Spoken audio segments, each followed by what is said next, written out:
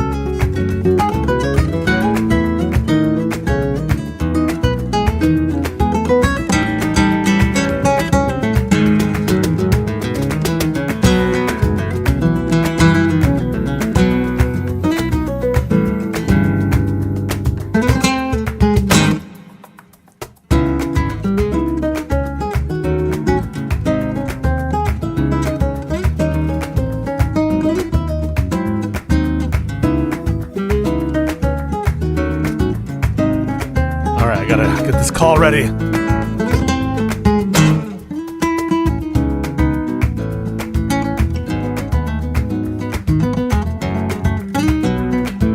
Yo, what up, Bobby? Just give me a second. I gotta get you on screen. But you are live. Just be aware. Yep. Share screen.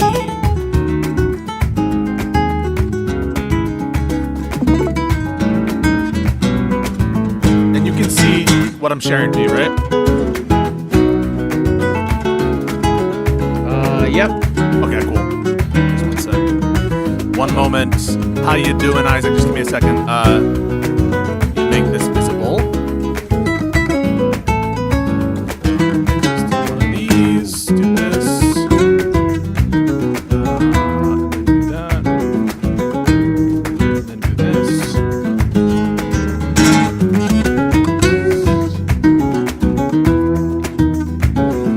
Okay. Boom. Yo. Can everybody hear me? I can hear you. Awesome. Isaac, can we get a little bit of a sound test? I couldn't hear. You cut out right there, but it's Yep. not your mic. Your mic is fine. I think it was just Discord. Awesome. I'm going to up your volume just a little bit here, and then we can get started. There we go. Awesome. So, first of all, let's just do a quick audio test again. Avi, say something?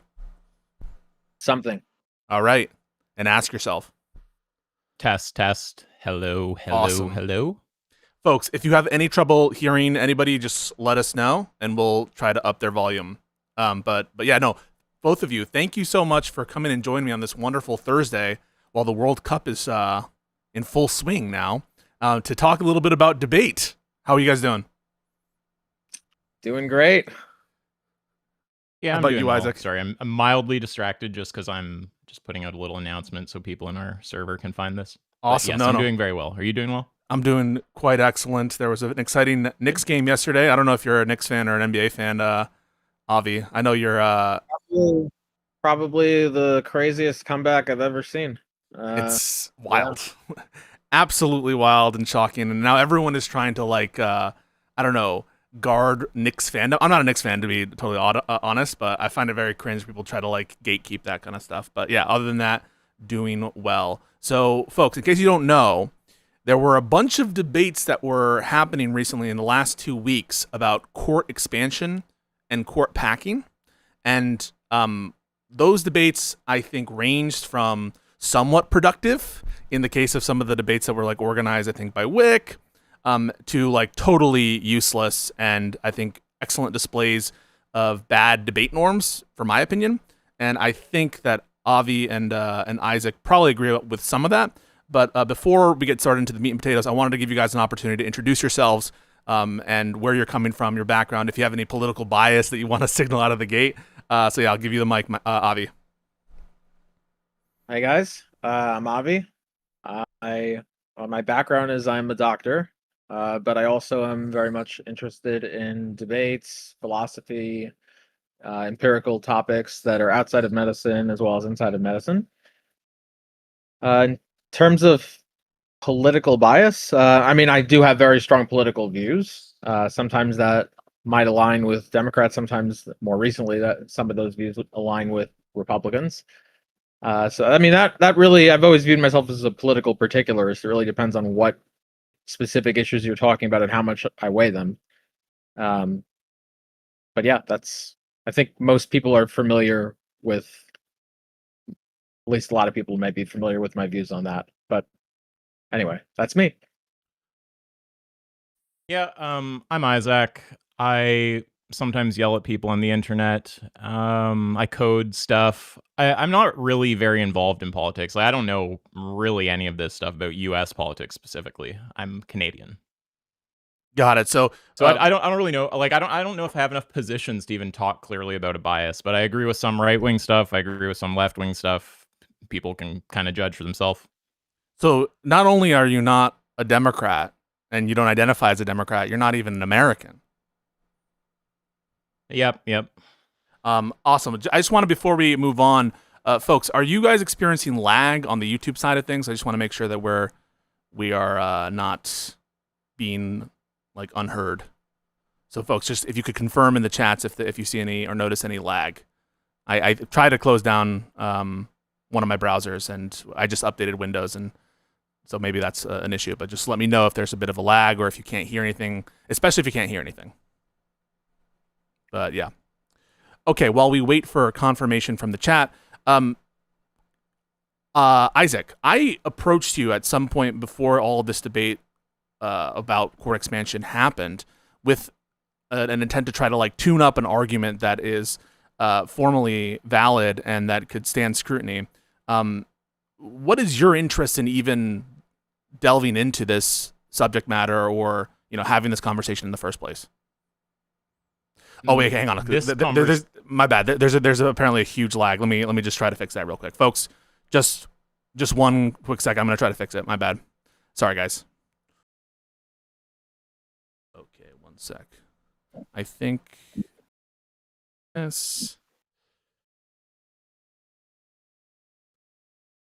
Audio is fine, but video is 1 frame per 3 seconds. Encoding overloaded. Huh. Sorry, folks. Just 1 quick second. Now let's try this. I might not be able to share screen. Studio mode.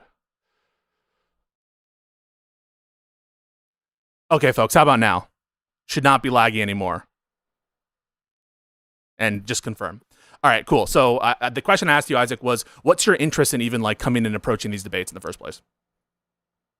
Well, these debates is really broad. Are you talking about the political stuff that you're doing? Yeah.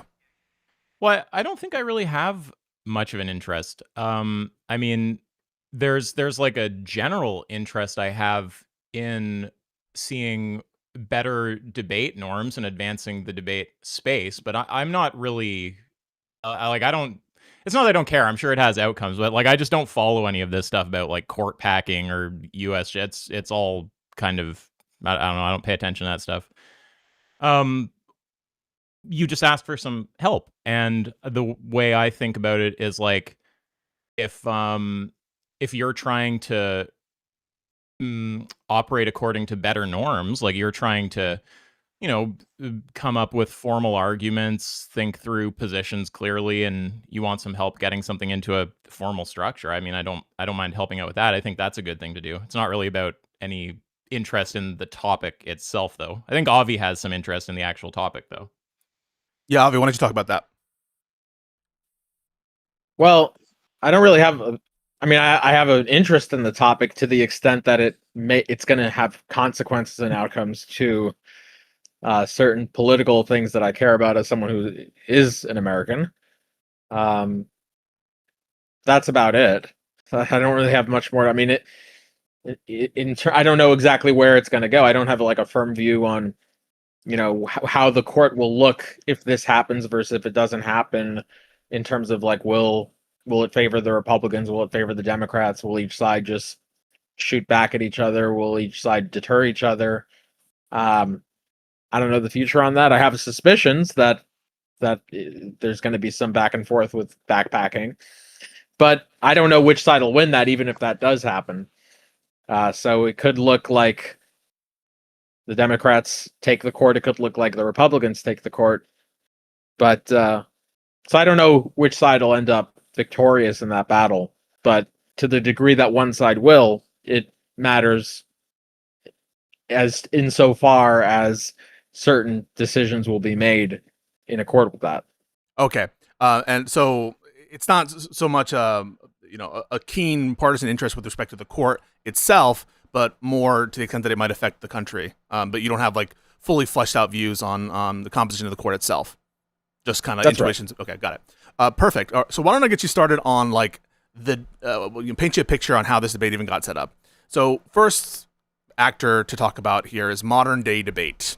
And I know that you guys have some familiarity with modern day debate. I'll give you a second if you want to talk about that real quick. Well, a long time ago I had a debate on modern day debate. I don't think I've done anything for years there. My issue with modern day debate is basically their idea of what a debate is, I guess.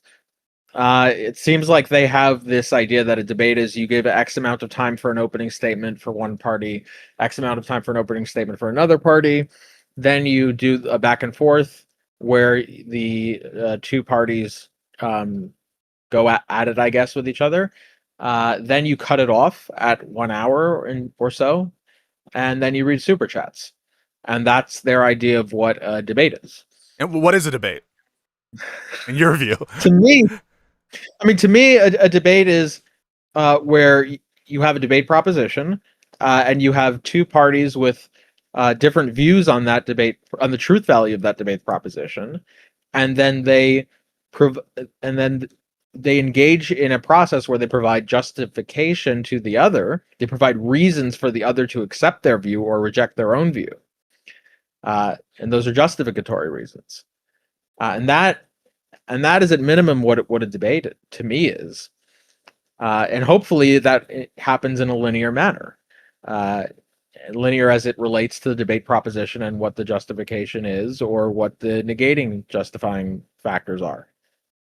I tend to agree with that, and that's what I thought that we were getting into when it came to modern day debate, because we spent some time prior to the actual discussion kind of laying out what we could potentially talk about. Ryan Mullally, who was a person who I debated and who we're going to take a look at that interaction and examine it a little bit. He had basically been upset that he wasn't invited to a previous panel about court packing, and had made this kind of call to action that he wanted to be involved in one of these debates about a particular proposition, about a particular notion. And in doing a back and forth publicly about what the debate proposition was going to be, we had exchanged different potential topics, presumably with the idea that we would follow that topic, or that we would try to adhere to that topic. And I think that's you could say whatever you want about how debates are conducted, but even with modern day debate, it seems to be just something, a norm that is pursued to select a particular topic and presumably to talk about that topic. So yeah, I mean, that's basically how that debate got started. Was modern day debate was sort of agreeing to facilitate, and some language is exchanged about what to talk about regarding court expansion. And that proposition was that the Democrats are justified in expanding the Supreme Court of the United States. But that didn't happen. That debate really got off to a rocky start, and didn't eventually, I think, even happen. But I'll give you a chance to respond to that before. I'm going to try to share my screen so we can see the first part of that interaction. Well, yeah, I think we all watched the same debate, and yeah, I think we all agree on that. The debate proposition was not really argued. There was some vague, non-committal nipping at the premises here or there, but I mean, I don't know if I'd really call that much of an argument. Yeah, it's hard to know exactly what happened, but I think even Ryan actually says he didn't do it. He gives reasons why he didn't, but I don't even think he would disagree that he didn't do it. Well, I don't think he knows what it means to engage with an argument, so I'm not sure, what his take on what he did or didn't do is really worth. I mean, I feel like I can recall him kind of sort of nipping at the premises, kind of like a little chihuahua or something, kind of nip and retreat. It seemed like a lot of what he was doing was, I don't know, kind of talking about meta, talking about Pisco's character, kind of rambling about other stuff, trying to sort of shift the topic. I mean, it felt like there was this big cloud of just rhetoric and diversion and bullshit, and he'd occasionally kind of come out of that to nip at a premise for a second and then retreat back into it. So not really committing enough that if he fucked up, it would be a big deal. Kind of just a little nip. I mean, if I had to guess at the psychology there, I mean, I suspect that he did want an actual debate, but that he got spooked when he saw the formal argument, and then started kind of trying to evade that and get away from it, and get Pisco onto some kind of territory where he felt like he could put up a better fight. I don't know how conscious that was on his part. Doesn't seem like the most self-aware person out there. And I think that he probably kind of retroactively moralized it as him fighting tyranny or something like that. But I mean, to me, it just looked like there's an argument and you're just not really engaging. And the only small amount of engagement we get is this little nip and run kind of nonsense. So before we get into, and I'm going to try to attempt to show it to you now with a new method on Discord, so you guys can listen to the first part of the debate. I'm not going to expose you guys to every aspect of the debate. I mean, especially the Rob one, which goes on for 10 hours. And I do want to give Avi some credit here. I've already been exposed to it. I've already been exposed to that. Yeah, he agreed to moderate that second debate with Rob Noerr, which we'll be taking a look at the segment of as well. But I wanted to push back a little bit on Isaac. Isaac, what essentially you're saying is you think that he was prepared for a debate, and he kind of backed out of that to try to grandstand after he saw a formal argument. Why then admit to lying and trying to get me in and do that kind of stuff? Well, I think it was all just not really thought through. I don't know the exact psychology around that. I mean, I just want to point something out. It's a hypothesis, right? I don't really know. What's my credence in this? I don't know. 65, 75% or something like that. I mean, it wouldn't be earth-shatteringly surprising if it was actually a strategy that he planned ahead of time to come in and derail into some kind of rambling retard clown car sort of thing. But I think more likely it was reflexive evasion of the formal argument that spooked him, and then retroactive moralization of that evasion. Awesome. I feel like you asked something specific there, and I might not have answered it. What was the exact thing you asked there?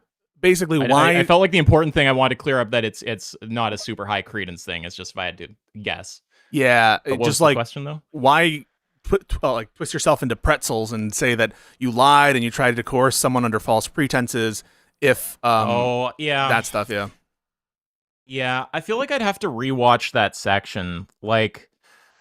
I mean, I don't know. He might have just been fucking saying shit. He might have just been kind of riffing, and then he said that, and then he doubled down on that. I don't know if he was really thinking about if it made sense given the prior things he said or any of this. I think the whole thing was him just kind of squirming and trying to get away from talking about the argument. Awesome. So now I don't really know. That's a hypothesis. I'm not really sure. Let's start from again, we're not going to watch the whole thing at all, but I wanted to start in this early exchange. I don't know if you guys can watch the stream. If you click into the stream, you should be able to hear what's happening in the initial debate. And I want you guys to tell me if you want me to pause at all. But this is our first exchange when I am presenting this argument, and you guys can see the response and give your reaction to it. So let me know if you're if you clicked into the share. Yeah, I can see it. I don't know if I can hear it yet, though. Okay. I can see it. It's not playing yet, but...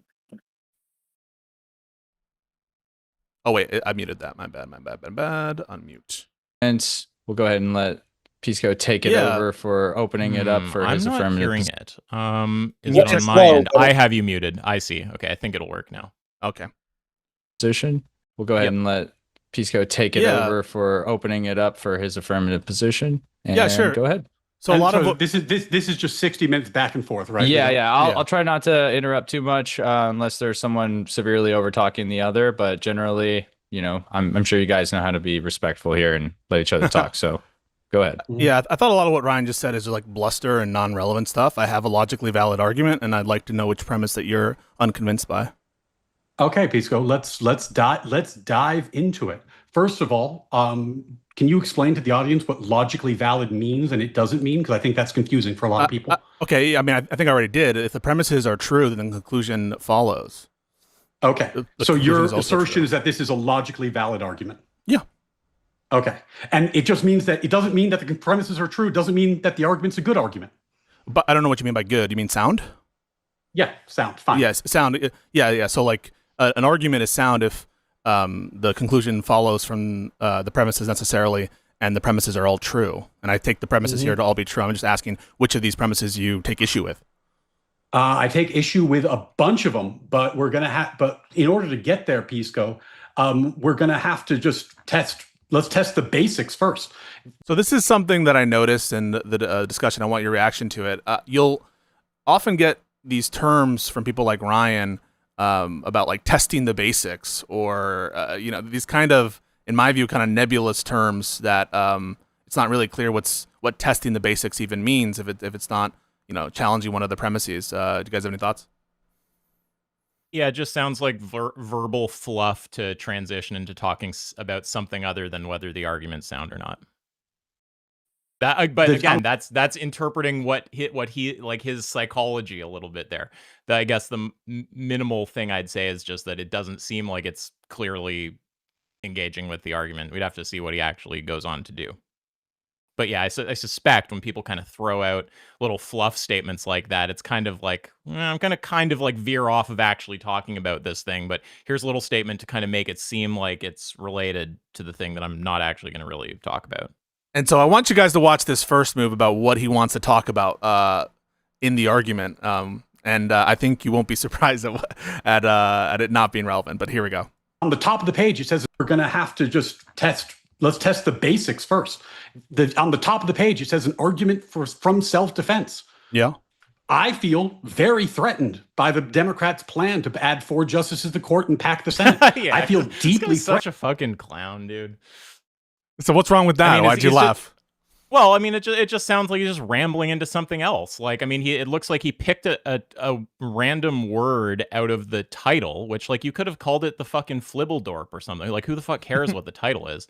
And now he's kind of going on a riff from the title, and I suspect it's going to be him kind of informally making some kind of argument or something like that. I have seen this. I forget exactly how this part goes. But yeah, it's just bad form. Like, what you actually want to do is just like, okay, do you sign off on, do you understand what the premises are saying? If so, well, firstly, do you understand the conclusion? If so, do you disagree with the conclusion? If so, okay, let's look at the premises. Do you understand those?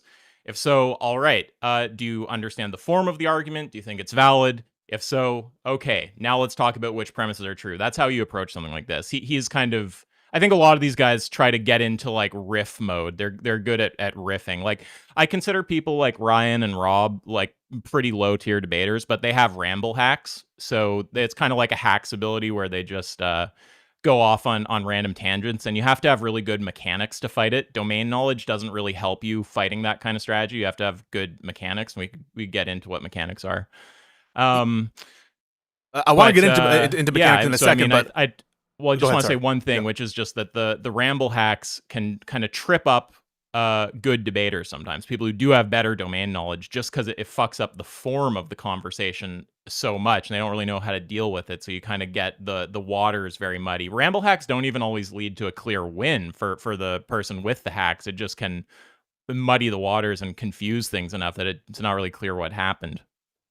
No, I totally agree with that, and it doesn't seem to be done with the aim of trying to like seek out truth or to get to like the heart of the matter, in other words. And that's why the minute I saw him start talking about the title, I'm like, okay, this is going to go off the rails. And I'm already in a mode of like, okay, this is getting close to what I think is like super bad faith. You picked out a word from the title that I've given the argument. Like you said, it could have been any word, right? I could have named it anything or not even given a title at all, right?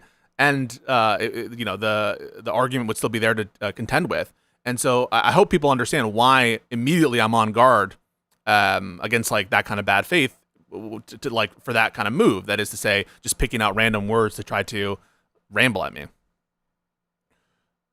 Okay. Yeah, I mean, I have some level of charity towards people, and you know, we all should, where they might just not understand kind of basic things about how debate works, how reasoning works, and they might not really understand how to engage with an argument. So, I mean, I would probably kind of try to calmly reset him without biting into whatever kind of unrelated ramble he goes into. But if it persisted after it was really clear, if he persisted in trying to get off topic after it was really, I had explained clearly how it's not on topic and what I'm expecting, at some point I would kind of crack down a bit on it. But I would initially assume charitably this is just him not really knowing how to engage with an argument. Or even if I don't really assume that, if I kind of sense on some level it's evasion, I would still charitably kind of act as if I would act as if it's possible, which it might be, that he just isn't really understanding how to engage with an argument and try to be kind of helpful and show him. Threatened. Am I justified to add 4 justices to the court and pack the Senate? I feel deeply threatened. Oh, I also want to Am say I- something else. Yeah. You pointed out he doesn't have very truth conducive debate norms, or like Yep. convergence conducive, epistemic justification finding conducive, whatever. You know, there's a set of goals you might have in debate, like getting to the truth, finding out at least where we disagree, finding out who's more justified. I think that Avi and Avi can maybe speak to his view, but maybe we'll talk about it more if it comes up. But I think we both have the view that, I mean, they might even acknowledge it. I'm not sure, but I think we both have the view that this is like not the kind of priority that people like Rob or Ryan actually have. Well, yeah, I mean, I think in this debate, I think, if I'm not mistaken, I think Ryan would even say, has even said after that, that's not the sort of debate that I was interested in having, because, you know, someone might, if it was just like a lawyerly disagreement or dispute, someone might say, oh, Pisco might have had, you know, some veneer of reasonability to what he said, and it's just such a bad thing that I didn't even want to have that sort of discussion. So I just wanted to, like, you know, say how bad it was, or in his terms, expose how evil Pisco's position was. So yeah, I mean, I mean, I don't even know if there'll be much dispute about that. I mean, if it clearly wasn't truth conducive, at least certainly in this debate, truth conducive or convergence conducive debate norms. I will just Yeah, say though, so if it were actually true that doing this debate might lead to some kind of, like, I don't know, constitutional crisis, or engaging in good faith would lead to all these bad results, maybe it would be more understandable. Although I don't think that, you know, I've watched you, Avi, for a little bit. I don't think that you're very convinced of that. And you have debates on, like, the Holocaust, right? And like whether the Holocaust happened and that kind of stuff.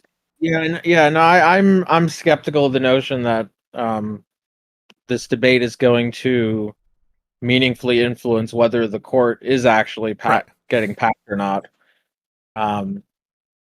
we're probably But both you- also skeptical of the notion that, even were that the case, that his strategy would actually the be an best. effective Yep. means to Yeah. like mitigate against that or something. And even if those two things are granted, it still wouldn't change the truth. You know, the truth of whether this was truth conducive debate norms. Yeah, and this is a whole topic, but Avi and I think, have the same view about people who don't sort of align on debate norms, about it's kind of the short-term view on how to deal with these people, and the longer-term view on how to sort of try to change that situation. So we could maybe get into that at some point. Maybe not today, I don't know. I justified, Pisco? Yeah, Am I that's not. justified in packing the court? That's just the title I gave the argument. That's not anything in the argument. Pisco, nobody but you cares about your argument. So am I Well, justified in packing I First think red that flag. Yeah. Immediately there, first red flag. Nobody cares about the argument. Like, what an inconceivably retarded thing to say in a debate about a proposition for which the argument is arguing. Any reaction, Avi? Yeah, just to show, like, just how different, like, the fact that this is happening on modern day debate. Again, I may be shitting on modern day debate a lot, but that's fine.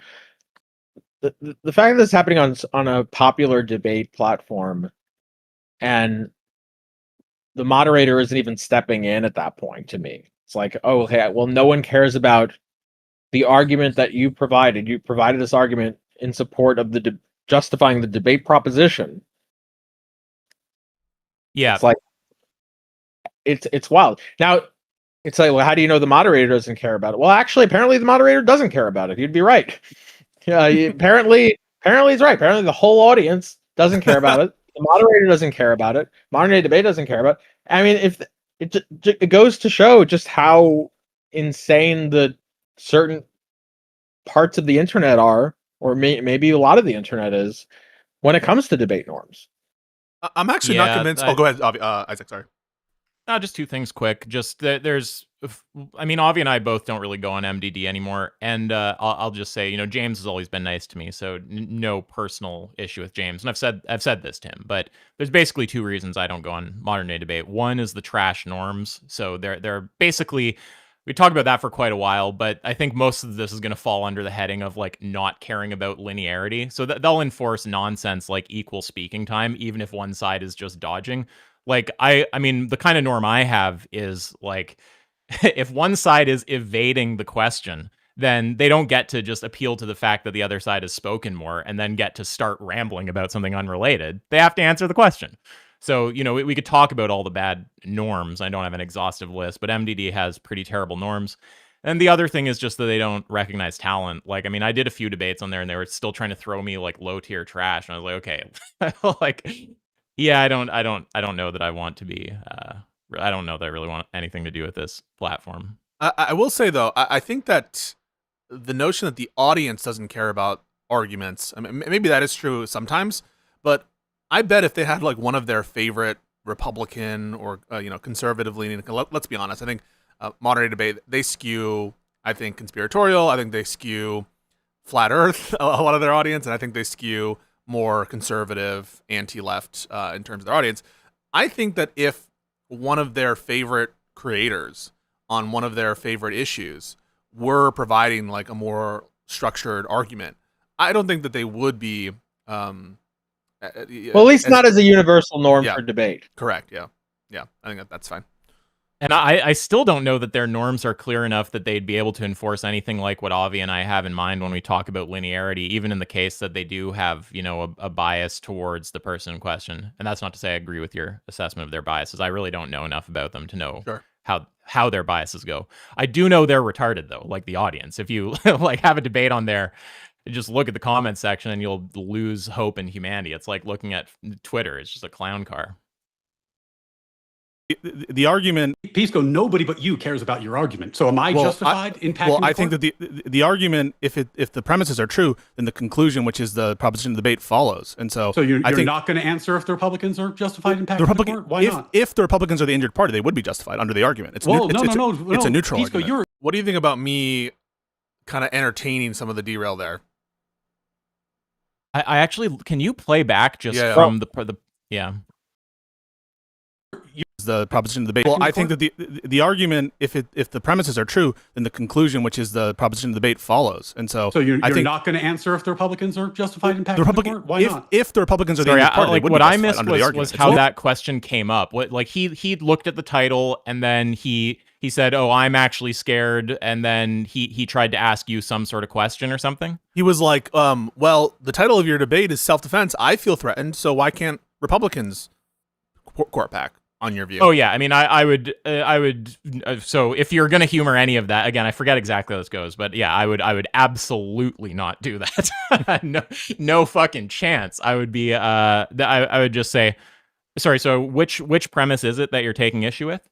Yeah, nothing else. No paragraph. No big thing. Just a simple sentence, and then if he rambles more, same thing again, and people will get that he's dodging from that kind of repeated simple sentence over and over again. One aspect where this might have been a fair question is it's just to say like, okay, and you should say this when you're asking this question, is to say, well, wait, I just needed some clarity on how the argument works. Would this argument work if the Republicans were also an injured party, or is it only for Democrats? Like, that's a fair question to ask about the argument, and it is incumbent on you to provide that clarity. See, we might disagree a little bit about that. So, like, it's kind of a meta-ish question about the argument. It's not really something you need to clarify. So, to me, it would kind of depend how bad faith the other person is. Like, I don't mind talking a bit about the argument in the meta and just pointing out, like, yeah, no, it's like a kind of double-sided argument. It'll apply to anyone as long as the conditions apply.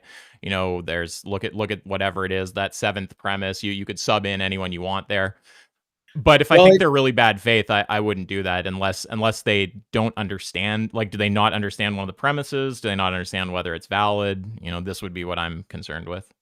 So I think the reason I think it would be fair in many cases, well, even if the opponent may not be so good faith in this case, it's just how the argument is written. Because even if you accept the premises and the conclusion, it's at the level where you might not understand what you're accepting.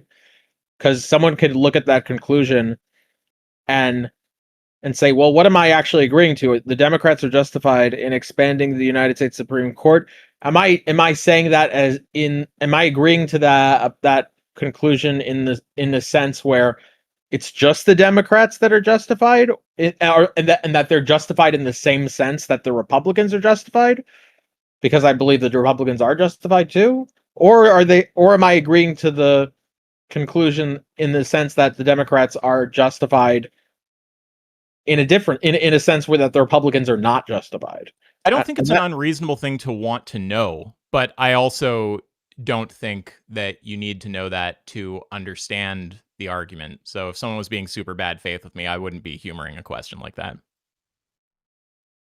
Unless they're saying they don't understand. Are they saying they don't understand something? Well, they're trying to resolve an underdetermination of what the conclusion is. It sounds like you're talking about some further kind of it sounds like you're talking about some other proposition that maybe the conclusion commits them to, or something like that. Like, do they not understand what the conclusion actually means? Because my how I'm going to say this is basically, I'll entertain the meta if I don't think someone's bad faith. I don't mind that. But if I don't think they're good faith, I'm not going to want to get off track. And if I can't see how they're actually like not understanding the conclusion or something like that, then I wouldn't humor that if I think that they're just bad faith.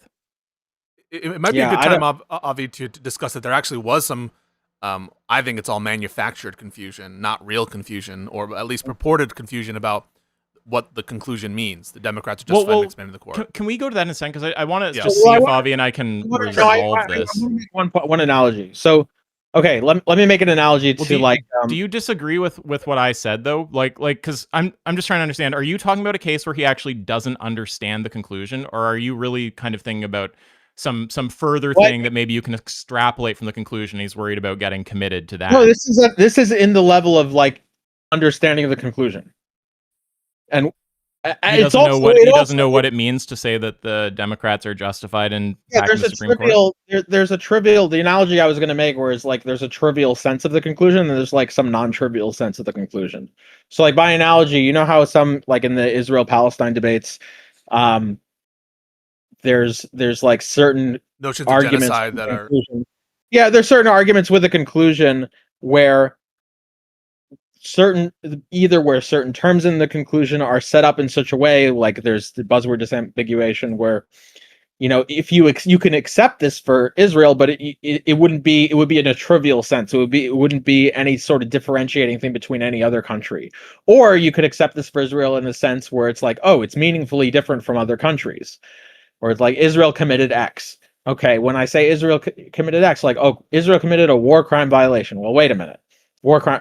Israel's guilty of war crimes. Like, okay, well, am I accepting that in the sense that every country, in a sense that's no different from any country, or am I accepting this in the sense that Israel is uniquely bad in some way? And it makes a difference because, like, once you just accept that without disambiguating it, the opponent's just going to be like, "Aha! See, you accept, you agree, you accept."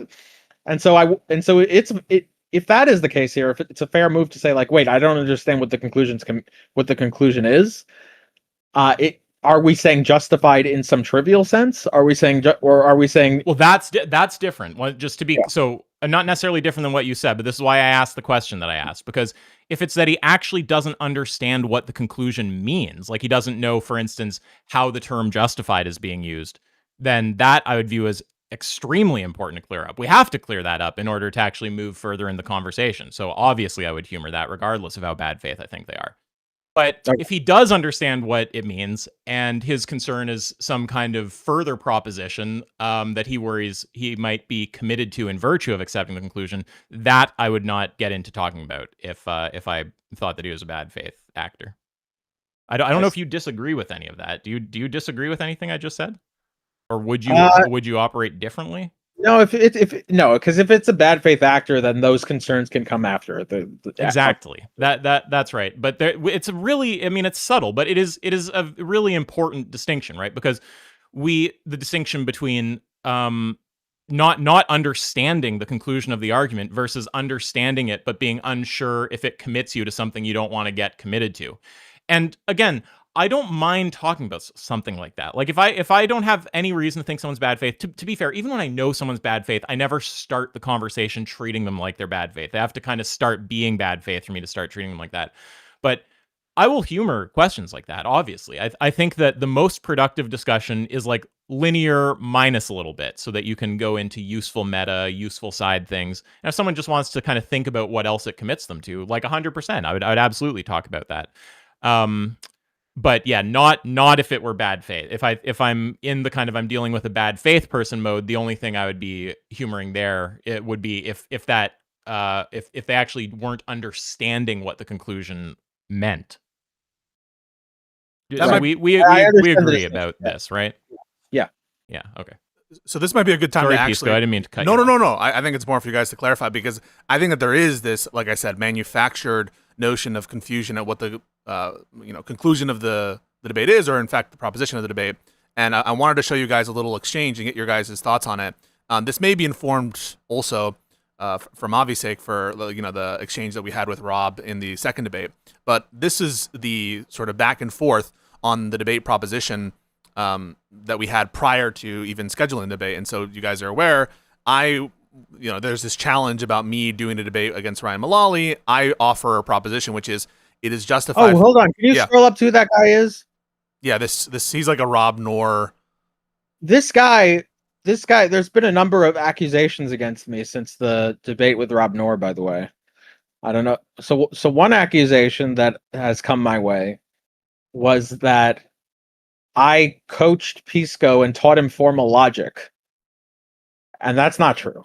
I didn't. But this guy goes even further than that. Which an accusation? How would that be a bad thing? Yeah, why would that be bad? Doesn't Rob call Because- himself a debate coach? And It how was is formal logic being bad? a biased moderator. It's like, well, I'm going to be more biased because I coached Pisco and I was the one who taught Pisco formal logic. Right. Just to clear up the bias thing super quickly, you are biased towards his methodology, which is linear debate, but you aren't biased towards his actual take on the topic. You probably Right. And in Right. fact, during the Okay, Rob I have to debate, go to the bathroom. I'll be back Yeah. in a minute. I just want to make this point, Avi. And during the debate, you found an issue with the wording of one of my premises with respect to overdetermination. That made the argument not sound. Yeah. So like, and that's something which I found incredibly useful. And I think it shows the usefulness of the linearity in identifying those areas where maybe your values don't align, or that you worded something where as read, right, you wouldn't accept. Yeah. So I mean, so that's one thing. But it goes further. The accusations against me actually go even further than that. This guy, this Surian's bot, whatever. Yeah, I'm pretty sure it was him. I can look it up to check the tweets. But I think he accused me on Twitter of. He said it's probably true that I secretly made the cord packing argument, made your cord packing argument, that I constructed it and then gave it to you. That's not true. Yeah, it's not true. And in fact, if you guys want to know some inside baseball, I don't think Avi would mind me sharing this. After this debate, Avi was so interested. Well, I wanted to reach out to him for other reasons, but as a side to that call that we had, he was interested enough in the topic to try, and he started like doing questioning to try to understand what it meant. And because that was the first time he had been exposed to it, I think he certainly did not make that argument in any respect. Also, it's very weird for me to make an argument that I'm not committed to the conclusion. Yeah. I typically don't do that. I typically don't make arguments for conclusions that I don't support. But yeah, this guy said, the piece, something that said the Pisco's god awful syllogism. Avi was the one who likely constructed it. So just to give you an idea of who that person is. And from the chat, we have the Trib who says, "Why would that even matter?" Right? Like, and do you have a response to that? Like, would it even matter if you had made that argument? Let's say that you made a really good argument, or what you found. Assuming, and again, I'm not even saying that you. No, you think that strictly speaking, I can still moderate on the sense in which it might matter is to call into question. Well, we have different priors on whether Avi is going to be a biased moderator with regard to who takes what side on this argument, because Avi made the argument. So there's some personal vested interest there, maybe. But strictly speaking, I can still moderate a debate on an argument that I made in a neutral way. There's arguments that I make where I don't like the way people run them. There's arguments that I make where I would, be critical of the way people are advancing my arguments. So yeah, no, strictly speaking, it doesn't matter. But this is just to show the insanity of of what this person thinks. Like this person thinks that somehow which by the way, I was asked to moderate this debate long after this argument has been going around. I mean, you've posted the argument in Discord, you posted the argument on Twitter, long before any of this, and because and after the debate, this person has accused me not just of teaching logic, which that isn't true, but of literally just secretly, probably being the case that I secretly constructed your argument.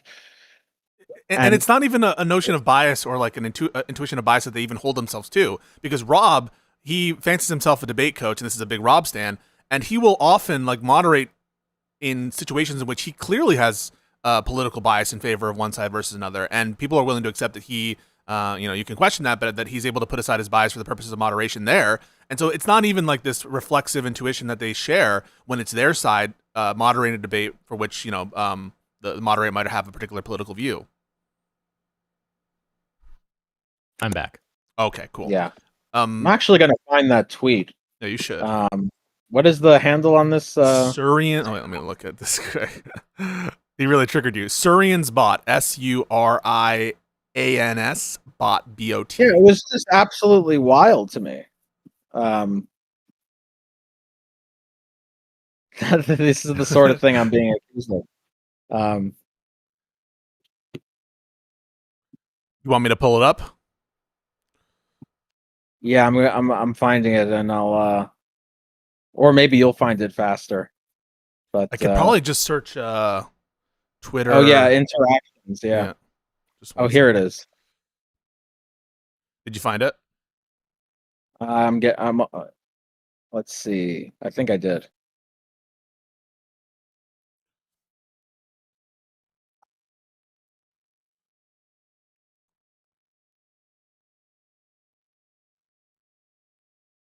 I will also note that, like, I don't know why, even if it were true, right, that you taught me logic, why that would be something that's like wrong. Which again, it's not true. And I don't know, man. They have a very conspiratorial mindset. To remind folks, they were also of the opinion that behind the scenes there was collusion to. Oh, here it is. Here it is. I found it. Okay, I'm posting this. Oh, nice. Yeah, I'll show this. Put it up for everyone. Show this. Boom. Just so everyone knows, like this is the extent of the conspiracy theories against me after this debate. And I'll click right here so people can see it. And we'll read. Can you read it out loud? Yeah. Not upset, and of course we'll take the W, because anyone with eyes who watched the debate saw Rob smack down Pisco, and that's a given. But I am pointing just how shitty Pisco and Avi were. Pisco picked the guy who's coaching him on this Philbro arc, and also probably helped him build his god-awful syllogism to moderate the debate. So not only did I help you build the court packing argument, I did it with the intention to moderate it, is the accusation, like to moderate it. If that's not enough, Pisco then keeps appealing to his coach mod to help him get out of trouble. And this was all unbeknownst to Rob, by the way. And when Rob calls him out, he screams, "I voted for Trump." No, actually, it's also okay. So the fuck what? Oh, Rob should have been. Hey, I'm just a mod here, but he kept inserting himself into the debate, not only to act a biased mod, but also to judge the debate. Fuck them both. Hacks. Yeah. So this is all not like this is all just not true. And I'll also note that Rob seemed genuinely surprised when you disclosed that you voted for Trump, and he was expecting. Just on that claim that I was responding by saying I voted for Trump. That's not what happened either. Pisco said I voted for Trump, and then I confirmed it. Yeah, that is actually, by the way, what happened. Yeah, I was trying to defend your honor. So, like, from top to bottom, that entire characterization is just complete nonsense. I didn't coach Pisco. I didn't teach Pisco formal logic. I did not help construct the court packing syllogism. This is all, nor did I, let alone do it with the intention of moderating debate. Like, all of this is not true. Now, you could say, even if it was true, like, what does it matter? But it is, just to set the record straight, all of this, top to bottom, is just false. I wanted to show you guys also, because just to bring us back a little bit, there was this notion that perhaps there's some lack of clarity on the conclusion or the proposition of the debate. And I wanted to, clear the air here. I think that's all manufactured, and this is why, right? So I started by responding to this Twitter account that accused Avi of conspiracies, and I said, I'm happy to debate it, and here's the proposition that I would do. Quote, "It is justified for Democrats to expand the court by at least one justice." The reason I propose that topic is just because I think that that's what people mean when they talk about like court expansion. That you can expand the court through at least one justice. So that's why I picked that, and just to be as clear as possible. You'll know that Ryan immediately will say, in response to that, "I take it you condemn Ro Khanna's call to expand the court to 13 justices, which is why you phrased the prompt as you did." I respond, "No, I don't condemn it, but I take it court expansion can be accomplished by adding even a single seat to the Supreme Court. Therefore, to say one is against court expansion, they must necessarily be against adding even one justice. If it's justified to add one, then you're in favor of court expansion," right? He says, "So you are unwilling to defend your party's position. What appears to be your position, and the position that I understand that you took with Actual Justice Warrior regarding proportionality." And I respond, "I thought you wanted to debate court expansion, not a particular plan. Going with the Khanna plan would be debating his expansion plan, not court expansion.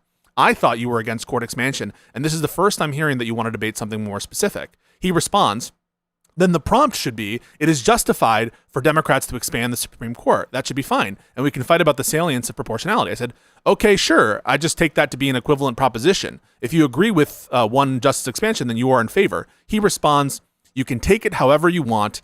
If we have a prompt, then we can figure out the other details via DM." I say, "Well, that's just how I understand the prompt. If you understand the prompt differently, it would be useful to clarify your semantics ahead of time. Don't know why we would wait to understand each other." This is what I think that this exchange shows.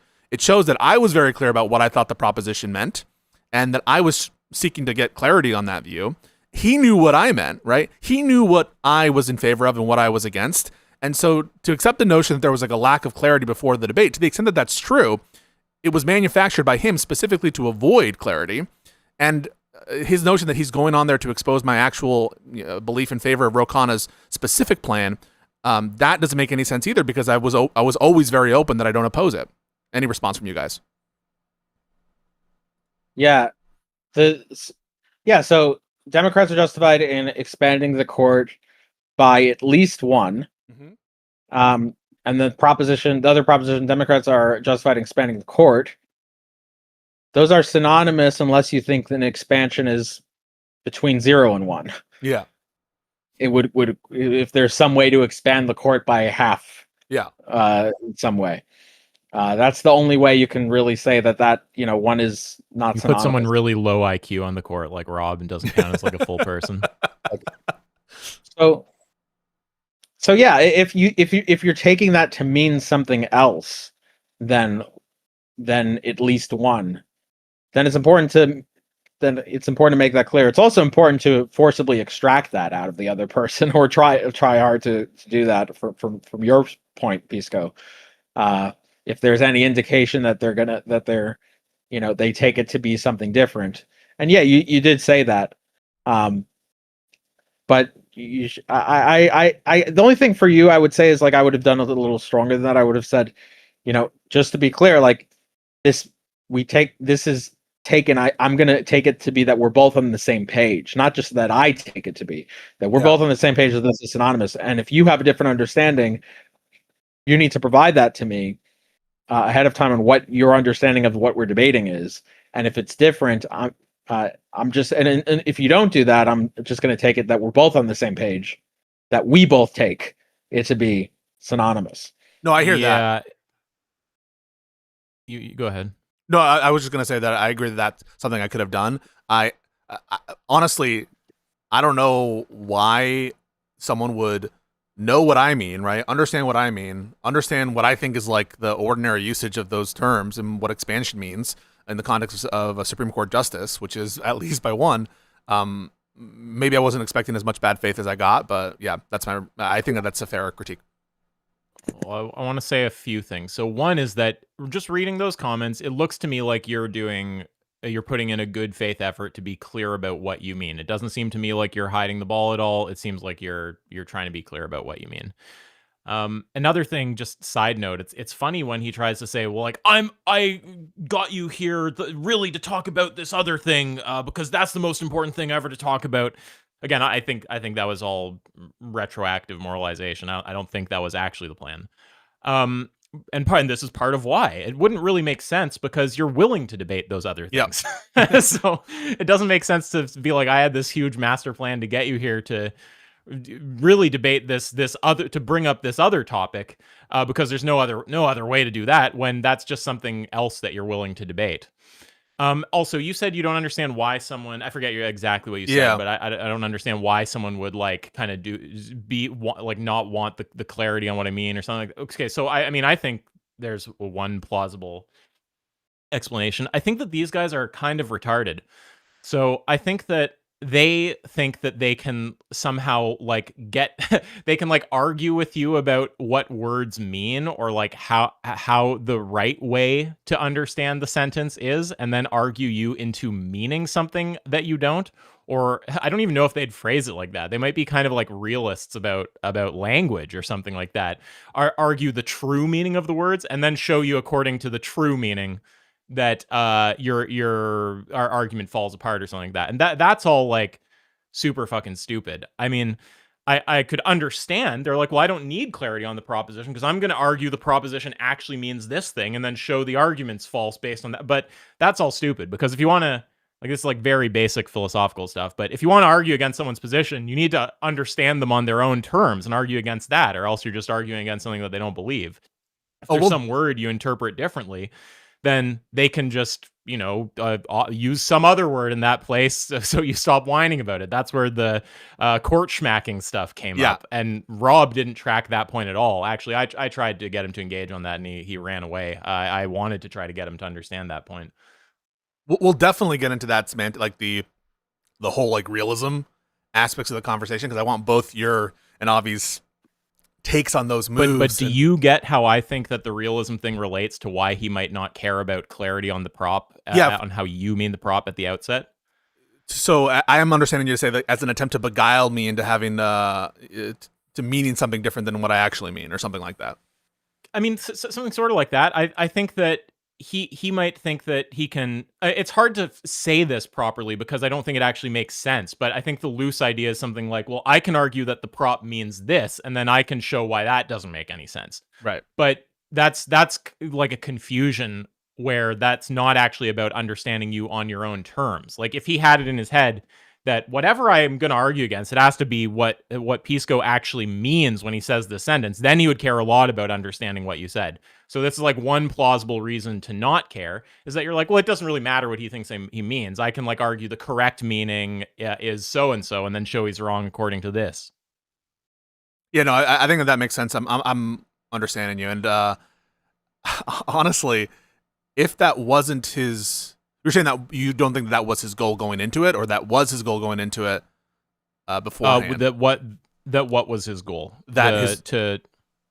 What you just described there in terms of the objective meaning. It's a plausible reason that he wouldn't care about getting clarity on exactly how you mean the proposition. I think that's fair. All right, I'm going to take us back to the actual debate. Again, we're not going to go through the whole thing because eventually I want to get to Rob and I's debate and farting and the objective meaning stuff and the court smacking stuff, but let's just let this play a little longer. Oh, it's a neutral Pisco, argument. you're a lawyer. You're a lawyer. You know how what self-defense means. Do I need to let somebody injure me before I have a right to self-defense? So he's really trying to railroad here. Like, I would be not humoring any of this. The only thing I would be saying in response to this is like, does what you just said amount to a criticism of either the validity of the argument or one of the premises? And if he says anything other than yes or no, goes on any kind of ramble, I would just be interjecting to say that very same thing again until he's actually clearly or not understanding one of the premises or the conclusion. That's right. Yeah. Of course, you have to understand what everything means. You have to understand that it's valid, and you have to agree with the premises. There's like the steps. You can get off at any point there, and we can have a real conversation about that. At several points, I answer his question and then try to get back to the topic. Don't do that. Yeah. I would really recommend against doing that, because it's like feeding seagulls. Like you really don't want to encourage the bad behavior. I think that the right thing to do is to actually be kind of firm. So no matter what he says, and people will throw out all sorts of stuff to try to bait you. They'll attack you. In fact, he did a lot of these things. They'll attack your character. They'll try to talk about past things you've done and like mischaracterize them in a way that makes you want to correct the record. They'll attack like other positions you have that are tangentially related. Yeah, I mean, and all of that flies on modern day debate, by the way. Like the moderator won't step in. This is why we don't go on modern day debate. But yeah, I mean, I think the appropriate thing to do there is, I mean, I would actually cut in. I would actually not let him put all that stuff on the table. I would cut in to force him to either, I don't understand what a premise means. I don't think the argument's valid, or I think that one of the premises is false. I wouldn't even let him do that. But even if you are going to let him ramble, definitely don't respond to the ramble after. Just reset him. And especially, humans get things through repetition, right? Like, people might not track, if they don't have much debate or philosophy or whatever experience, on loop one that he just avoided you. But if he's going to put his feet in the mud and try to keep derailing like that, if every time your reply is very concise, very clear, and the same thing as you said the last time, at some point people will notice. Like, if every time he rambles, you're just like, okay, look, I hear you saying a bunch of stuff, but I'm trying to understand how it relates to the argument. Are you saying you don't understand a premise? Are you saying that you don't think the argument's valid? Let's just try to go step by step here. Do you understand all the premises? Right? Like, just try to get them back on track. That's the only thing that matters. All the derail stuff, I would never talk about any of that. I think all that serves to do is muddy the waters. All right, we'll continue. Yeah, so I take that as a derail. It's not within the argument, but it is a neutral argument. If Pisco, if nobody, the conditions, I'm going to tell you this honestly, if nobody the condition, cares about your syllogism. Well, nobody cares. Well, this is So the argument that I've come to present. And so are you saying that? Anything else? Yeah, I mean, you can tell, like, he wants to get away from this argument the whole, and this is again why I think it's plausible that he's like just kind of reacting and trying to squirm away from the argument. He, like, I mean, nobody cares about it. He goes on to use all these other words that don't actually clearly commit him to saying it's unsound. Like, he'll be like, oh, it's thin, it's clunky, it's nonsense, it's BS. It's like, okay, but do any of those things actually amount to it's unsound? And if so, why? Do you think it's invalid, or do you think one of the premises is false? What is it with those terms, thin and clunky and all that? Like, what is that? It's like, well, are you asking what I think the psychology is that's going on? Yes, I am actually. Yeah. What do you think? Okay, so I can only speculate. I think that they, on some gut level, want to get away from really engaging with the argument, and they want to throw out something that's kind of like a reason why they're justified, why people should agree with them in not wanting to engage with it. But they don't really understand anything about formal arguments or like how to criticize them or anything like that. So they're just trying to throw sort of like words that are bad at it to make their refusal to engage seem more legitimate to people. That's what I think is going on. Here's from the comments from the chat. Someone says, of course he wants to get away from Pisco's assertion. The expand by at least one doesn't actually matter. Your response? Well, I don't understand. Like, I think what he's saying same is kind of thing I'd say to Rob. Like, are they disagreeing with the conclusion? Do they think one of the premises? Do they not understand one of the premises, or do they think one of the premises is false? Like, when I hear stuff like that, this is really a habit you need to build, especially for debate. Okay, it's one thing to have an open-ended conversation at the bar when you're just like shooting the shit with someone. But if it's in a debate, don't like try to give this like hyper charitable level 9,000 interpretation of like what they might mean when they say that or something. Like, look, whatever that person just said, how was that engaging with the argument? Were they saying that again, I'm not going to repeat all the ways you can engage with a formal argument, but are they doing one of those things or not? And if so, which, and then we can talk about it. If not, then it's not really. Was that comment in relation to like the pre-debate setup? Yeah, I think what they're saying is like the debate proposition is stupid as you've interpreted it. It's like meaningless as you're interpreting the conclusion of the debate. Why even talk about that? Wait, sorry, I was just processing it as if they were saying that in response to the argument. Are we trying to consider that comment like in the abstract as if it wasn't said in response to the argument or anything like this? I think the charitable way for interpreting that comment is if they're saying that in response to how the pre-debate setup went. Right.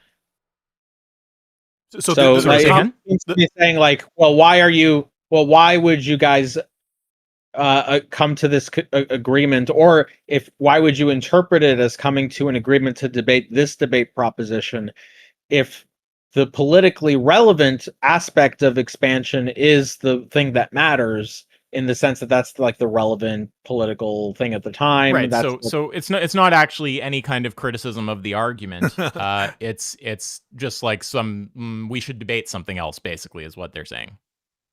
Or I think it's saying that It's- what you're understanding the conclusion to be is like wrong. It's like that's not actually what you hear. What do you That's a presumably you know Yeah. what you mean when you say but this is Yeah. what I mean. Like all three of us just seem to have a different read on what that means. So like, I mean, look, it depends on the context. Okay, if someone said whatever that sentence was that you just read from the chat to me in a debate after I had deployed this argument, then I mean, I might kind of humor it a little if they're good faith, whatever. I kind of vary a bit based on how bad faith they are. But yeah, bad faith person, no, absolutely not. I would just ask, how is it engaging with the argument? Are you saying that it's unsound? If so, in which way? If that was a comment just made out of the blue, like someone just posts that at me or just asked that to me out of the blue or something, then I would try to engage with it on its own terms and understand what exactly they mean. And if it just comes down to something like they think that we should debate something else, I mean, maybe that's the case. Maybe there is some more pertinent thing to debate. I don't know. So interpreting it charitably as to mean, well, it seems like everyone wants to debate the thing that is, politically, being presented, and rather than this weaker claim of at least one. I would say a couple things. Sorry, first Avi, of you all- have to clarify. Are you interpreting it like it's being said, like in the debate as a response to the argument? Or are you interpreting? No, it kind of not like as it's a debate in response to the argument. I 'Cause- said 'cause- charitably interpreting the comment. If well, we were yeah, to but charitably, it doesn't clarify if you're interpreting it like it's coming up in the debate, because you presumably would say the well, the exact same charitable thing. interpretation would be the non-retarded version of the comment. The Well, yeah, retarded but the version of non-retarded comment would be in response to the argument. Okay, well, I see how you're doing that. But the point is, if it comes up in the actual debate, you're just resetting them onto how is that actually showing the arguments unsound. But you're talking about you think part of interpreting them charitably is they're not actually so stupid that they're saying that as a response to this in the debate. This is just some other Yes. conversation or something. Yes.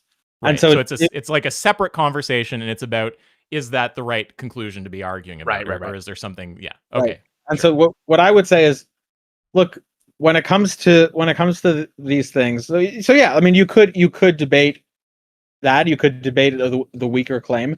It's fine to ask to debate the weaker claim and not the thing that is politically relevant if you still have a disagreement on it. There's nothing wrong with that. And that, by the way, this is why it's important to clear it up. So what I think is fair for there is an area where it happens where, okay, two people have different views on a given proposition, and their own view has things that commit themselves to where it's harder to justify. So Pisco, you might be committed to 4, and that might be a harder burden than at least 1. Right. Yeah. And then the other person might have a similar thing going on where it's like, okay, well, I could argue against 4, and that's easier, but I could argue against at least 1, and that might be a little bit harder to argue against at least 1. And so if you want, you could do both. You can have 2 separate debates then. If you think it's not fair if it says, well, I'm happy to debate it, but you're debating the easiest claim for you on your positions rather than the harder claim, and I'm stuck here arguing the claim that's harder for me to argue against, even though I could have argued against you with a claim easier for me to argue against. That's fine. You can have both of those debates. Just be clear on which one you're having. And importantly, don't have them both in the same conversation, because bad faith people will do this thing where they're like, well, it's time to move to the other once they get fucked on the first topic. So yeah, it's that's best to another just- thing we should. Yeah, the other thing is when you're dealing with people who will use every tactic to drag you off linearity, maximum of 1 debate proposition in a debate. Yeah, not 4, 1 minimum. Same as the judges. I will note also on this whole question, if we're even going to delve into the meta of like what is the right conclusion, I think it's just important for the audience to know that the Ro Khanna plan, there's not universal acceptance or anything close to that among Democrats to expand the court even by one, let alone to take Ro Khanna's plan, right? So I think there's been a lot of misinterpretation and about like how ubiquitous this plan is, such that we should, properly interpret the prompt as only the politically relevant interpretation, which is 4. I just don't think that we're anywhere close to that level of ubiquity on the Ro Khanna plan specifically. Well, and it could be, I mean, we're all kind of like anti-realists here, relativists about morality. I mean, right is going to be relative to the individual. It could be actually that the two people disagree about what the right thing is to argue. Maybe for you, the right thing to argue is the one that's easier for you, and maybe for him, that's the one that's easier for him. Although, I mean, I think it's good to be willing to argue harder stuff, but yeah. So, I mean, I think that part of this just comes down to like our kind of norms, our like a norm of courtesy or something. Like if I and someone else both want to criticize each other's position, but in kind of different ways, and neither of us wants to talk as much about the other person's thing as our own thing, the charitable, nice, like what's the word? Like the etiquette is just to be like, okay, well, we care about different things here. And why don't we just both be happy? Let's just like flip a coin. Let's agree to talk about both separately. We'll do a debate on each, and let's just flip a coin for which one we're going to do first.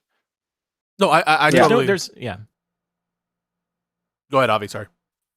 No, yeah, that's exactly my position. That's what I've said. Yeah, that would be. But again, just important to know which one you're actually doing first and which one you're doing second. Yeah.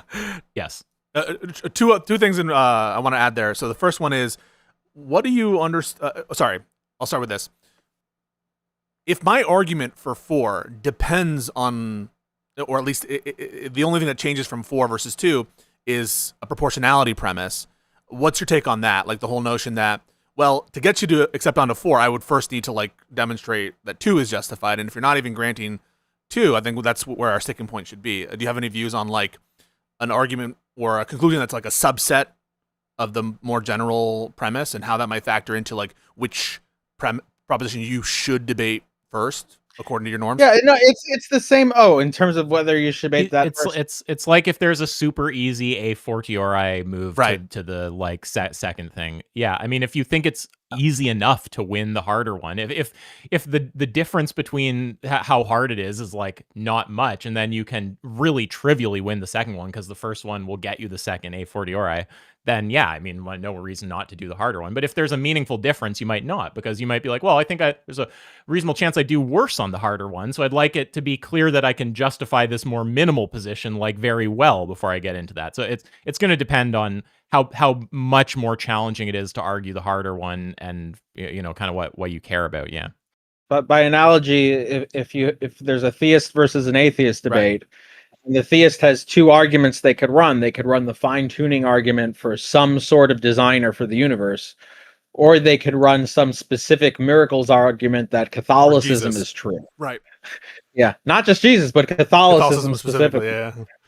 It's like, okay, well, if you think both of those arguments are just as strong, then you're going with the Catholicism one specifically, because you don't have any more work to do to do the more specific one. Okay, you don't have to with fine tuning itself. It could be any god. It could be all sorts of gods. It could be it could be the Christian God. It could be a Muslim God. It could be Jewish God. Whatever. But with the Catholicism God, like, well, you don't have like all of the things that were prior to Catholicism, like that or that are subsumed within Catholicism, like fine tuning. That argument's going to cover it. If you accept that Catholicism is true, you accept that the universe is fine-tuned anyway. Right. So the only reason to not do that, if you think you'd have a weaker chance at that. If you think your argument for Catholicism being true is going to be weaker than the argument for the universe has some designer. Basically, if you think they're reasonably close to like pretty fucking close to each other in terms of how hard they are to argue, you might just opt for the harder one in order to just save yourself some time. But the further they get apart in difficulty, the more reasons might enter the picture to start with the more minimal one. Got it. And would your intuition at all change if it was like, okay, there's a fine-tuning argument for a theistic proposition or like some general, generic God, and there's a more specific fine-tuning argument which depends on all of the original set of fine-tuning arguments, and there's just like one additional premise for the Catholic tuning God. It might make sense to start with the general theistic proposition, if part of the argument for Catholicism depends on the other premises of the theistic. If the one. argument is contingent, if you can't run, if for some reason you can't run the miracle argument until you already accept the fine-tuning argument, right, then that's a different story. Then okay, well, then you have to, then okay, fine, then it makes perfect sense to run the fine-tuning argument first. But that would be subsumed under the difficulty thing. It's like, okay, well, then of course it's more difficult because you have to get the person to accept this argument first, then to in order to even get them to accept that argument. So, but this is assuming they're of similar difficulty. If for whatever reason the two arguments are of similar difficulty, do the one that if the conclusion is accepted, then they'll accept all the conclusions of the other argument anyway. Unless you just really want to spend a long time debating. Yeah, I think that there's like oftentimes this notion in these religious debates about like, well, I want to sign you up for a God at all, right? Like we can get to the more specific God, but first I want you to accept that there was a fine tuner. You understand? Yeah, that happens, and I actually don't think that's appropriate. Okay. I think it's I don't think it's I think that's a way of like trying to, well, I want to ease you to my position and in some sort of slippery slope type of way. I want to like open the door. It's almost like evangelizing. Not that that's what they're doing, but that's like the style of how they're ordering the arguments they're running. Well, wait, we might disagree there. I'm assuming I'm misunderstanding you. There's nothing wrong with someone wanting to make first argue with you to just get you on board with theism, and then argue you into some more specific form of theism. I mean, no, I'm not saying there's something wrong with it per se. It would be inappropriate to certain other norms like time wasting. Because if they do really think that they have an argument that gets them straight to their subset of Christianity being true, and they also think that it's just as likely to succeed as, you know, the 20 arguments that are if they less think than that, though, if they think it's just as likely. Yeah, I'm saying if they think that. Yeah. So if someone does think that, well, I have an argument that gets you straight to my subset of the one true religion, and it's just as likely to succeed as the 20 other arguments I could run that only gets you to there being some form of God, then I actually do think it's just appropriate in terms of time wasting norms, like to not do that. To go to the more specific. Go to the more specific one. Yeah, I mean, I wouldn't like. I agree. I get the idea. Yeah, if they think that both are like equally strong, and there's not really any reason to go the more long route to get to the conclusion, then just save time. Sure. But yeah, I mean, to like, unless they have a different goal, unless their goal is for whatever reason, I only want to convince you of God. I merely want to convince you of God, not of my specific religion, even though it often says in my specific subset of religion that I should be convincing you of my specific subset of religion. You know? I just wouldn't say that that's like the worst thing ever. Like, I mean, they're insisting on arguing. There's the Holocaust. Okay, yeah. No, it's just like, I would kind of point out that it's not the most efficient way to get there, and I would prefer to go the efficient way. Yeah. And I wouldn't understand why they don't want to go the efficient way. But I also don't put like being inefficient anywhere near the same territory as some of these things, like just like flat out evading arguments or something like that. So it's just because the word you use, you said like inappropriate or something like that. So I mean, you clarified it's just with respect to using time well, but yeah. I guess I just want to kind of clarify, like, yeah, it's not the most efficient thing ever, but like how much of a problem do I have with that? Like, not nearly as much as with someone like full on dodging an argument for the debate proposition or something like that. Can I give you guys a hypothetical? So in the context of, let's say, a proposed debate on the Holocaust, someone wants to say, debate that there was an intentional plan for extermination of European Jewry. And that's what they want to talk about. The other was like, no, I want to talk about 6 million. I want to talk about 6 million. I want to talk about it was actually 6 million or more Jews that were exterminated, not whether or not there was an intentional plan, whether there was an intentional plan to kill X amount of Jews. How would you react to that, Ryan? Avi? Yeah, no. My reaction is that if it actually are those two propositions are not equal in terms of their difficulty of debate. Right, You yeah. can debate both of them, and I can debate both of them, but it's obviously, the amount of things you need to defend is different on those two different propositions. On the first proposition, it's going to be a certain there's going to be, it's clear what I need to, the intentionality is, there's inferences to intentionality, but then on the other proposition, it's everything in the first proposition plus more stuff. Yeah. Plus more Yeah. stuff. Plus, might be now I have to make a specific estimate, and I have to defend that as well. So I would say, actually, what's different now, for whatever reason, if I thought it was the same difficulty, I would take the same view. I would say, Right. well, if I can get you to that 6 million were intentional, then surely at least one was at least the large amount was intentional. But it's not the same. The reality is not the same difficulty. I think the arguments succeed. I think it is somewhere in the territory of that. Whether you go by the estimates of like 5,400,000 or 5,700,000, something that would be in the territory of 6 million. I think that those estimates are reasonable, but it is, of course, more difficult because there's one other proposition you need to defend, and you have to defend everything else too. Yeah, generally speaking, adding more propositions makes it harder to argue. So that's, I just want to make sure that we're clarifying here.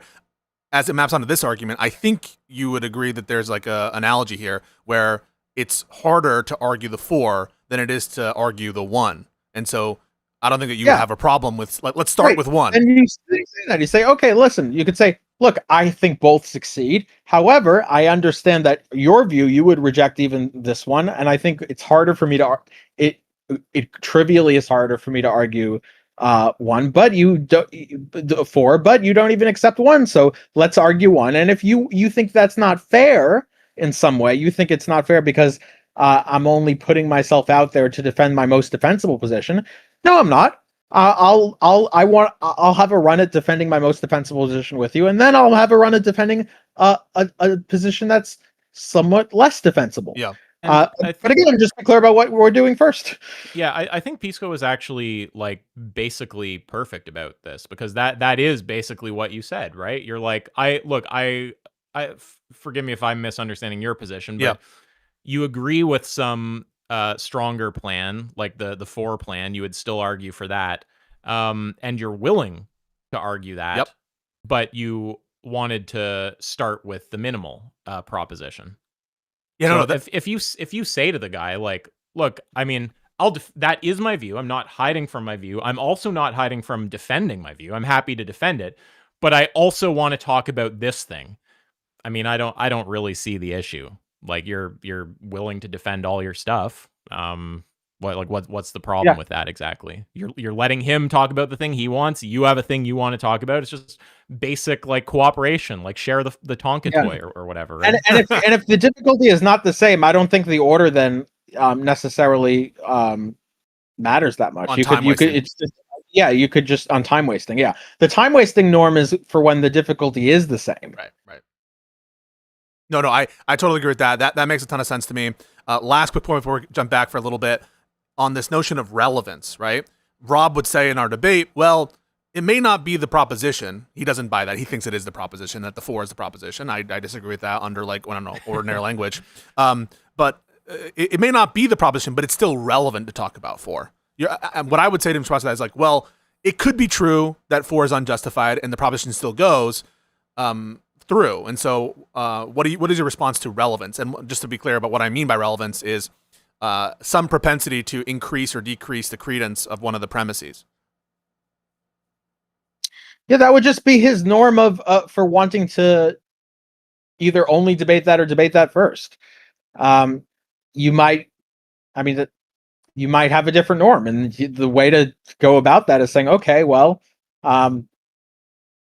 you might disagree that it's the relevant one. I think you mentioned. Well, do you agree it's relevant? Because like, if I'm not promoting the 4 as part of my argument, if that's not integral to my argument, I say, well, I can grant you the 4. Yeah.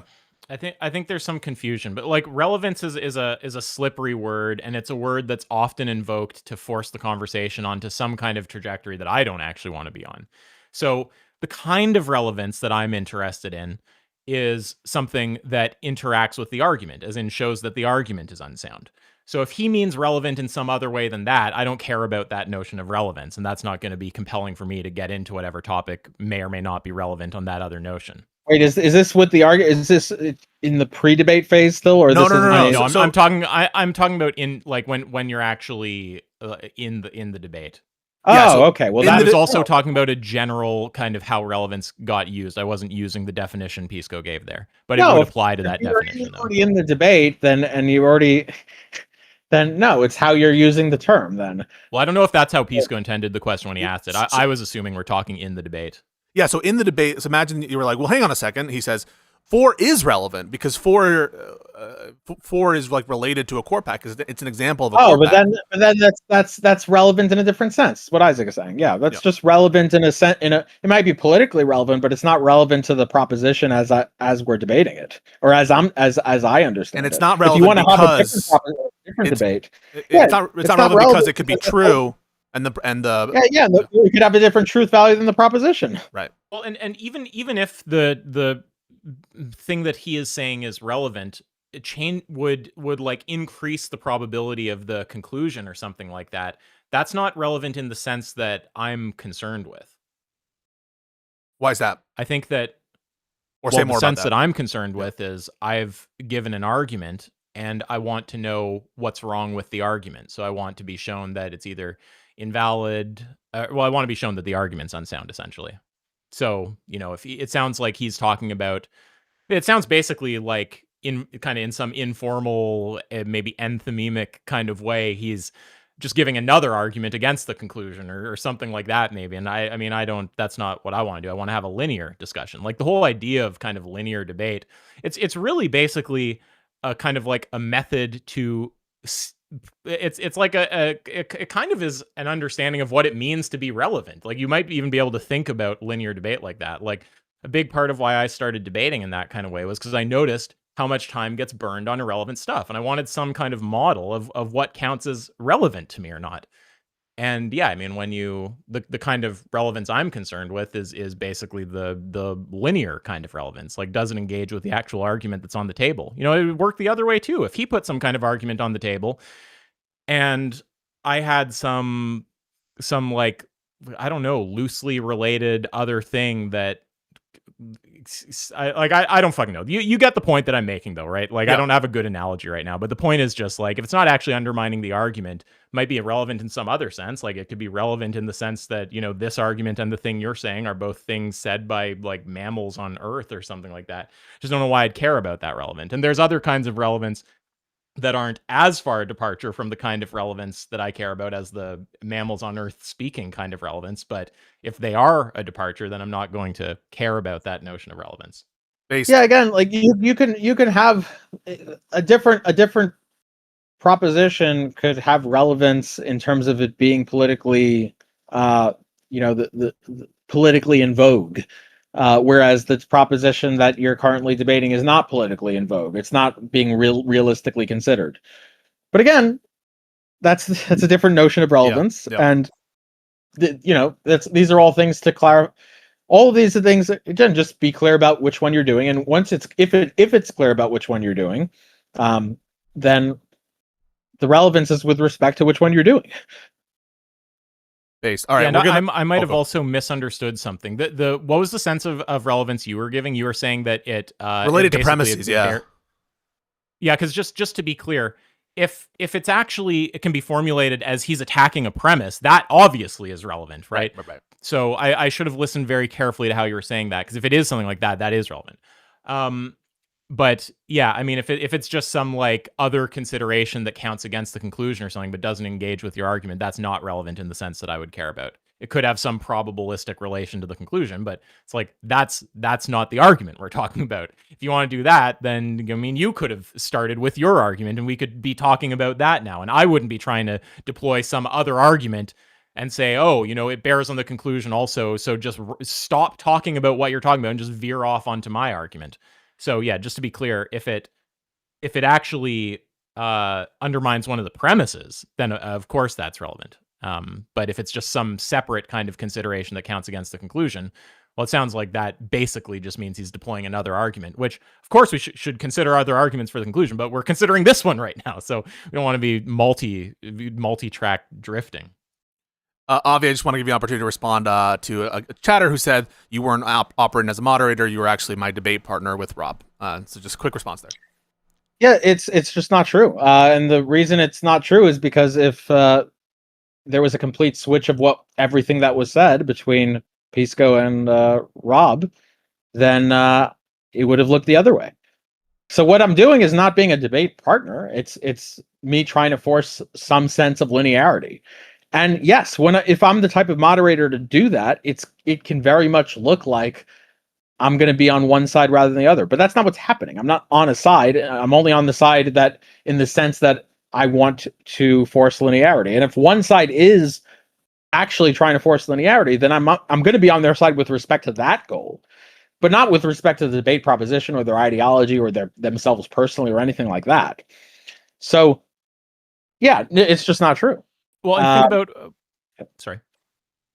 Yeah, it's simply not the case. And if your idea of a moderator not being a debate partner is to be a stopwatch, where someone is on Modern Day Debate and their goal is just to time opening statements, to time the duration of whatever happens, no matter what is said in 1 hour, and then to read super chats.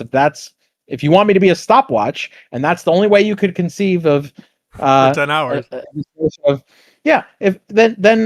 Then I would encourage you to expand your notion of what an active moderator who is not a debater should be doing. A moderator should be taking an active role if there is no progress being made between two debaters, if they're just talking past each other, if the moderator can facilitate one party understanding another party, like that should be done if the debate's not going to progress.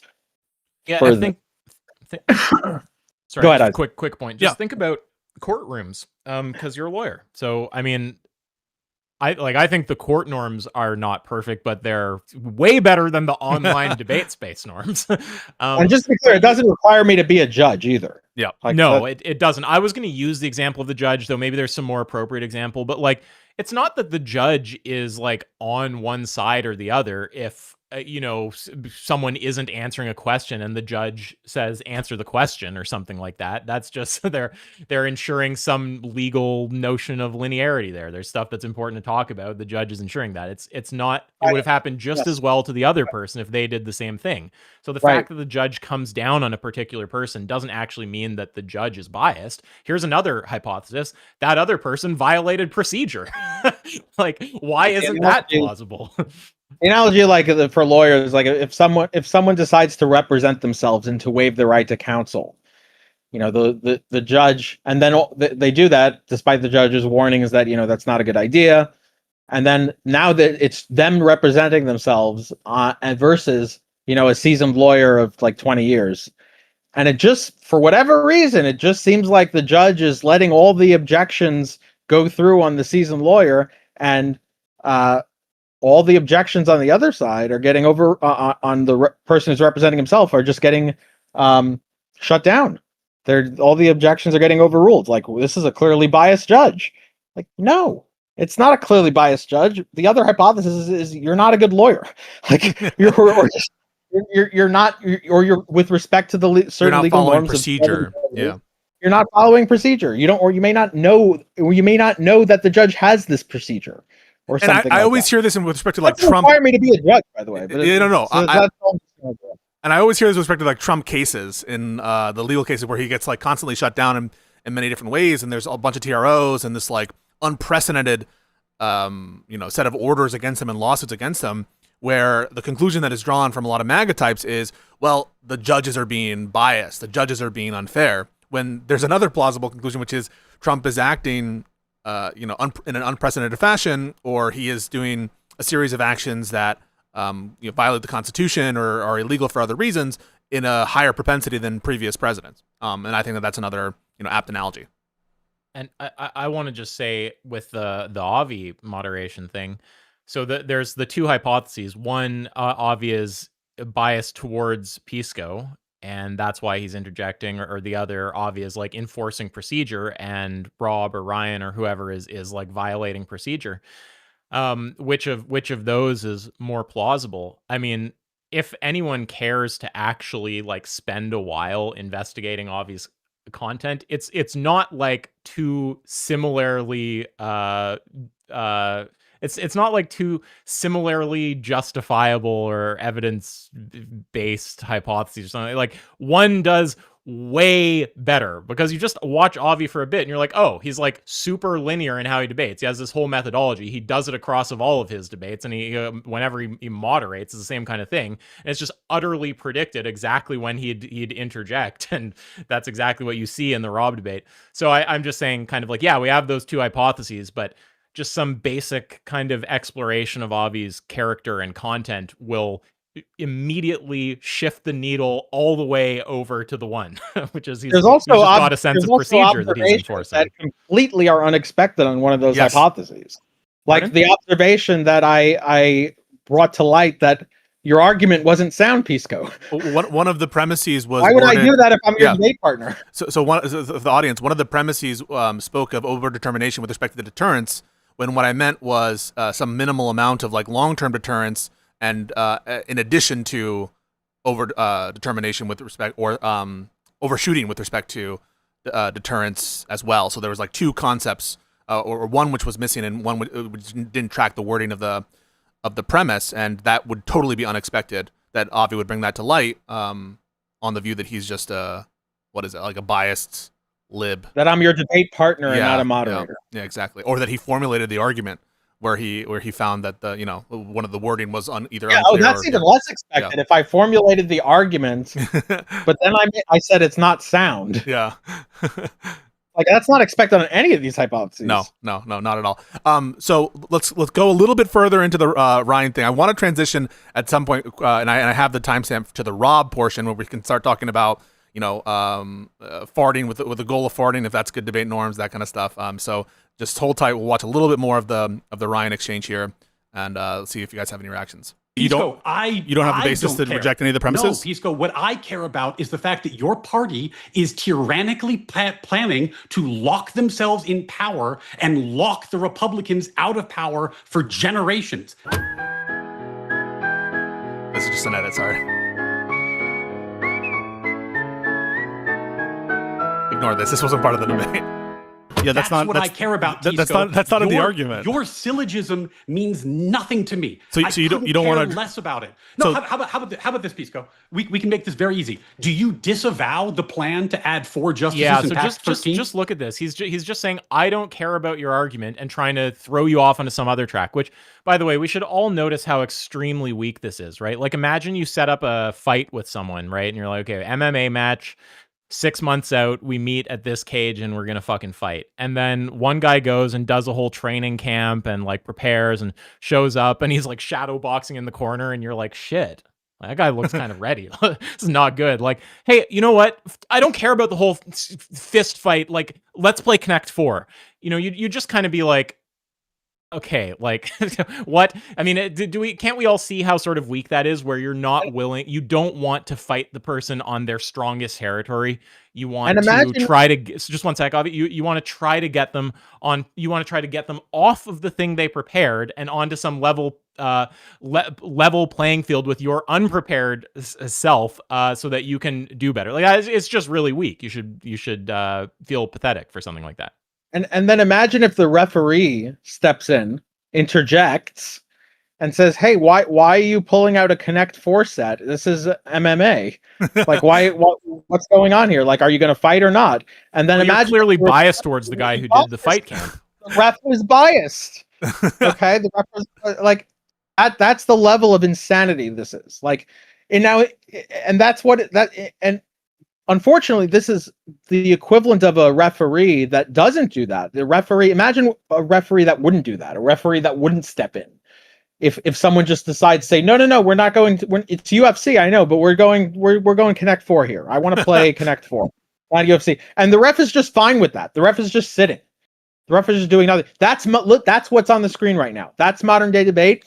this is what's happening here is saying no one cares about the justification, no one cares about the syllogism, no one cares that, and the ref is doing nothing. Yeah, I think that case actually is kind of instructive, honestly, because what would you do if that was you? I mean, I think you would go, okay, well, no, we're not playing Connect 4 unless you wanted to do it for the memes or something. I don't know. But I think most people would say no, and they would think, well, that fucking organization with that ref is just insane. And I'm going to re-offer the fight under some kind of with some kind of organization that is actually going to like properly enforce the norms of a fight, like, you know, no eye gouging, no Connect 4. Like they're gonna yeah. Exactly. And that, I mean, I hinted at this earlier, I foreshadowed, but that connects to like Avi and I have kind of a view, a short-term and long-term view on what to do about engaging with these people who have radically different norms. And at some point maybe we should talk about that. No, but Do you I don't. disavow and But condemn that's not the proposition of the debate. Do The debate. you, Pisco? Do you No, I disavow don't. and condemn? No, See how I he's know, just I don't, trying but to that's force it? tangential. So yeah, like all of this, when someone like never give in to force, like never let someone just start talking fast, never let someone, like a lot of people, it's like there's an exploit in a game or something. Like if you just ask the same irrelevant thing like 7 times, at some point they crack and then they flip on to talking about the irrelevant thing. Like you have to be very much like a rock in these conversations. Like you can't, every time you do it, it's feeding seagulls. Just don't do it. Just one answer, simple, same thing every time. I don't know if I would even say like no, I don't, and give him something there and then say back to the topic. I would literally just be like, okay, wait, are you attacking a premise right now? So yeah, same thing every time. Avi, by the way, I'm gonna say I might be a little bit entertaining some of this. I've seen you, Avi, do things like this where you are willing to signal that you do have a position and you'd stand by it, but you don't go past that. Is this something that you find yourself doing in some of these topics where you care about the topics and you want to signal confidence? And if so, why do you do that? Why do I do what specifically? Yeah, so I've seen you, though I can't point to a specific instance of you signaling that you're willing to debate an argument and even previewing what your position is on that before coming back to enforce, your debate norms or linearity or whatever. Why would you do that? And do you think that you do that? So I probably do that. I'd have to look at the specifics of the case. It could be a number of reasons. It could be because I think my opponent is not bad faith. That might be one reason. Where it's like, okay, well, I can entertain certain things for a good faith opponent because I know that I'm not going to have to be extra rigid in what I say. The other thing is, yeah, I can sometimes I can make it a little quip and it's like, oh yeah, I'm more than happy to debate that, but that's not what we're doing now. Yeah. So I would need to see a specific instance to comment on whether I think it was because, my opponent was not bad faith, or whether it's like, oh, my opponent was bad faith and maybe I shouldn't have done that. Maybe that little move where I even say anything about my other position, maybe I shouldn't have even granted them that. Got it. So that might be another case also. It might be a look back on that and say, it wasn't that devastating because I very quickly, it was more of like a quick quip, and then I immediately turned back into the linearity, forcing it. But maybe even that I shouldn't have done. I would have to see the specifics to know whether that goes against my norms or not. Yeah, I just want to emphasize for me, I'm not like 100% against doing this or something like that. I would be at this point I wouldn't do it because it's very obvious he's just trying to badger you. So I would be giving him absolutely nothing. But yeah, I mean, obviously, it's good kind of to like when it's an open, actually good faith conversation, and if someone just kind of goes somewhere irrelevant by accident.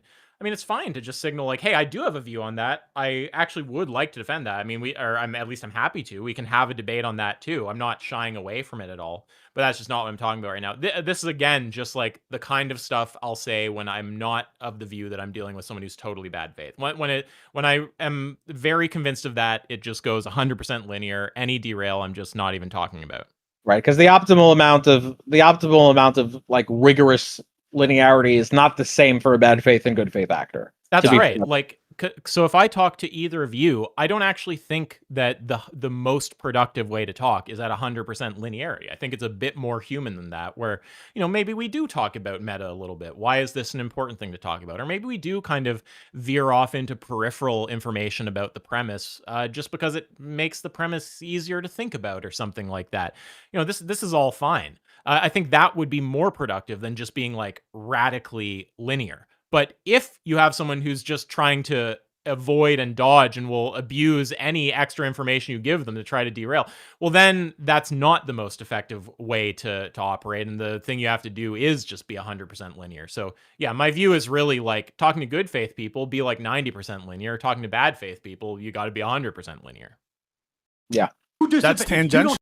That's condemn it. Then Ryan, calm. No. That's tangential. I presented an argument here. And condemn the plan to add extra. This is just rhetoric. This is just rhetoric. This is rhetoric. Yeah. So he's just trying to force He's just trying to force you. He's trying to badger you, right? He's just trying to make you talk about something else. So you don't even need to get in, like you can, there's nothing really wrong with what you're doing. You don't need to get into an over talk with him, but you're kind of saying different things. You're like, this is rhetoric. This is unrelated. This, that, like, I mean, yeah, you kind of, I don't think you're doing anything wrong. I would be either waiting for him to finish and then just repeating, okay, but what premise are you attacking? Or I'd be cutting in to say, what premise are you attacking?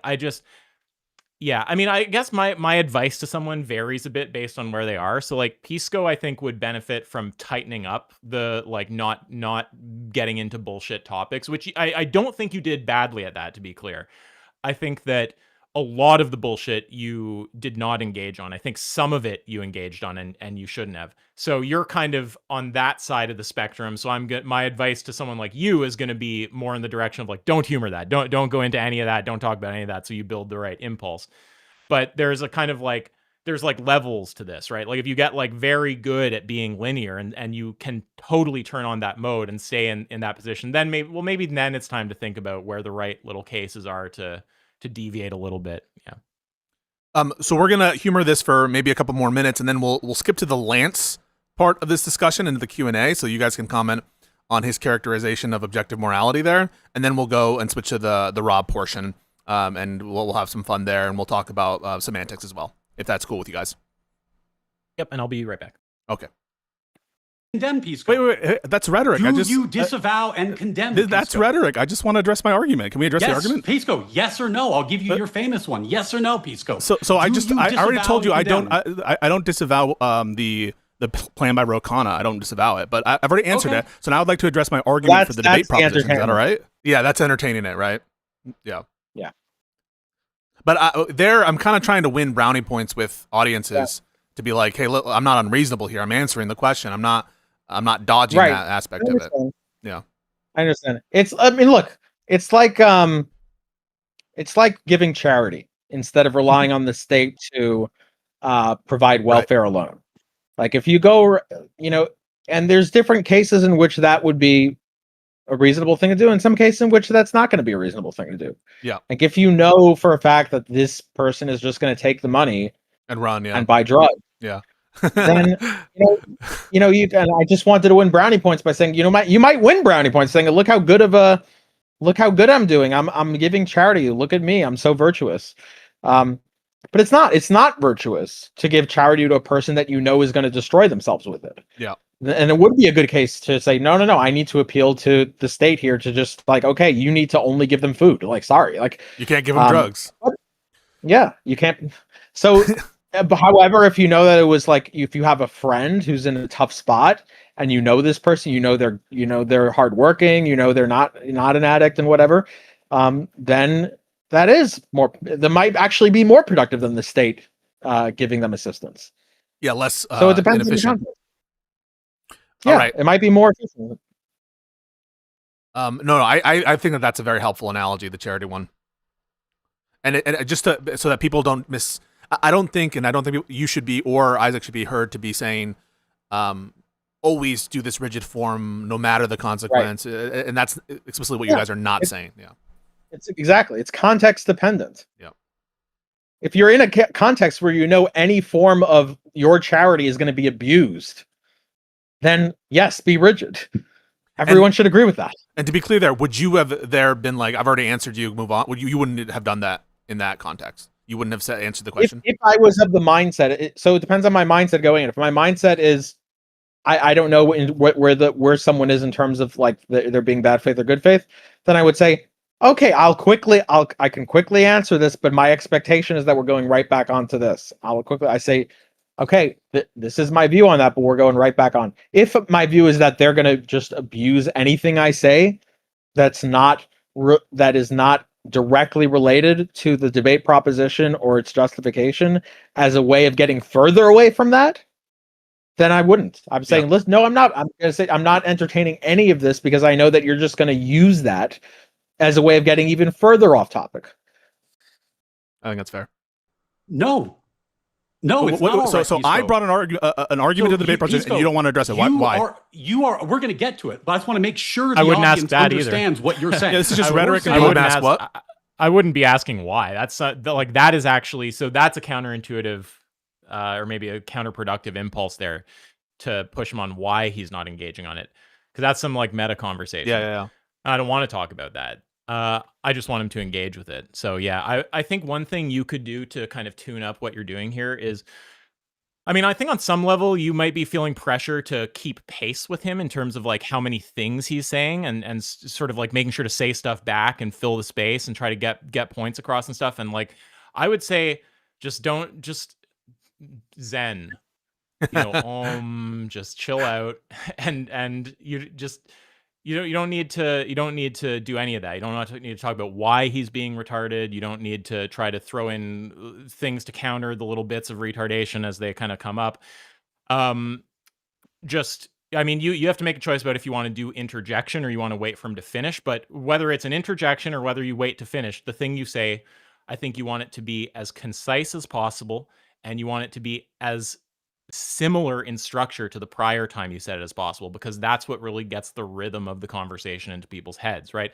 It's a bit counterintuitive. Like, people do this thing. This isn't what's happening here, but there's a related thing. Someone blasts out like 50 points. The impulse is like, oh, well, here's my response to your 50 points. But it feels like that's the right thing to do, but it's not. It just creates this big, muddy, confused conversation. And the better thing to do is just to go, okay, well, I don't see how any of that amounted to an attack on the argument. So, like, are you saying a premise is false? Or are you saying it's invalid? He rambles for another 5 minutes. Okay, but I'm trying to understand if you're attacking the argument. So it's one of those, right? Like, you never give him anything. Let him get as frustrated as he wants. Let him bitch and moan all he wants. Let him talk as much meta or whatever as he wants. I would just always be saying the same thing. And if he wants to engage on all that other stuff, we can do some other time. I'm here to debate this right now. Think about just how many avenues the question why. Yeah, could take. Instead of just saying, so you're not. You could have asked it a different way. You could have said, so you're not going to engage with the debate proposition. You're not going to engage with the argument. Just to be clear, like that is a much more pointed question than why aren't you going to do it? Because then he can say anything. He could say, well, you're a scumbag, and here's all the ways you're a scumbag, and you need to be exposed. Here's all the ways. Yes. Open-ended question versus yes/no question. And just be clear. So if you want to just say, like, if at some point, say you try to repeat the simple basic thing repeatedly, he's just keeps rambling and rambling. You might at some point call out the elephant in the room and just be like, okay, it doesn't seem like you're going to attack the argument. Are you going to actually attack the argument or not? And if he actually does officially say no, you just be like, okay, well, like, I have principles about how I do these kind of things. So if you're not engaging with the argument, then that's the end of the conversation for me. I will leave the conversation now. But if you want to engage with the argument, then I'm here for that. If you want to engage with other stuff, I'm happy to debate these other topics. But yeah, you don't give in to any of the bullshit. Agreed. All right, I'm going to jump around a little bit now. The thinnest veneer. Pisco, what I'm here to do is point out that when I say don't get into any of the bullshit, like, just don't get into some whole second order argument with him about why he's not engaging or anything like that, or about why you have the norms you have. That can all be talked about some other time. That's not what you're here to discuss. And you just have to be actually firm. Like, You need to, you know how like when you get in a relationship, you need to know what your boundaries are, and you have to actually like, if someone pushes the boundary, you don't have to be an ass about it, but you have to be like, look, this is a certain thing that I'm not okay with, and I can't be in a relationship if this is how it's going to happen. Okay, so you understand that, right? And then that is now set there, and if they violate that boundary, then you probably want to. It's the same thing with the debate. You don't want to come in kind of where like the ultimate goal is to somehow show this guy's wrong, and we're going to get there however we're going to get there, because that's the kind of thing that leads you to get kind of bent by their weaseling and like try to put up with some level of weaseling to get somewhere. Something like no, it's the wrong thing to do. What's right to do is to actually have a sense of your boundaries in the conversation. And a boundary for you, I think, should be, certainly a boundary for Avi and I, is that we're actually going to debate the thing that we came here to debate. And if they say they don't want to do that, then that's a boundary for me. I'm out of the conversation. So you don't want to come in with these like with an unclear, like, you need to know when you're willing to leave, right? You can't just stick in it no matter what. And I think a lot of power comes from actually having a sense of what your boundaries are. Yep. Good point. Here, just highlighting some of the terminology being used by Ryan. Democrats are on the verge, based on the here to do, is point out that the Democrats are on the verge, based on the thinnest veneer That's of not the debate justification, proposition. to lock themselves That's not the debate into proposition. power forever. That's And not we what we're can here to get debate. your silly argument in a So you want to second, debate something? but So we agree. Silly argument. Yeah. What do you think of that?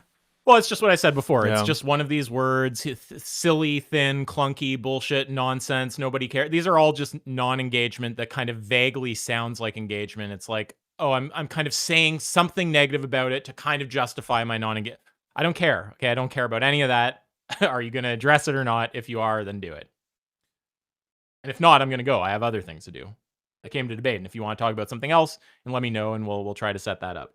There's an easy way of Sometimes just being really rephrasing it. calm. Sorry, just sometimes being really calm and casual about that, even when they're getting all frustrated and heated and stuff, can be useful. Like if they go on and on, yelling and being ridiculous, and you're like, yep, again, as I said, happy to talk about any of these other things. We can set up debates on some of these other topics, but I'm here to debate this. So if you're not going to debate this, then I'm just going to go. You want to do the debate or not? Right? There's every bit of other stuff you get into muddies the clarity of your message. There's a quick and dirty way you can. It's not dirty. It's actually clean in my of doing a quick reframe back to where you want to go. You could say things like, "Oh, by silly, do you mean one of the premises are false?" Yeah. Oh, by That's clunky, right, do you yeah. mean one of the premises are false? Yeah. You know, Yeah. so any of those words, like you could just go to like, "Oh, does that mean by this? Do you mean the argument's invalid or one of the premises are false?" Yeah, there are levels to these things though, because the thing is like that is good advice. I agree with you. Like when someone says those words, that is the thing I'll often do. If someone just throws a random word out, I'll respond by just being like, okay, but does that actually amount to saying the argument's unsound? And if so, how? That's fine. Yeah. But yeah, I guess there's just what I don't want to do is give Pisco this like some kind of overly complicated model of all the little technical useful things you can say to respond. Like, so that's a good thing to say. It's worth mentioning, but it's also just always understand the baseline. You don't have to do any fancy shit. The baseline is just you're trying to get him to actually attack the argument. So if you see a way to do a fancier thing, go for it. But yeah, the baseline is just try to get him to engage. Appreciate that. No, I think that's helpful for the audience. You know what it's like Yeah. trying to do a whole ton of tactics versus having a simple picture. Tactics, fancier stuff can come in when the foundation is like really, really stable. Same thing as I was saying earlier about like when I said there's levels to it, like what kind of derails you want to humor. When someone's at the level of like they're getting good at being like, and this is kind of where I see you, Pisco, getting good at being linear, still has some tightening up to do. I'm not going to encourage them to humor any derails, even if there's some that have like funny little things you can do with them. I would save that kind of advice for when I'm talking to someone who's gotten to a higher level with the linearity stuff, where they can no problem execute full linearity. Then we can talk about flourishes. Or as Avi mentioned, good faith opponent, where there's more, relaxation there, or different. Yeah, that totally changes the picture. Yeah, Right. that's just Okay, we're gonna jump to here where I show that I'm willing to debate the 13. And where Ryan admittedly lies. And then after that, we'll jump to the Lance portion, and then we'll go to our favorite sophist, Rob Noerr. Yeah, or you could thought we were here to. We could schedule it later, Yeah, Pisco? we can if you Would want. that be nice? Yeah, or you defend it. could concede the proposition and we can talk about Pisco. the 13 right now. We talk about the 13 right now. I don't care about the proposition. I want you to. I don't care about the proposition. Defend the 13. I do want to clarify if I should consider that a concession on this specific. Look, Oh the my god, the moderator. moderator became alive for the first time. Yeah, this is the only thing I remember the mod doing that was slightly good, and he didn't force the point. He should have actually stayed on Ryan there. Okay, we'll continue here. And yeah. No, go ahead. It's fine. I am happy to talk about concede? whatever. Sure, I concede. Pisco, You concede. talk about Okay, 13. so you concede Go. the Democrats are justified in court expansion. Just be clear. No. Yeah, I and this obviously is bullshit. very good by Pisco here, which is don't let him throw out some bullshit lie concession or something like that and then move something else, and then later he's like, oh, I didn't even mean it. Like, make him actually own the words clearly. Yeah, and make him restate the proposition and say he agrees with it. And if he tries to do it sarcastically or in any way where his tone is not, or the context or whatever is not giving you a 100% clear indication that he is actually honestly conceding, I would end the conversation. That I'm not going to go on to, like, I mean, firstly, I don't want to go on some derail path that I haven't prepared for regardless. Like, his whole game here is like, oh, I don't like, again, this is what I think is most likely. I don't want to get into the whole thing you prepared for. I'm trying to get you off onto some other path where you're not prepared. So I mean, I wouldn't be doing that at all. I guess you've said you're willing to talk to him about some other stuff after. Yeah. So I mean, The other part of the proposition, the 4 instead of the at least one. Yeah, at least one. so right. so is, I forget what he just said, but is the thing he's trying to get out now not even one of the things you said you were willing to talk about today? It's just something you'd talk about. No, it is something that I said generally? I was willing to talk about today, which is the 13 over the just at least by 1. Yeah, so I basically what I would want is just a very clear concession, and if there's not a clear, honest concession, then yeah, I mean, we're I looping. would, like, again, boundaries. It's like I will drive the debate into the ground there. Like, if you just keep trying to insist, I'm never gonna bite. You could do it 100 times. I'm not, I don't know, Destiny or someone who you can just spam the same evasion 7 times, and on the 7th one I bite and I go off on a tangent. No, you could say this to me 1,000 times, and I will keep responding in the exact same way. So yeah, you have to, and I think you do this here. I think it's good. You have to have a sense of your boundaries and understand if he is actually fundamentally unwilling to actually have the debate, then that's it, and it's fine. It's fine to just say, okay, whenever you're willing to continue, we can pick it up, but I'm just going to leave because I came here to debate. If he wants to get to the next topic, he has to get there through actually closing out the first topic. So yeah, good job detecting the not actually real concession and making him actually own his words rather Appreciate than it. letting him throw up some nonsense just in order to get you off trail. Because again, it's all he's trying to do. He's trying to get you off onto his little thing. He's just trying to say whatever he needs to. He's throwing shit at the wall. Okay, I concede. Oh, okay, I blah, blah, blah. It's just like, okay. Clear concession, or we're just still talking about this thing. That's just all there is to it. And I don't think it no needs to be amount of said. badgering will ever make me budge. It will never work. Eventually, you're going to realize it. And I don't think it needs to be said, but lying about your position in the conduct of the debate and doing a fake concession, I think, is pretty close to definitional bad faith. Oh, yeah. I mean, absolutely. Yeah, this goes without saying. Yeah, of course. Okie dokie. Let me press play, and we're almost on to the Lance portion, then we'll go to Rob. He's You go- can talk see it. about Okay, 13. so you can see Go. the Democrats are justified in court expansion. Just be clear. No, I obviously Okay, think that's bullshit. then why are you lying? Wait, no, I stop. just want you to go to Wait, 13. wait a second. Why are you lying and saying that you concede when you don't So actually don't do concede? this. So this is bad. This you were on the right thing, but this is actually getting into meta. You don't need to It's get why, into yeah. why he's lying. You should just press him back to the topic right there. So okay, so you're not actually conceding. So then what premise it right back into the same thing? Because you're kind of like, you did the right thing by not letting him do the lie, but then you went into meta, and you don't Yeah. need to go into meta. That's, that's actually fair. just where you reintroduce the topic. Yeah. I think that's fair, yeah. Because my personal integrity matters less to me than the future of Now my he's you going to lie go when on a and see how he's see the open-ended question there. yeah, What and it see how allows- he's more comfortable when he can talk about something other than the argument. See how he starts riffing, right? But if you had have just pressed him back with the premises, I mean, he'd still be trying to riff, but he would be more in that. Like, I will nervous say though, trying to get out Isaac, of it. that Yeah. clip of my personal integrity doesn't matter to me. That's a pretty, I think, bad look for him in the context of this argument. That where he's You can always have some kind of good, like, gotcha, bad, horrible moment come up by going on to some sort of derail. But I think as a general rule, you don't want to do that for the kind of reason Avi was. See, he didn't have to respond by saying my personal integrity means nothing to me. No, I he mean, might be lucky that in some sense, he might be lucky that he did that. Maybe not. But the point is, if you do, to whatever degree you do think that you got to win on that, he didn't have to say that. He could have answered anything. He could have said, "Well, because Pisco has no integrity, and that's why I'm doing this." Because Pisco, there's all sorts of things he could have said. And also there's a sacrifice there too, right? Which is like, even if it happens that like you first of all, you don't know that's where you're going or that he's going to say something like that. But even say that he does say the super stupid thing, whatever it is, however stupid it is, there's always a price paid in the meta if it's a diversion from the actual topic, where the overall picture of just him evading the argument gets a bit blurrier because here's a little moment of us getting into some kind of blurry, tangentially related thing. So yeah, it's not that you can never have something good happen by going down a suboptimal pathway. It's just that you raise the odds of bad things happening, so it's best not to do. Okay, we're now going to jump over to the Lance Bush portion of this discussion, where there was like a kind of Q&A.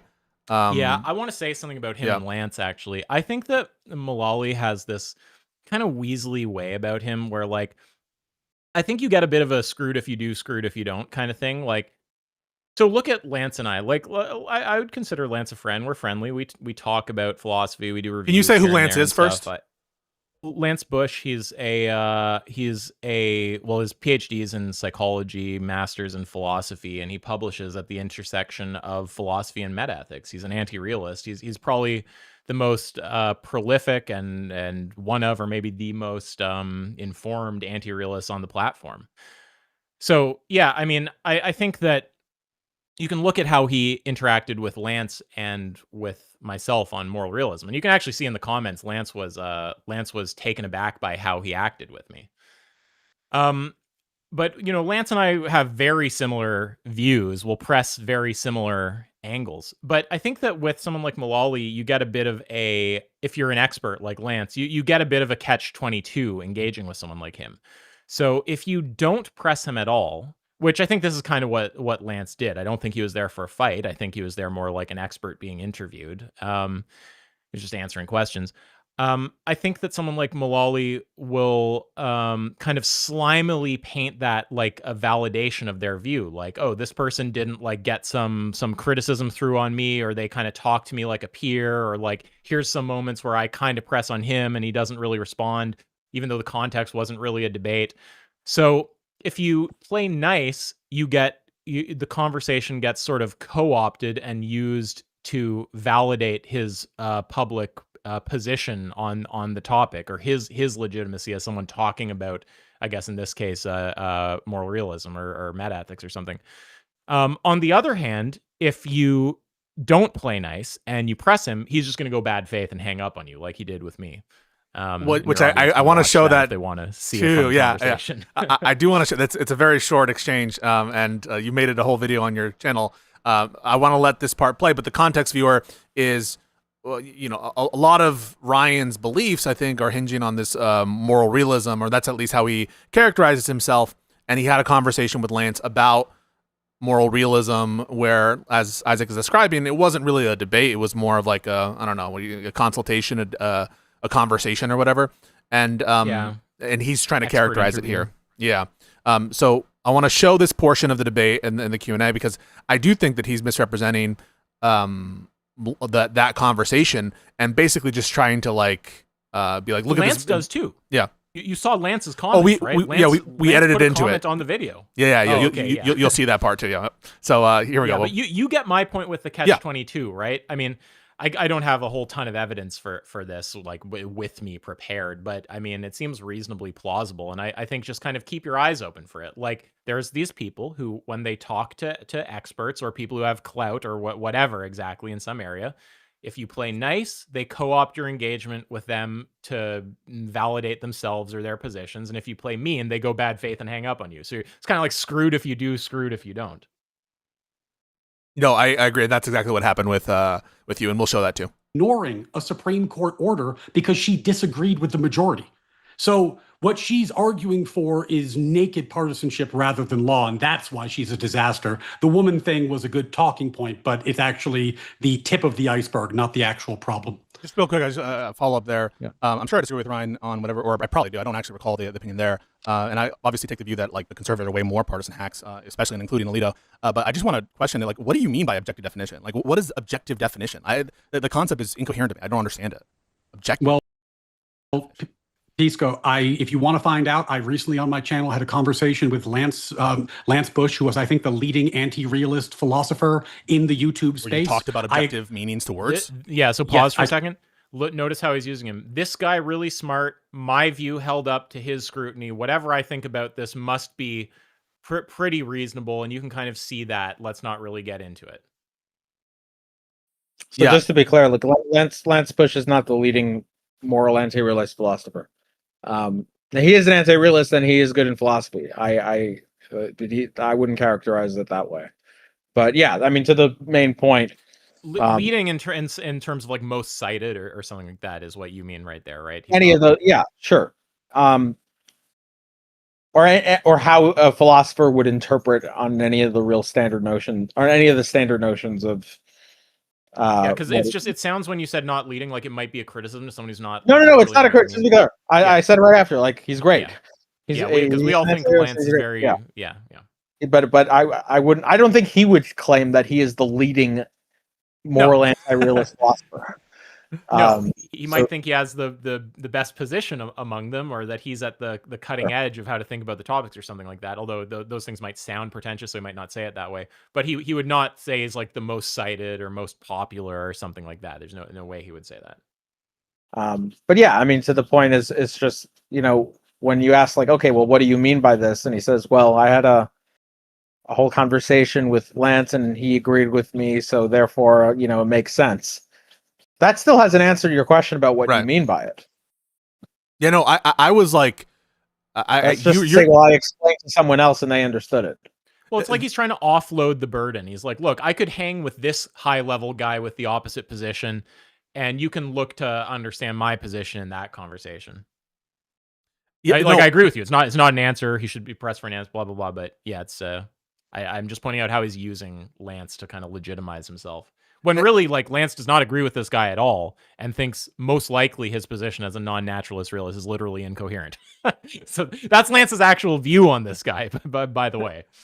And to be extra clear, I was asking him what he meant by like objective meaning of words, which I guess it's not entailed that if you believe in objective morality that you would believe in like objective semantics or something like that.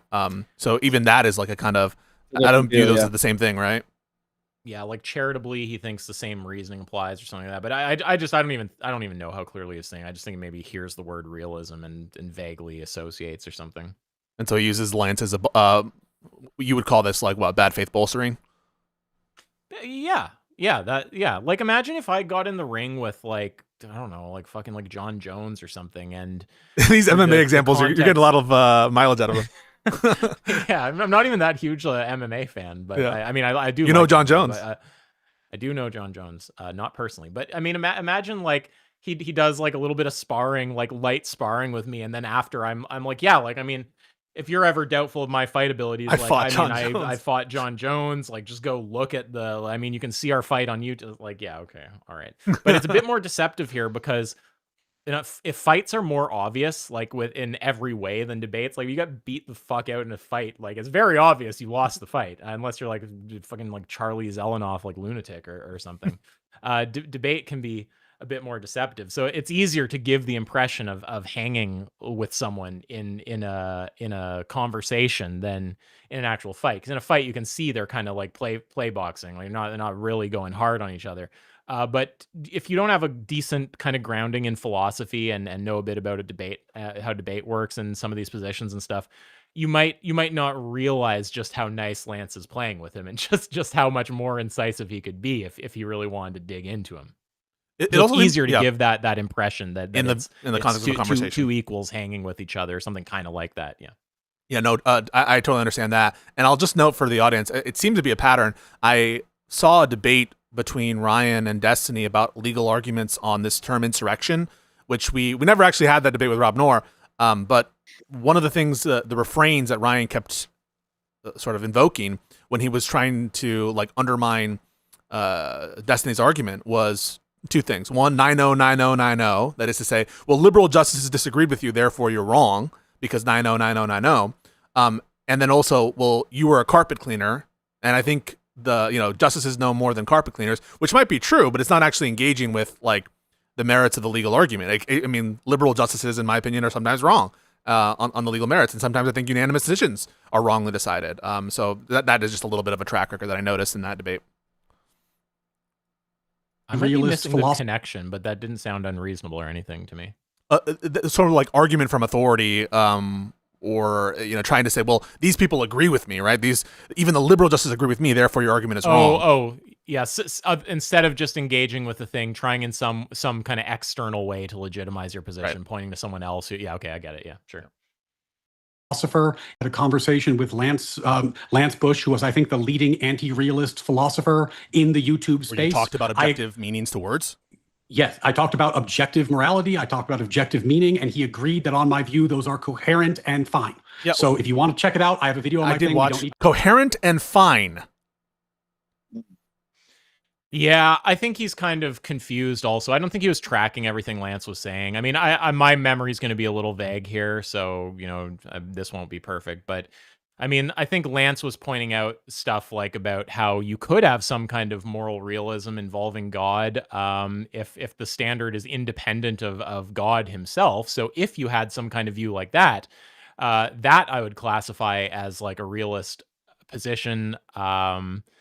I forget what he was getting into. I don't remember where I'm going with this, but he definitely doesn't hold the view that Ryan's position is just coherent and fine. I think he said under certain conditions that he would classify it in certain ways. I think that's about the extent. As a definitional matter, right? Like if it's not dependent on the mind of God or something, I guess it wouldn't be.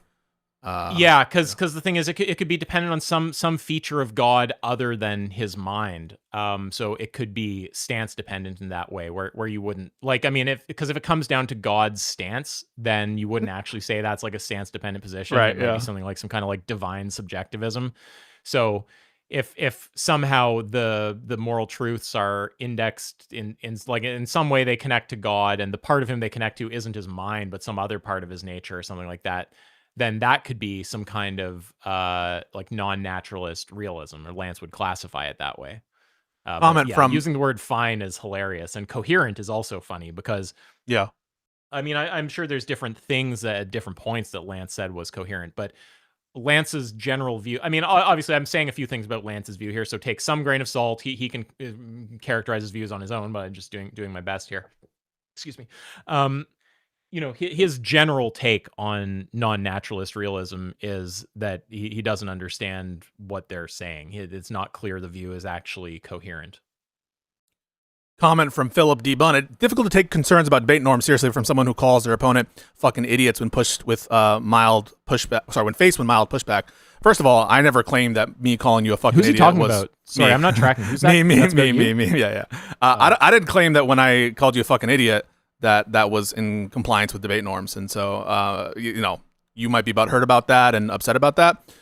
Just keep in mind that was like after a 4-hour long conversation, then you yeeted yourself out of there. But I'm not claiming that that's, standard norms to call someone an idiot. Although I will note sometimes when people aren't tracking, you might try different things to get them on track. But yeah. Yeah. And the truth of a point or the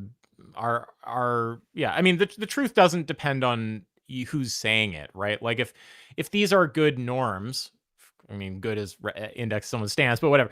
If they're good norms, that should kind of be the case regardless of whether you're hearing them from Pisco or someone else. So you might think Pisco's a hypocrite. It's like a doctor who smokes and tells you shouldn't smoke. Like, yeah, okay, well, maybe the doctor's a hypocrite. I'm not even saying that about you, Pisco, but even if that were the case, it doesn't mean that the advice is wrong or the things he's saying is wrong. Are wrong. Okay, well, Phil, we can talk about that if you want to later on.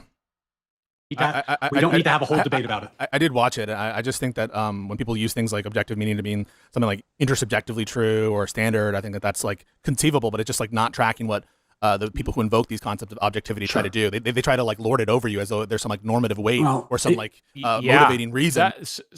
That's like a really good like, I mean, all of this is way too far off from the topic for like, I don't think you should be getting into any and this was in Q&A, just to be clear, but yeah, go. Oh, okay. Well, that's actually different. Then I retract that. But yeah, that's all like, that sounds like basically right on the money. Like, yeah, I mean, people try to use these realist sounding terms to give some kind of air of I don't know, of like I guess they could be different things, like their position should have some like normative weight to it, or that I don't know, there's something important about it. But yeah, if you're sorry, I'm just thinking about the best way to say this. Avi, you can make the point if you know the point I'm getting at. I might need to just think for a second. Is the idea that Can you just play back that little bit about what you said there? Yeah, no problem. I just think that check it out. I have a video on my thing. We don't need to have a whole debate about it. I did watch it. I just think that when people use things like objective meaning to mean something like intersubjectively true or standard, sorry. Like, conceivable, but it's just kind of not tracking. This is like Lance's. So yeah, this is kind of like Lance's triviality horn, basically, where it's like, yeah, okay, you can use the words in that kind of way, but if it turns out when we investigate what you mean by like objective meaning or by all these strong realist sounding terms that, you know, it all kind of deflates into like intersubjective consensus or like something like that, then like, sure, there's not a coherence problem anymore. In fact, we might even agree the view is true at that point. Right. But it's not clear that what it's really getting you. Like, you might go like, oh, there's some, you know, intersubjective norm. Well, why the fuck should I care about that? So you lose like all the normative force or something. So you're kind of pointing out like, yeah, you can get like coherence or truth at the expense of like maybe normative force or some other features that it would seem like the language carries if you were to hear it kind of in isolation.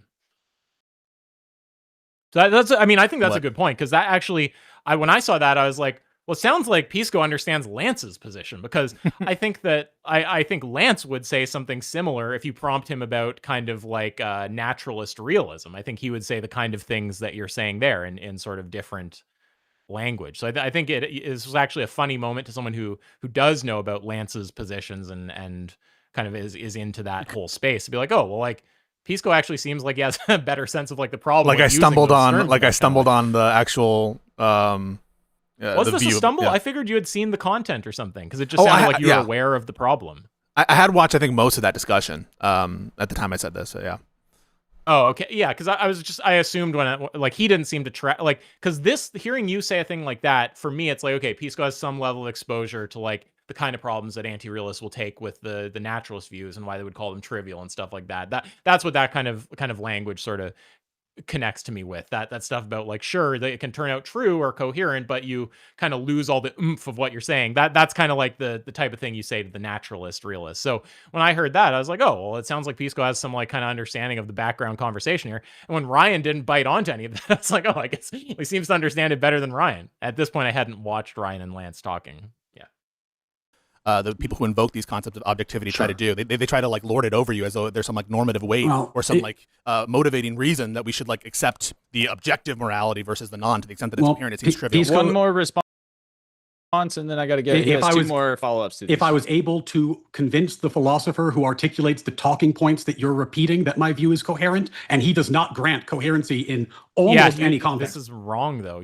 I think that Brian maybe didn't track the conversation. Like, there are points where Lance said different things are coherent, but if your view is some kind of non-naturalist realist view, and this is the kind of thing I was pressing him a bit about when I called into him, then the Lance absolutely does not grant that that's coherent. His whole, like, this is like his what do you call something like this? Like a bugbear or something, like something that is like a persistent issue that someone goes on for like years and years about is exactly that. Those I think kind it of is bugbear. aren't Yeah. coherent. Yeah. So I mean, it's kind of like if you looked over, because I'm just thinking about how someone would try to kind of like weasel on this when I say this. I mean, you might go over that and find points where Lance called certain specific things coherent or something like that, or said if you were to mean this kind of thing, you'd be coherent. But to be clear, if his view is some kind of non-naturalist realist view, which is like what it sounds like it is, that's not the kind of thing Lance thinks is coherent. That's exactly the kind of view that Lance targets his like incoherence objections at. I want to get Lance's response, but just real quick, Phil, I'm sorry that I said you were a fucking idiot. I was after many hours of debate with these other people. I was frustrated, and so I sincerely apologize for calling you a fucking idiot. Okay. All right. Let's get Lance's response. Then I want to show the interaction, the very, very brief interaction that you had with him, and then we'll get to Rob Noerr. By the way, he almost always says these things are incoherent. But coherence, who articulates the talking points that you're repeating, that my view is coherent, and he does not grant coherency in almost any context. By the way, he almost always says these things are incoherent. But my view, he said, was not incoherent, and he understood it as more It's realism. trivial. It's just not motivating. It's not anything anyone he should care about. He didn't say trivial. That's one of his arguments, and he specifically didn't say that. So go, if you're interested in this topic, go watch the video on my channel or go watch it on Lance's channel. Notice the difference, though. He says specifically didn't say it's trivial. That's not the same thing as him saying that it's not trivial. Right. Didn't say something doesn't mean he said that it's not that. Can you explain triviality as well, Avi, to the audience? Well, yeah, it just has no motivating force to it. It has no bite to it. So, for example, if I say, well, that which is, well, what I define as good is that which is written on this parchment. All the things that are written on this parchment are what, it's just what I mean by good. Yeah. Well, okay, that's coherent. I understand it. However, I have no motivating reason to care about following any of those things. Well, what happens if I break it? What happens if I violate what's good? What happens if I do something bad? And you would agree that you've done bad under that view. I've done bad. So what? If that's just to mean that I did something other than what was written on the parchment, then well, it's trivial. It has no tooth to it. It has no, like, why would anyone care? And just note that in these, even in philosophical discussions, like among professional philosophers, triviality can be a bit polysemous. So, I mean, yeah, one thing. What does that word mean? I don't even know it. Multiple meanings. Okay. Could kind of have multiple meanings. Non-univocal. Yeah. Non-univocal. Yeah, well, that makes it sound like they're equivocating, like they're giving it, but okay, yeah, whatever. Yeah, so just like there's kind of a few things. So like Avi gave the one example, like it has no oomph or no like normative force or something like that. Another is that it's a tautology. That's one sense that sometimes people use the word trivial to mean. Another is it's something that everybody here already agrees with. Or that literally everybody on fucking Earth would already agree with. So there's kind of different senses that it gets used in. Yeah, tautology, something everyone already accepts, something with no normative force, some combination of these things. Yeah. And what exact sense Lance uses, I don't know. He might have some really specific way of spelling out that word. Or maybe he. I suspect my rendition is the sort of sense he's getting at when he says trivial. He might kind of. I don't know if he has. I'm not sure. I mean, we'd have to ask him. But you understand also, obviously, Avi, that the word kind of like sometimes. Yeah, no, I agree. I fully agree with that. It's just that when I hear Lance Bush making all these the points about the triviality, it seems along the lines of like, okay, well, so what? Like, okay, now that's the morality. I violated, so what? Like, why would I care about? Yeah, about... it's plausible that he's basically always using it like that. Lance. Oh no, he might not always use it in all of his philosophical discourse. Yeah, I wasn't quite trying to attribute that to you. I was just trying to sort of laying out things. Like it could be that he basically always means that when he's talking about naturalist realism being trivial. It could be that he's being a bit imprecise and he would actually sign off on various senses. It could be that he's using it. But the point is just that your sense is a very plausible one that many people, probably Lance included, would apply in this context if you were to ask him. And I'm just making the other point that just there's like a kind of cluster of things that people might mean when they say trivial. And probably all of them apply to like naturalist realisms. Like, I mean, I think basically everyone will agree with a lot of naturalist realist views once they're spelled out. I think they will have no normative force once they're spelled out. And I think some of them will maybe be tautological. I have to think about that last one. Yeah. So this is the response from Lance. He posted this in the Modern Day Debate VOD. Hi, this is Lance Bush, who was mentioned at around timestamp. I think there may have been a misunderstanding here from my discussion with Ryan. What I granted in our conversation was that his position sounded like it was a form of moral realism and not anti-realism. The context was on whether theistic conceptions of morality commit one to anti-realism insofar as they make the truth of moral claims dependent on God's stances. I'm fine granting that theistic conceptions of morality aren't required to make the truth of moral claims dependent on God's stances, and that's what he expressed. That's what he expressed appeared at first. I'm sorry, and that what he expressed at first glance, not to be committed to a stance dependent, and was therefore a form of moral realism. I think what he's saying there is that whatever Ryan was articulating wasn't a form of theistic moral realism or theistic. It wasn't committed to theistic anti-realism. Correct. Yeah. And I think I have to watch the conversation back, but it's like that part that I was talking about, kind of vaguely there, where like, yeah, I mean, there's some kind of view where the moral truths depend on God, but the part of him they depend on isn't his stance. Then you could say that is stands independent, and you wouldn't call that some kind of theistic anti-realism or something like that. Yep.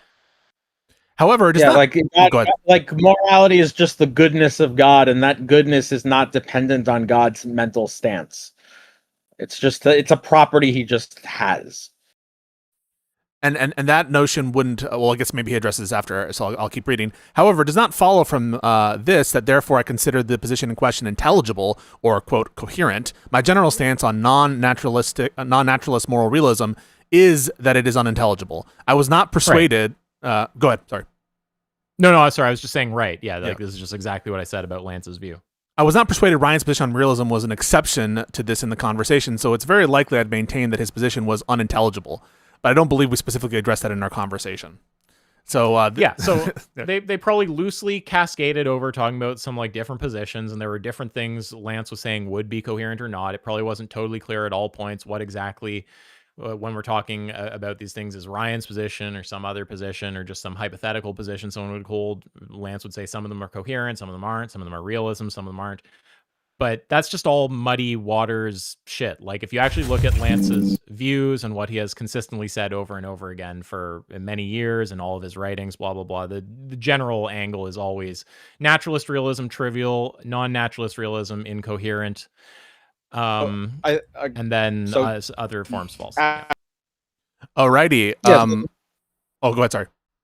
Yeah, no, so the view is that, so what Lance is granting is that as the view is spelled out, the view is at least not committed to theistic anti-realism. That's all that's granted. Now, Isaac, you tried to have an encounter with Ryan about this very issue. That's correct, right? Yeah. Why didn't you like my video? Well, this is not this is a different. I liked it with a different account. I liked it. There you go. So let's take a look here. We'll put it at 1.2. And see, your response to your encounter here with Ryan. As you guys can see, it wasn't a very long, thought-provoking dialogue. Well, my response is going to be obvious, so maybe Avi can give his response. That's better. Yeah. My response will also be obvious. But all right. I still want to hear it, though. I still want to hear it. Isaac the Kind. What's going on, buddy? Isaac the Kind. Now, is that some? I just want to ask. Is that were you trying to go into this with the best faith? I think you were. I always go, even when I know someone's bad faith, I always give them the benefit of the doubt when I come in and try to be fair and nice. But no, I just sometimes just use Isaac the Kind. Sometimes use Ask Yourself. Sometimes I use that. I think I came up with it a long time ago when I was playing like Age of Empires or something as a kid. Totally random. That's where it comes from, though. By the way, Isaac, James, VTubing. That's the three that are backstage. I'm not taking any more because I'm going to run out of steam. So I'm going to try to make sure I honor my commitments, though, and get through all the call-ins. Isaac the Kind, what is going on, buddy? Yo, how are you doing? Well.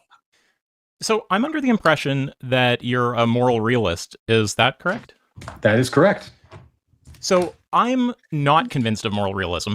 Sure. And I guess that...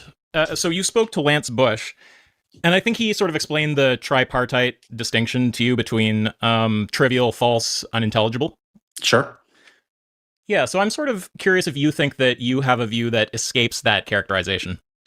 I'm skeptical, just to put my own cards on sure. the table. Sorry, I'm out of breath. Entirely possible. I think if you watch the conversation with me and Lance, what quickly happens because I'm a non-naturalist realist and I'm specifically a theist or bare theist or deist, is that the conversation will quickly stop being. And just to be clear, is a bare theist that just like you just believe in theism but no other kind of more specific views? Because when I heard bare theist, I like immediately thought of like grizzly bears, but that must it must be BARE, right? Bare theism. Remember, the bare theism is taken to be like just a theism with minimal commitment. Okay, got it.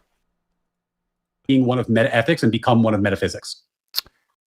Okay. So you say that you're a non-naturalist realist, correct? Well, like, okay, look at it this way.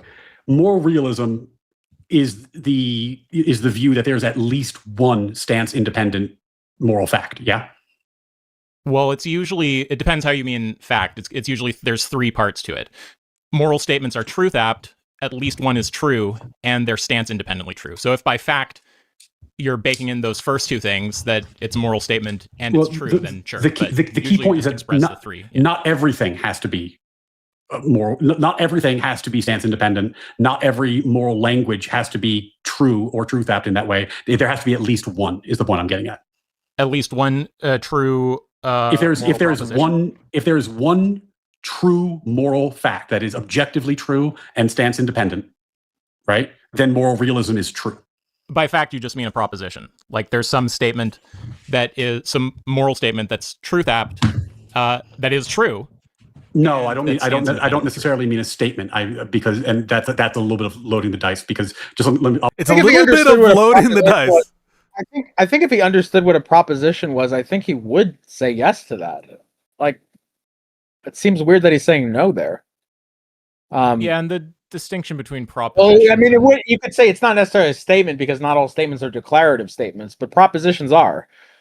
Yeah, and I mean, this is like we could clear this up if it became an issue. I mean, I was listening to Graham Oppie talking with somebody the other day, and he put it well. He was just saying, often in philosophy, it was him talking with Majesty of Reason about I don't know. It was about our arguments, I think. And it was one of the points he made is just we don't, in philosophical discussion, we're not always going to distinguish between propositions and statements. That's kind of a bit loosey-goosey. And if it becomes important, then we make the distinction. Like if he's just saying, well, it's not statements because there are certain statements that are not declarative, like how are you? Or look over there. Well, sure. But yeah, it's just the propositions. Anyway. What do you think about this loading the dice? I think he's implying there that you're doing some bad faith assumptions, or like you're doing something that is like dishonest. It's underdetermined. At this point, to me, it's underdetermined. Yeah. It could mean a lot of things could be like loading in statements that are non-declarative. It could be like a loaded. It could be loaded in the more nefarious sense.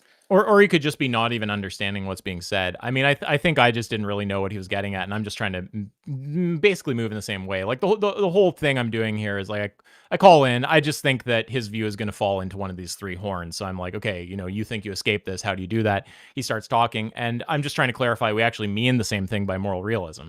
He talks about some loading or something like that. I think that I'll probably just respond by trying to clarify, trying to get us on the same page about what moral realism means. I don't necessarily mean a statement. That's a little bit of loading the dice, because I'll just lay it out and you can see why. The metaphysic, which for a purpose of metaethics, I'm going to just say is foundational, because doing metaphysics is a whole other kettle of fish. Yeah. So my reaction to this just right now is like, why is that engaging with what you asked, or like where you were at, is to talk about what he's saying there. I don't know if you're if you agree with that. Yeah, I mean you'll kind of no, it's not clear to. I mean, you'd have to play it back, and I have to listen for what I said and whether it's engaged. It's very likely not. I think a lot of what he was like. I mean, it's not helpful for him to just, when I call in, to keep just bloviating and going on and on. Like, just let me kind of move through some simple points here. Is that sorry? What was the exact thing you asked there, Pisco? About whether or not it's engaging with this really a semantic issue of meaning about like what. Oh yeah, sorry. I remember the other thing I wanted to say when you said that. Yeah, the other thing is just that even though I know this guy's bad faith, he hasn't been bad faith with me yet, so I'm not cracking down yet. So I'm still being relatively friendly here and letting him kind of just ramble. And when he finishes rambling, I think you'll see I'd probably just try to reset it to like, okay, and so do we basically agree on what we mean by realism? And then if I could get him to agree with that, I would have, proceeded on, but you'll see what happens. Yeah. I'm going to just say is foundational, because doing metaphysics is a whole other kettle of fish, is that God exists with an eternal, unchanging nature and is perfectly good.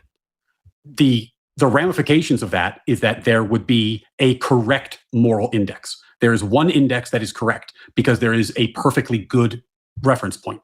Now, Lance, in one of his articles, for example, and we talked about this in the stream, said that it would be moral realism if you indexed your beliefs to astrological signs. It might be ridiculous, but it would be moral realism because moral signs are stance independent, right? My view on like a bare theistic framework is that there is one correct index because there is one God who is perfectly good. So there's one correct index for moral statements, and you index onto that. This is why Lance said that's moral realism when I talked to him, because Now, in order to... we can now charitably, like, it would be really nice if he just said, okay, and what's being indexed here are the propositions. Charitably taken, that might be what he mean. Like, if he were to, if I were to, tune this up a bit, what you can say is, okay, by index we mean what determines, it's the truth maker. What determines the truth value of the propositions are going to be the moral goodness of God. Well, what would have been really helpful would be if, instead of just like kind of bloviating about a bunch of details about his position, he just sort of stayed right on track with the thing I'm asking and just worked to clear up the meaning of realism. Like I sort of asked, is it this thing? He could say no. Oh yeah, like, absolutely. It's this thing. You say like, okay, yes. So it's just worth noting, whatever cleanup you're giving, this is cleanup under the assumption that he's already doing a ramble that's already a suboptimal reply. You should just be dealing with. Yeah, the way to just answer this question, say yes. I mean the standard notion of it will fall under the standard notion of realism, which meaning that there is at least one moral proposition that has a truth value that is true, and that its truth maker is stance independent. I want to also. Oh, go ahead, sir. Yeah, we're just all I'm trying to do is just make sure we're on the same page about what realism is. And then I would get into the three, because that is, see where it falls. Because that is, it seems like that is what he's trying to get at. It seems like what he's trying to get at is, yes, there is at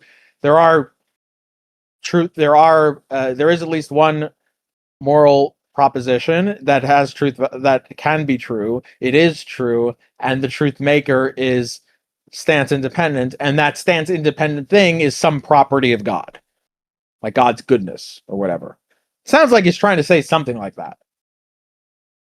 Yeah, I mean, when someone's kind of like not really addressing the thing I say, I don't really listen to what they're saying. I'm kind of waiting. I'm just listening to hear if I hear the answer where he describes what he means by realism, and if I don't, I'm just going to kind of re-ask the question. So I haven't thought about like, what's the way to try to understand his like what he might be kind of vaguely rambling at, or like I don't fucking know. Yeah, that's fine. I'm just saying what I suspect. Yeah, well, I mean, the weird thing to me is that like I don't think that he needs to fight about what realism means. Like I wasn't expecting him to be weird about the meaning of realism. I figured we'd fight about whether his views like incoherent or something like that.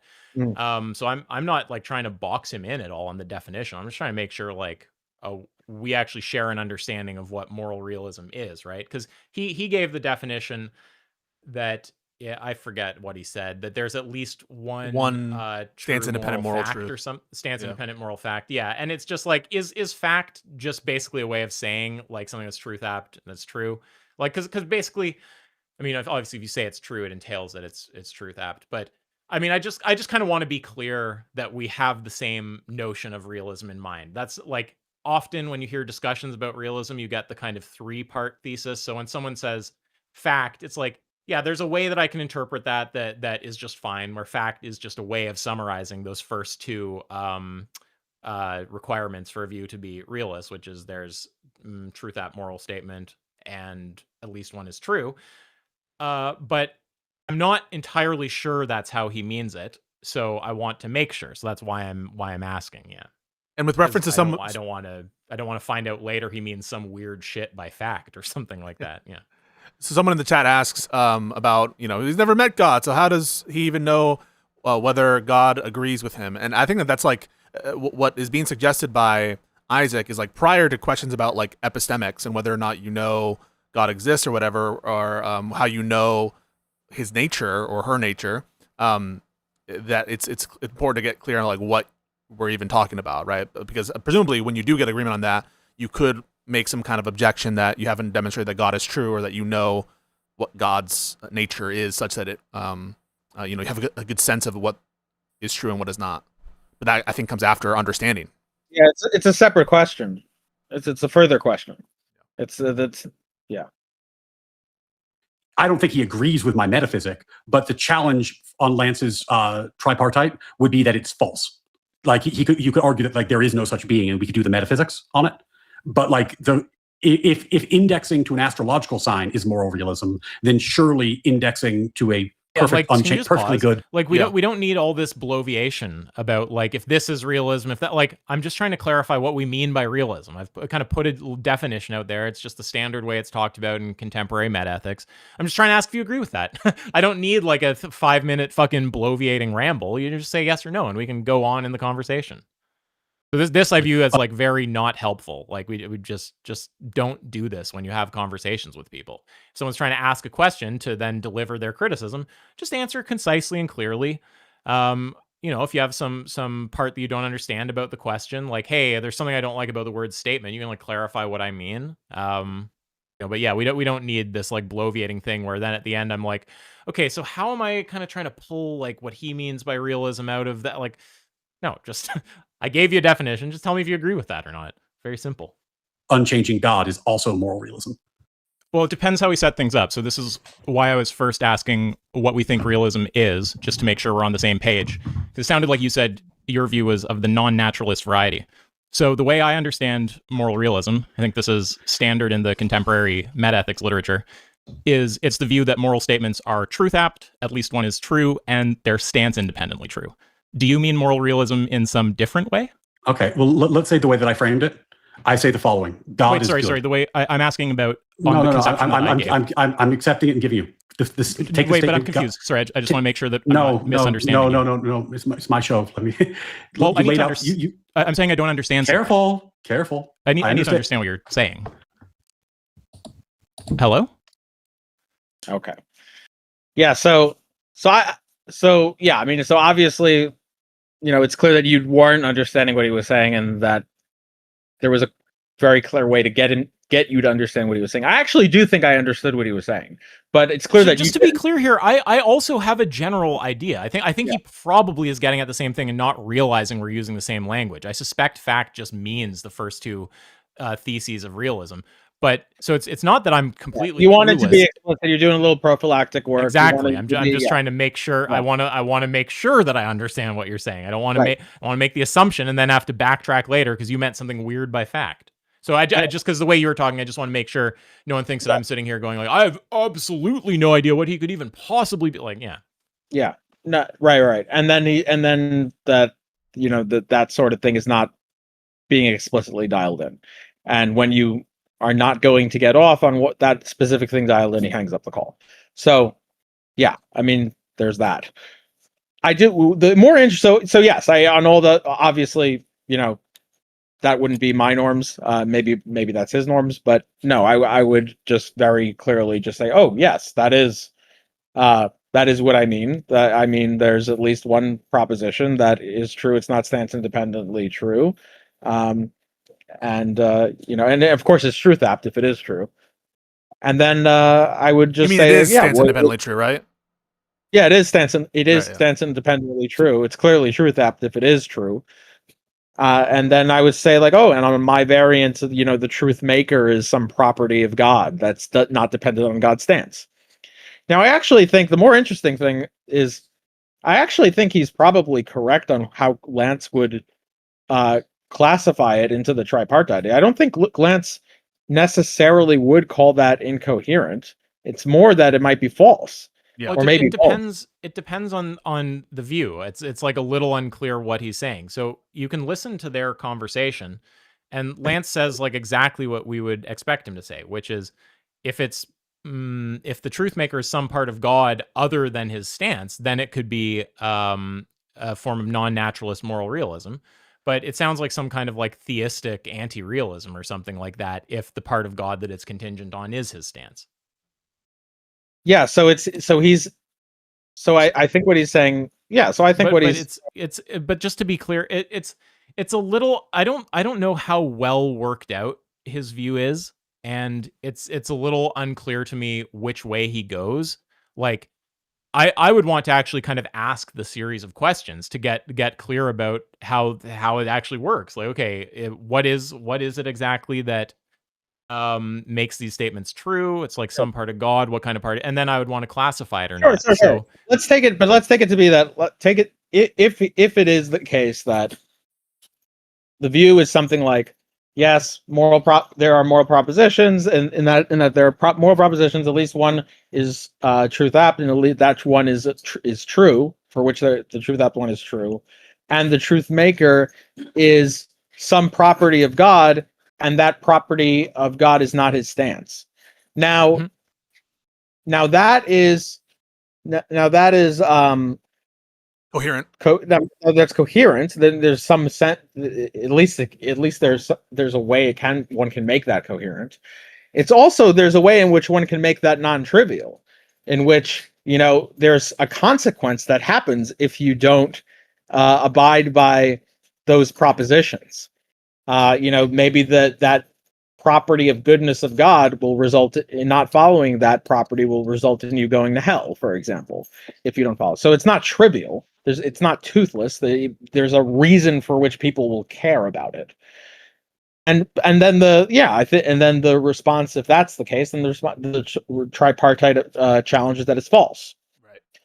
Right. So if that's what he's saying, I think I think he was accurate in saying, well, Lance would respond by saying it's false. Assuming it was actually Again, coherent to conceptualize that aspect of God other than his stances to which the thing is being indexed, right? I mean, like presumably, just like look, just like you can say, look, I could do the parchment thing again. I can say, look, what I just mean by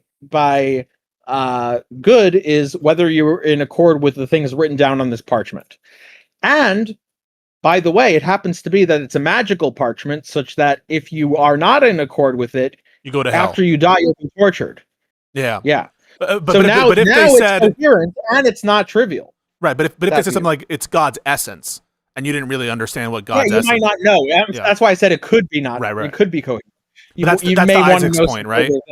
You would need to clarify. What I don't want is to give the impression that I'm saying something wrong when I talk about what kind of views Lance would characterize as incoherent versus false versus trivial. I think I have a good sense of what kind of. Oh no, you're right. It's just you're right. And when I watched there's So you're right.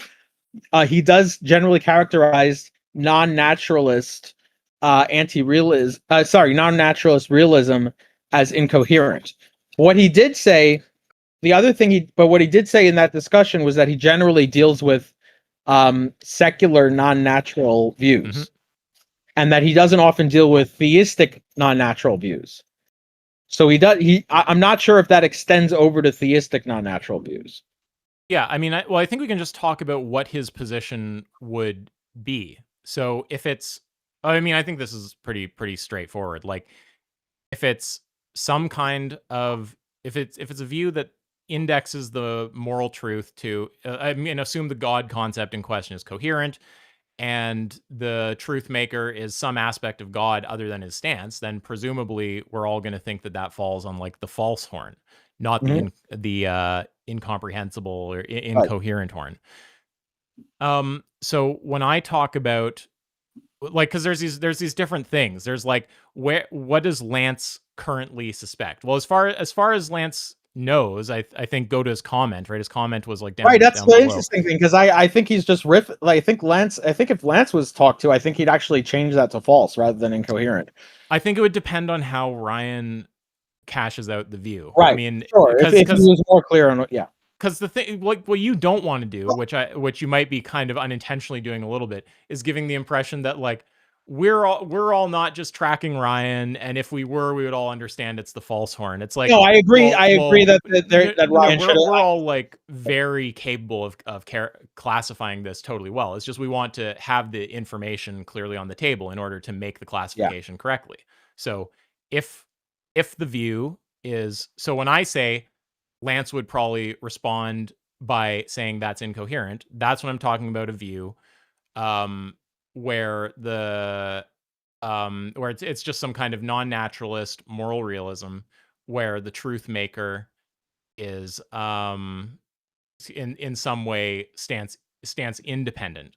That's the kind of thing he's going to call incoherent. The kind of thing he's going to call well, I mean, I don't need to go through the categories. We get the categories, but the point is, there's not anyone here who's like struggling to understand Ryan's like glorious position. Like, I'm not struggling. Lance is not struggling. Nobody's struggling. Well, to the degree that there's any struggle, it's just because there's an absence of information. But if you put that information on the table, we can perfectly clearly characterize the view one way or the other. There's not any difficulty about it. And my guess is there will be a reluctance to provide that clarity if... Yeah. Go ahead. Yeah, I mean, what I suspect would happen, I think that he would try to get onto the false horn and try to get it into like, okay, well, actually, like, it's all going to hinge on some big debate about theism or something. And I think I would probably apply some pressure to that because I suspect that it's easy to fuck that up and do that wrong and end up saying something trivial or something otherwise uninteresting or that doesn't kind of give us what we want when we talk about morality. So I would apply some pressure, and it could be that he actually ends up on some other horn, or it could be that he actually does like full commit, and then we do have to have the religious debate. So it's just you hit him with one of those if God's nature told you to do X, would you still say it's good? Well, it would depend on what kind of position he's taking. Like, we'd have to clear up a bunch of things about us. But the point really is just that like it's not entirely clear what his view is. There's kinds of views that are coherent. There's kinds of views that are false. There's kinds of views that are trivial. We can tell you the kind of theistic view that we would put on the false horn. We can tell you the kind of theistic view that would be on the incoherent horn. You know, blah blah blah.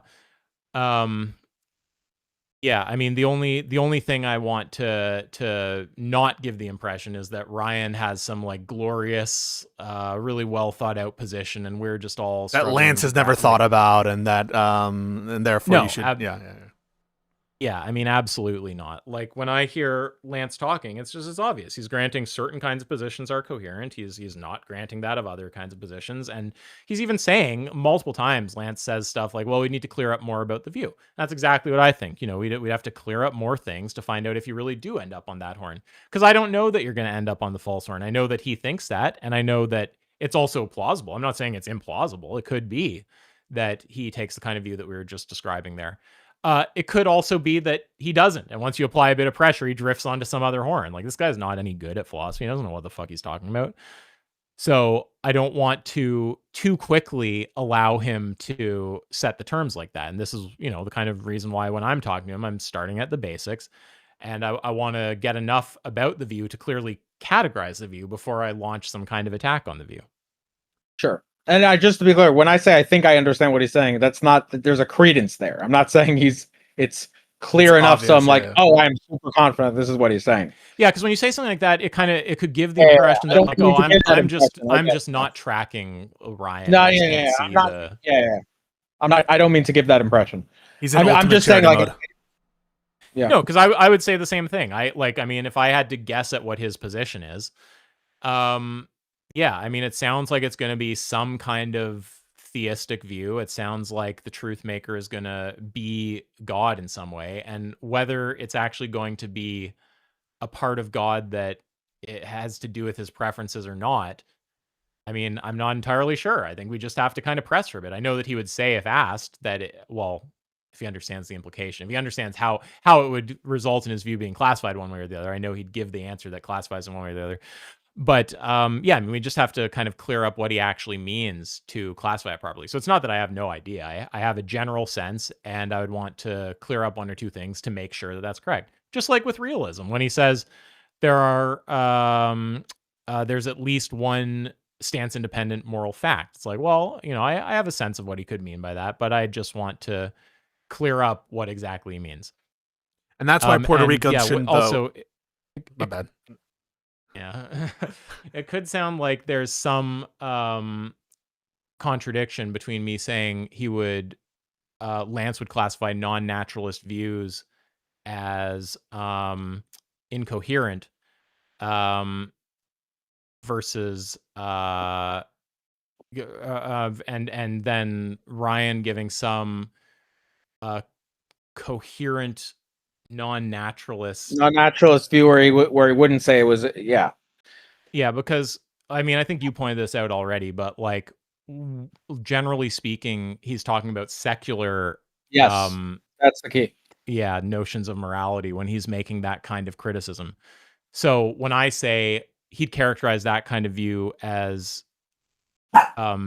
incoherent, like, I mean, the point is just that if it's real, well, actually, we'd have to. It's like there's kind of a whole can of worms here to talk about. Because I have to walk my dogs. They're but okay, all right. But well, there's a whole bunch of stuff we could talk about with the moral realism stuff. So I don't know how long you are planning. Yeah, the dogs are crazy. So Avi, we can let you go if you need to walk your dog. That's cool. I wanted to keep Isaac around just for a little bit of time to talk about Rob real quick and some of these. Listen, I've already been through this. I've already you were there for 10 hours, so it's only fair that Isaac puts in some amount of work. And it's not going to be that long, Isaac. I just want like 5 to 10 minutes of farting memes, and then we'll be good. But I do appreciate, Avi, that you can't be forced to go through the whole thing again. Well, I mean, you didn't really get to give many takes about it, so you might have a take that you want to give. I mean, if it's just 10 minutes, do you want to just stay for the rest and then just walk the dog after? Do you hear them? I do. Well, I mean, it's up to you. Whatever. No, this is their warning that if I don't take them to walk, they might have an accident. Oh, okay. Well, yeah. I mean, that's not worth it. That's fair. Yeah, you don't want pee on your floor. I could come back after. I could but if you guys are still going, yeah, we'll try to keep it short. And if you happen to come back, you can rejoin. Okay. Yeah. All right. See you later. Bye. Thank you so much, Pondering Politics, for the super chat. I will at some point react to the Florida Supreme Court rejecting challenges to the gerrymandering maps. That is like not related to the substance, as I understand it. That's like a jurisdictional issue. But obviously, ill portents for Florida hackery. But yeah, I'll address that at some point. Maybe not today though. Okay. So to give you some context, Isaac, this was a follow-up discussion with Rob Noerr, and the first proposition of the debate was whether or not Ryan did a bad job. Okay. And so the first set of minutes here is just going through debate norms. And again, whenever you want to stop to react to, either a bullet by Rob or something he says, just feel free to. But the first proposition is, and I'm skipping the opening arguments, which were quite extended, to just get into the back and forth. The topic was whether or not Ryan did a bad job in the previous debate. And to zoom out even more for the audience, folks, we were just talking about, Ryan's performance in the first debate and some norm stuff, and then ultimately this Lance conversation bears on that because there was an exchange in the Q&A that was relevant to it. But if you want to just like keep looping on bad norms, you can just go back to that first debate and watch it. And now we're going to onto sort of Rob portion. Sound good? Yeah, worth noting also that there might be certain things I'd say about how to stay on topic that I'm not going to say because I don't have a sense of the broader context or kind of like how we got here. But yeah, I'll just say whatever comes to mind though, yeah. Awesome. Opening statements are done. Time for the back and forth. I guess what I think would be helpful is since I hear rejecting a syllogism, I'm not without pointing out that it would be either invalid or not sound. I'm not sure what that would mean. So presumably, I think it would mean that either it's not valid or or there's a premise that's false. So I think it would be good if both of you could get into a back and forth. Yeah. So this is just Avi explaining like super basic level stuff about how arguments work, what it means to actually object to an argument. And I had offered an argument that was something like, if a person in a debate fails to undermine the opponent's argument and fails to justify their position in the debate, then they did a bad job in the debate. Ryan didn't fulfill those things, therefore he did a bad job in the debate, something like that. Right. Yeah. So I mean, he's got to, if he wants to show it's unsound, he's got to criticize the form or go after one of the premises. Any of these, the points that were made here, how they, if they do reject any of the premises, or if they point out that the form is invalid, or if they don't. Yeah, I think a lot of what Ryan said is getting at P1, which is about what, like, at least a minimum condition of doing bad in the debate, fulfilling 2 criteria. And the reason I think that is because Ryan is kind of saying, well, if he had other goals related to the, unrelated to what I'm saying, right, unrelated and uncaptured by P1, then he very much could have done well with respect to those goals, and therefore not having done bad. And so maybe we should explore P1. Yeah, I'm fine. The syllogism format isn't one that I'm usually used to debating in a formal sense, but I don't mind that. I'm capable of thumbing my way through. So yes, exactly what my first argument there is that I reject premise 1. And the reason I reject it is because it says, if he failed to justify his position or undermine yours, then he did a bad job in the debate. I don't think that the after the comma, that guarantees he did a bad job in the debate. I don't. I think there are ways that he could do good in the... And can I just ask you what your level of credence is on that kind of premise? Like, if you don't justify your own position or undermine the opponents, what would it mean to do good while not having done those things? And do you have a sense of whether you agree with that premise? Yeah, I mean, to do well in a debate with, I mean, it sounds like they just have to have some like other notion of what a fucking debate is, or like, I mean, I don't really know. I can't really see the view. No. The debate, and we're not bad in the debate outside of what's outlined at the beginning of premise 1. Well, I just want to say that is not an exclusive for doing bad, but it is a minimum. So I think that you are rejecting it. It is your view that there are ways in which he could not do bad, while still failing to justify his position and failing to undermine my position. Yeah, I do. So I want to now poke some holes in it, if that's okay. Okay. So suppose that I go to a debate and I'm an OnlyFans model, and my goal is to get as many people as possible to join my OnlyFans page and to give me money. I show up to the debate, I literally say nothing, and I just shake my titties in front of the webcam and say, join my OnlyFans, and the result is more people join my OnlyFans. Did I win? Did I fail? Did I do bad in the debate? I don't know. Define bad. Who gets... So first off, what do you think of that? He doesn't know whether or not that would be bad. On his view, yeah, I mean, I don't like the debate proposition because it's a little unclear what we mean by bad. Like, if bad is just something that you, I mean, I don't know. It just, I think that most people would probably say that you might be doing, like, at least if you kind of prompted them and like sort of spelt out this view, I think they'd agree. I think they would probably say that there's something that you're doing well at, like maybe you're doing well at promoting your OnlyFans, but you're not doing well at debating. Right. You might be doing well at some other thing that's happening at the same time as the debate, maybe. But yeah, I don't think most people think that's debating. Yeah, like, I mean, if I had the goal of like, I don't know, like fucking reenacting 2 Girls, 1 Cup or something on stage, like or just grossing everyone out, and I just get on stage and I just start doing 1 man, 1 cup. I mean, I might succeed at my goal of grossing everyone out, but I don't think anyone would say that I'm debating well because I'm achieving some other goal. I think you give examples like this, and I think he pushes back and tries to add some qualifiers, like, oh, maybe to do well, it also has to be that other goal is like somehow like closely related to the topic or something. But I mean, I think even if you say that you for whatever reason there's some weird causal connection where just screaming gibberish for like 2 minutes and shitting yourself then running away happens to just make everyone share your view. I mean, I think that we would still want to say that's not actually good debating. Yeah. No, but that's what I mean. Why I think it's a reductio. I think that, like, assuming that what you mean by, and this is what I think is meant by the proposition to most ordinary people when they read it, that what you're referencing is good or bad debating.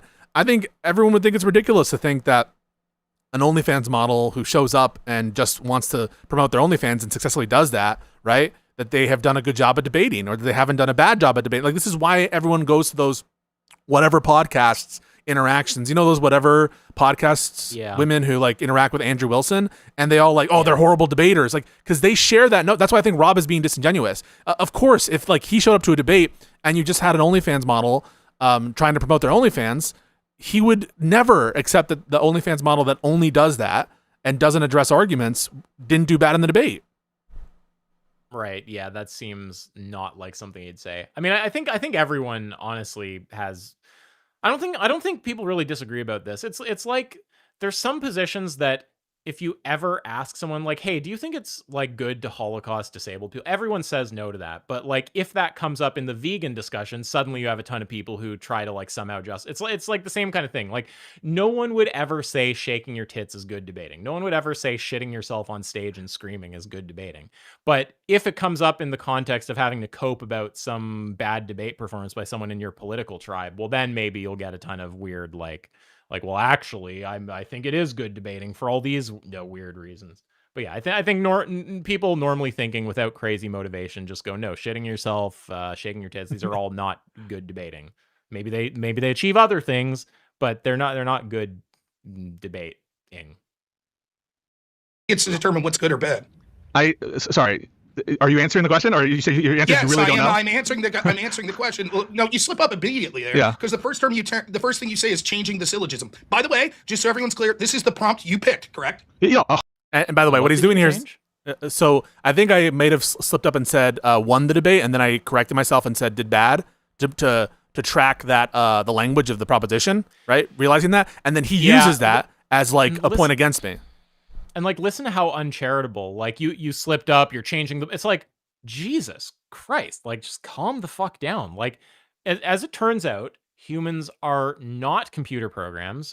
We say things with some kind of variance when we speak them, and just jumping to someone is sliding around, someone's changing. So it's like, holy fuck, like maybe they just said something a little differently. Maybe they didn't even mean to. How about just kind of like ask them? Like you shouldn't be jumping to conclusions like that or like going for crazy like attempted gotchas unless you really see someone who's like persistent. Like it's clear it's actually a strategy or a thing they're doing kind of repeatedly or something like this. Like something that is very plausibly just like standard variance in speech. Like I don't know. I really don't like how Rob debates. Yeah. I think this is a good moment to bring up the shka move because there was a very similar moment at the start of the second proposition, which was about the first debate topic that we had with Ryan. This is now Rob's version of it, where I had said, I don't really care about how you phrase one of the premises, whether you call it court packing or court schmacking or some other term, as long as it captures the concept I'm going for. By the way, so that's the context in which he kind of assumes bad faith on that position. I want to give you an opportunity to talk about why it's not bad faith to do what I did there. But he had said there that like this is the first time I've ever done court schmacking instead of court packing. And that was just false when he assumed that I was doing this for the first time. I went back to other debates and I had said court schmacking before to try to get around the same issue. He assumed bad faith. So why don't you go ahead and address that whole thing? When we talked a bit about the debate before you did the debate, and I remember you talking about court schmacking. So definitely, yeah. Well, yeah, and it's unfortunate. I mean, I tried to get Rob to engage on this, and he ran away. The offer is still open. If at any point he uncucks, happy to talk to him about the schmoove. But yeah, the schmoove is basically, it's like a philosophy thing.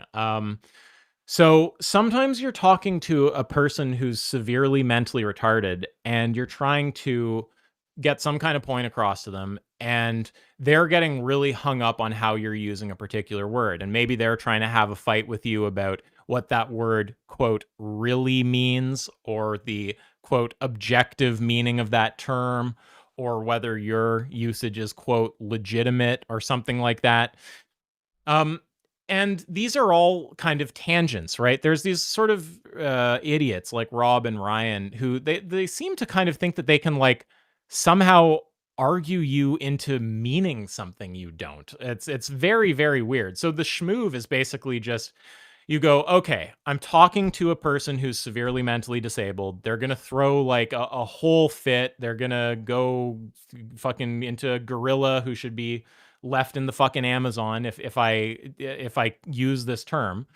So instead of getting into all this tangential stuff and trying to explain to them, okay, like well, does it really make sense to talk about objective definitions? And like when you criticize them, you want to understand someone on your own term. Like instead of getting into explaining all of this really basic stuff about debate to some fucking idiot, you just go, okay, forget about that word.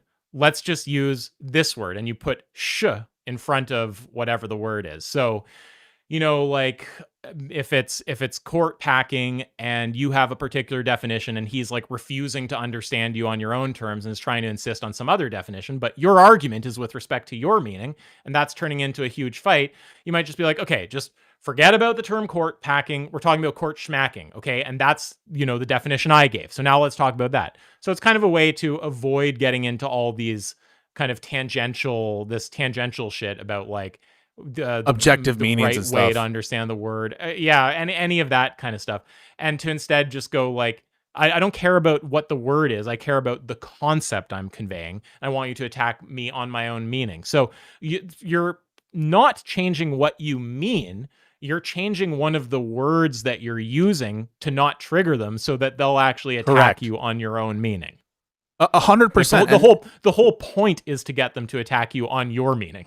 That's the point of it. It's the opposite of bad faith, right? It's the and you can't win, because if I just insist on using the term court packing, they'll be like, well, that's the wrong definition, and you have to get into and you're being bad faith by using the wrong definition. But if you just alleviate that for them by using some other insert, some other utterance, then you're accused of doing for the first time a move that is like on their view like just a bad faith move, which is totally not. Now the schmove is completely or whether someone making that move is orthogonal to whether it's made in good faith, right? Now I think typically it is made in good faith because it's typically made by people with some philosophy background who are doing it for the appropriate philosophical reasons. And I think you're doing it appropriately. It could be done in bad faith. Someone could come with one meaning, and then realize there's a problem with it. Right. And then try to shift to another meaning to avoid the problem. Now, I don't think you should assume someone's being bad faith. And I think there's probably a bunch of counter evidence to that in your case. Like, I think you probably have been clear about your meaning before, blah, blah, blah. So someone could theoretically do the schmoove in bad faith. But yeah, there's not any basis, I think, for thinking that here, and probably some reason. And also, I'm upfront that the court packing notion, that though the one that I have picked does appear in the literature, it's not a majority view, it's a minority view. And words, that is a concept that exists in law, in different places with specialized vocabularies, right? Where there can sometimes be a majority view about what something means or a minority view. And I'm not trying to say that my notion of court packing, the definition there, is the widely accepted one. I'm just using a definition that I found in the literature that captures what I mean by these terms. And I'm happy to use some other term.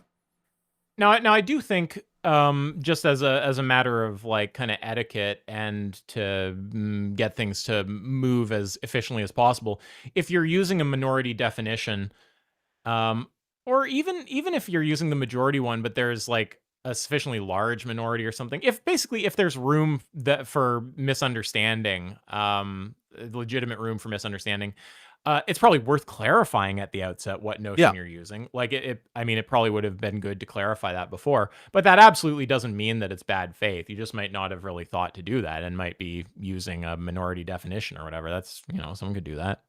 And the truth is, I have in previous debates, gotten into what I meant by court packing there. And so it's not the first time it's come up, and every time it's happened, I'm happy to clarify. Here's a comment towards you from someone in the comments who says, "No one needs your advice, Isaac. He," meaning Rob, "said he'll do a 1v1 debate, so you're dodging." Any response? I've not heard anything from Rob. I mean, I tried to get him to talk about the schmoove thing, and he just kind of ran away. If he wants to have a discussion about it, I'm happy to explain it to him. He can shoot me a message. I mean, the offer's open. Yeah. I AskYourself literally offered multiple times to have this discussion with him, and it got to a point in DM where I had to literally just say, like, look, just stop rambling. If and when you're ready to talk about this, just let me know and we'll talk about it.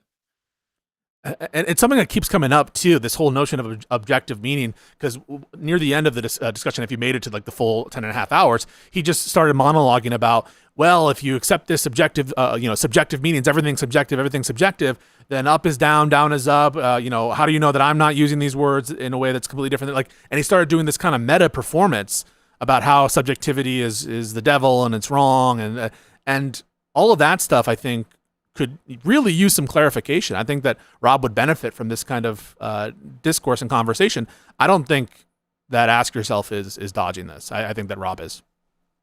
I mean, I don't think that people can. It's insane. I mean, you can try to spread some kind of rumor that I'm avoiding an engagement. I think you'll have absolutely no luck. I think I have like one of the most thorough records out there of being willing to talk to people. And I'm more than happy to explain the schmoove to Rob, like what it is, why someone would do it, how questions about objective definitions don't bear on like whether you're interacting with the schmooved proposition. Like, I'm happy to talk to him about all these things. I'm easy to reach. And, I think I have a pretty extensive history of being willing to talk to literally everybody. So all I would say to that likely kind of slow person in the chat is try your best. Try your best to spread that rumor about me. Never going to work. It's just too implausible. You'd have to be completely retarded to believe something like that. And yeah, if Rob wants to talk, he is welcome to message me. He said, I'll debate Ask Yourself on the prompt I debated Pisco on. I mean, he probably doesn't have a view on the core packing one, but if you mean whether or not Ryan did bad in the debate, I don't know if he's open to that, but why would you be unopen to the discussion about the schmoove and the question about objective meanings? I don't know what... Sorry, I'm confused. Who are you talking to? Are you sorry. Rob Noerr just came into the chat. Yeah, Rob Noerr just came into the chat and said he's happy to debate you. If he wants me to explain the schmoove to him, he can come on. Like, we can get him into the conversation. He can do it right now. I'm nothing rested in his advice. A debate is different. He asked me if I wanted his advice. I said, no, thanks. He said I was running. Well, I think that if you have a debate on whether or not, I think you could categorize this disagreement into like a debate proposition, something about the schmoove or the schmacking and objective meanings or something. We could find a way to frame it into a proposition and debate it, but like, you probably don't want to make a retard of yourself. Like, the thing is, I suspect that if we do the clarification, you'll realize there's nothing to argue about. Yeah, so I mean, I don't really know how useful it is to try to distill it down to a proposition to find something to debate, because I think that very distillation is what will get you to realize that there's not really much to argue about there. Yeah, I'm happy to try to do that, though. You can message me, and I'm happy for whatever conversation we have to be a matter of public record where we try to set up some proposition on the schmoove thing. But no, I mean, what I would say is just you just seem you seem pretty confused about what the schmoove is, why someone would do it, how objective definitions relate to it.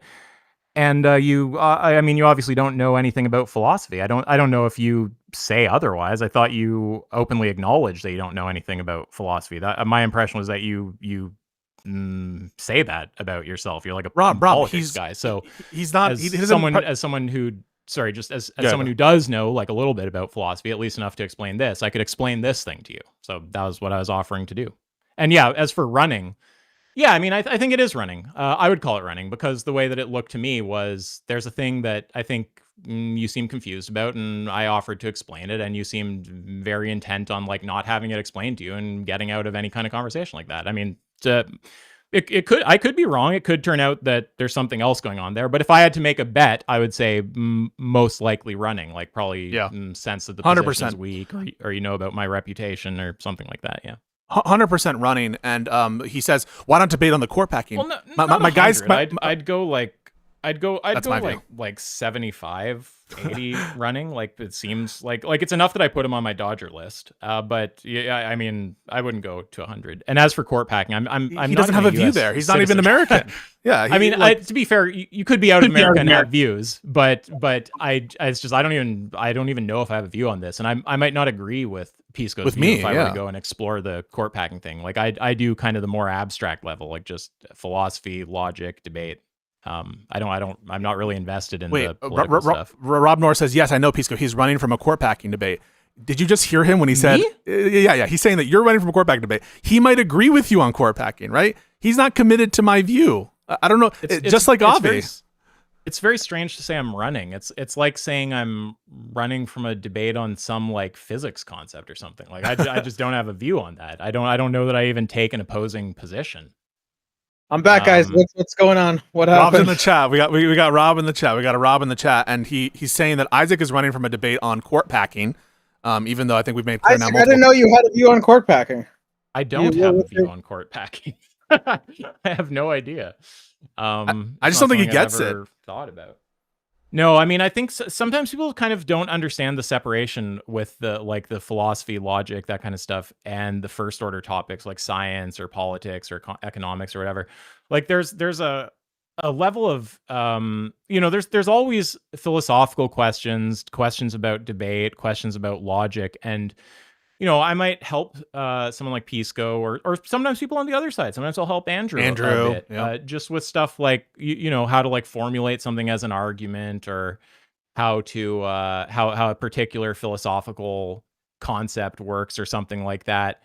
Or someone might tell me their argument on some topic like court packing or some quantum thing. And the thing is, there's some level of logic going on. Logic is like it's not glued to a particular domain. So there's a sense where I can look at an argument that could be about something I don't know about, like court packing or quantum physics, and just look at the logical aspect of it, right? Like, is it set up correctly? Is it valid? And there's also certain kind of philosophical things like about semantics, about how to set your terms up so they're not fucking with each other. So there's a level of like, kind of like philosophy and logic can kind of float free and do some work in all of these domains without the philosopher having a first order views on what's correct. And that's certainly the case here. I mean, I don't really have a view on the court packing thing. Yeah, so I don't know in what sense he would be dodging a debate on court packing, if he might even agree with you, or at least appears to be agnostic on court packing, and certainly a lot of things about American politics. I think what there's not a good sense of from your part, Rob, is why this schmoove thing and this objective meaning whole discussion, why that is just confused and why it's irrelevant to many of the things that we were talking about in the debate. I think that's something where clarity would be useful for you. And if you wanted to formulate it into a debate proposition, you could. But I think that as Isaac suggested, you're just it's gonna become trivially obvious why your refrains there aren't helpful. Yeah, that's kind of like sometimes if you try to set something up as a debate, just the clarification and getting it into a debatable proposition actually totally eliminates any disagreement. I kind of suspect that would happen because this sort of stuff is like not controversial or confusing. If you talk about the schmoove to like anyone who does philosophy, you're going to get pretty much across the board just agreement. So yeah, I mean, I think if we were to kind of clear up what's being said, what the terms mean and stuff, I highly doubt there would be anything to debate. That said, we can try to find a debate proposition, but I think what would be better for Rob is just to get kind of walked through how people think about and use the schmoove. Sure. And I guess there's a sense we could debate court packing. Like, I mean, I'm just agnostic. I don't really know, and he could take the pro position and try to get me to hold that view. I mean, I'm not. I have to be honest. I'm not very interested in the topic. If I have to do it just to show that I'm open to talk about things, then like I could do that. But it's just kind of weird. It's like I would never be like pressuring, so like, oh, you're fucking when it's like it's not even clear that they have any disagreement with me. Yeah, it's just kind of strange. So Rob says he wants to call in. Are you open to talking to Rob right now?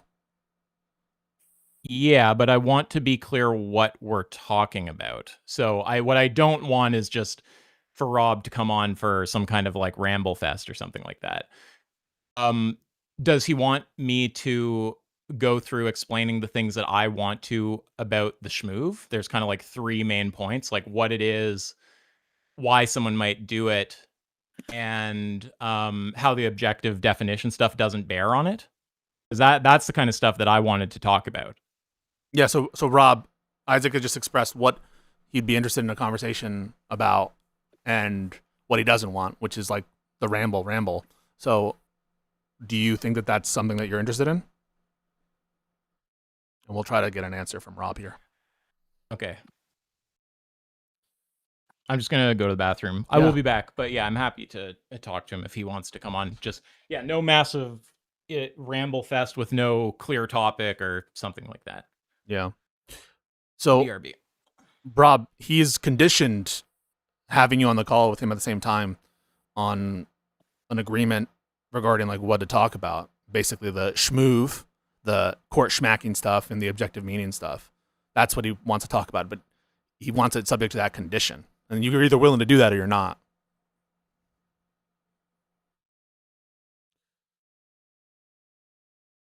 Sned the link. Okay, but if I send you, him, yeah, I think we could just add him to the call if he agrees to that condition. Well, but I just don't want Isaac to, because I invited Isaac to, have a conversation, and like if Isaac is just going to leave, if Rob just starts rambling, then I don't want that. Oh, make sure if does he agree there's a understanding about what we're talking about. I think what Isaac wants to discuss is, the court, that court packing as it relates to the schmoove thing. In other words, as it relates to separating out semantics in terms of the different terms and what one could fill them in. If there's two interlocutors with a different semantic on different terms, right? To get to like maybe an understanding on concepts. And when those moves might be legitimate, when they might not be legitimate, when they might be, honest or dishonest. Okay. What else did he want to talk about? I think that in objective meaning, whether the conversations about objective meanings are like relevant or orthogonal or whatever. Rob says, I'll focus on our conversation on SKMA stuff. I think that's... on the schmoove stuff? Okay. I think Isaac would accept to have a conversation if it's on that, So I think that's, when he's back from the bathroom, we can prompt him with it. And then we can just make a new convo with all of us in it, and we can try that, right? Yeah, I can just add him, no? Oh. Or we can just add him. Can we just add him to this chat? Let's see. I think we might be able to, yeah.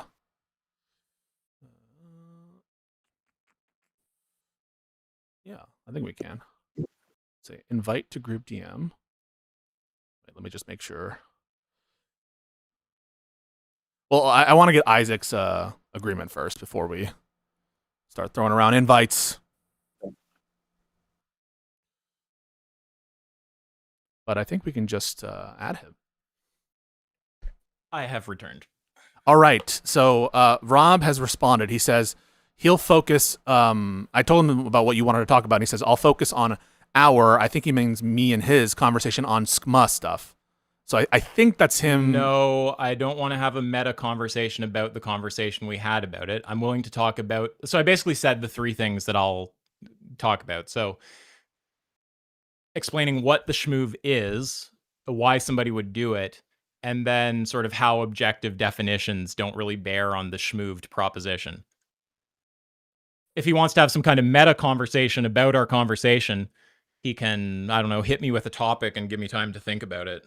But no, I'm not particularly into some random meta ambush. Sorry. Oh, then Rob, just clarify that it's a non-meta conversation about the schmoove stuff. If it's about the three things that I said, that's fine. If it's about something else, then any of the 1-3 things. I want to go through them one by one, like what it is. All right, then the first one, the schmoove. Are you sorry? Are you talking to me right now and saying he's willing? Or are you talking? To him? Well, I'm just getting the terms. The terms are a non-meta conversation about the schmoove stuff. When I said meta, I was talking about our conversation about the schmoove. So I'm not here to have a conversation about our conversation. Right. But if it's the 3 points that I made, I'd be happy to talk about those things. Okay, so here's the response from Rob. So first, Rob says, why is he running from his actual convo, running lol? And the second one is, it's a convo about schmoove and his convo with me. I think that's to say, yeah. See, so that see how good I am at sensing the fucking. Yeah, the thing is, like, I don't know how long he's been around, but I've been dealing with Sophist since like when did we start doing this, Avi? Like fucking. 2018. It's been a while, so I have a good radar for when someone might be trying to weasel me off into some weird side thing. So if you have some proposition you want to argue about our conversation about the schmoove, then you can, propose that proposition. But no, the thing that I'm prepared to talk about, and this is Pisco, here's a lesson for you on how to deal with Sophist, right? You kind of do just what I'm doing here. So there's a thing I am prepared to talk about, which is those 3 propositions I stated. And if you want to talk about those things, I'm happy to do that. And I'm happy to just frame it as a conversation or an explanation or something like that. So it doesn't have to be a debate, but if you want to try to find a proposition, that's fine. Though I don't want to get into a big us talking verbally, him talking on text at each other, ruining the stream, talking to a text guy thing. So no, it would be over voice. It would be over voice. I think he would jump on the call. No, I mean, if it turns out that he wants to try to work it down to a debate proposition, I don't know if trying to do that live on stream is the best thing to do. Yeah. So but if you want to just talk about the 3 things, I'm happy to go through those 3 things though. Yeah. Here's his proposal. Proposition number 1: your insults to me and claiming I'm running for not wanting your advice is absurd. Yeah. Yeah. So not interested in that. 2: the way Pisco used schmoove thing was bad faith and unethical. No, I don't care about Pisco either. So I do care about you, but no. So I offered those 3 propositions. So yeah, I think he has a bit of trouble kind of maybe sticking on track, but yeah, if he wants to talk about the 3 things that I actually offered, he's welcome to come up. And if not, yeah, I say we just continue. Okay. All right, Rob, we'll give you a last. And by the way, if he does want to talk about some other thing, to be clear, you can set it up with me. Yeah, and I'm happy for the setup to be public so people can see whatever conversation we go on to have about that. But yeah, I would want time to think about and prepare. So if you want to talk about something that I'm not prepared for, like you want to come in and try to snipe me with some little thing about our conversation or something like that, like, no, you can, spell out the proposition, give me time to prepare, and then we'll have a discussion about it. Or if there's some other topics, I'm open to a bunch of topics, but yeah, the thing that I'm offering to do right now is to go through those 3 propositions about the schmoove, what it is, why people would do it, and sort of how objective definition, correct definition, legitimate definition, all that stuff doesn't really bear on the schmooved proposition. Or if it somehow gets done really quickly, something like that could be framed as a debate. But I don't want to get into a huge trying to frame the schmooved thing as a debate where we all spend our time talking while he's in chat and like blah blah blah. Yeah, like let's just do that in text. Got it.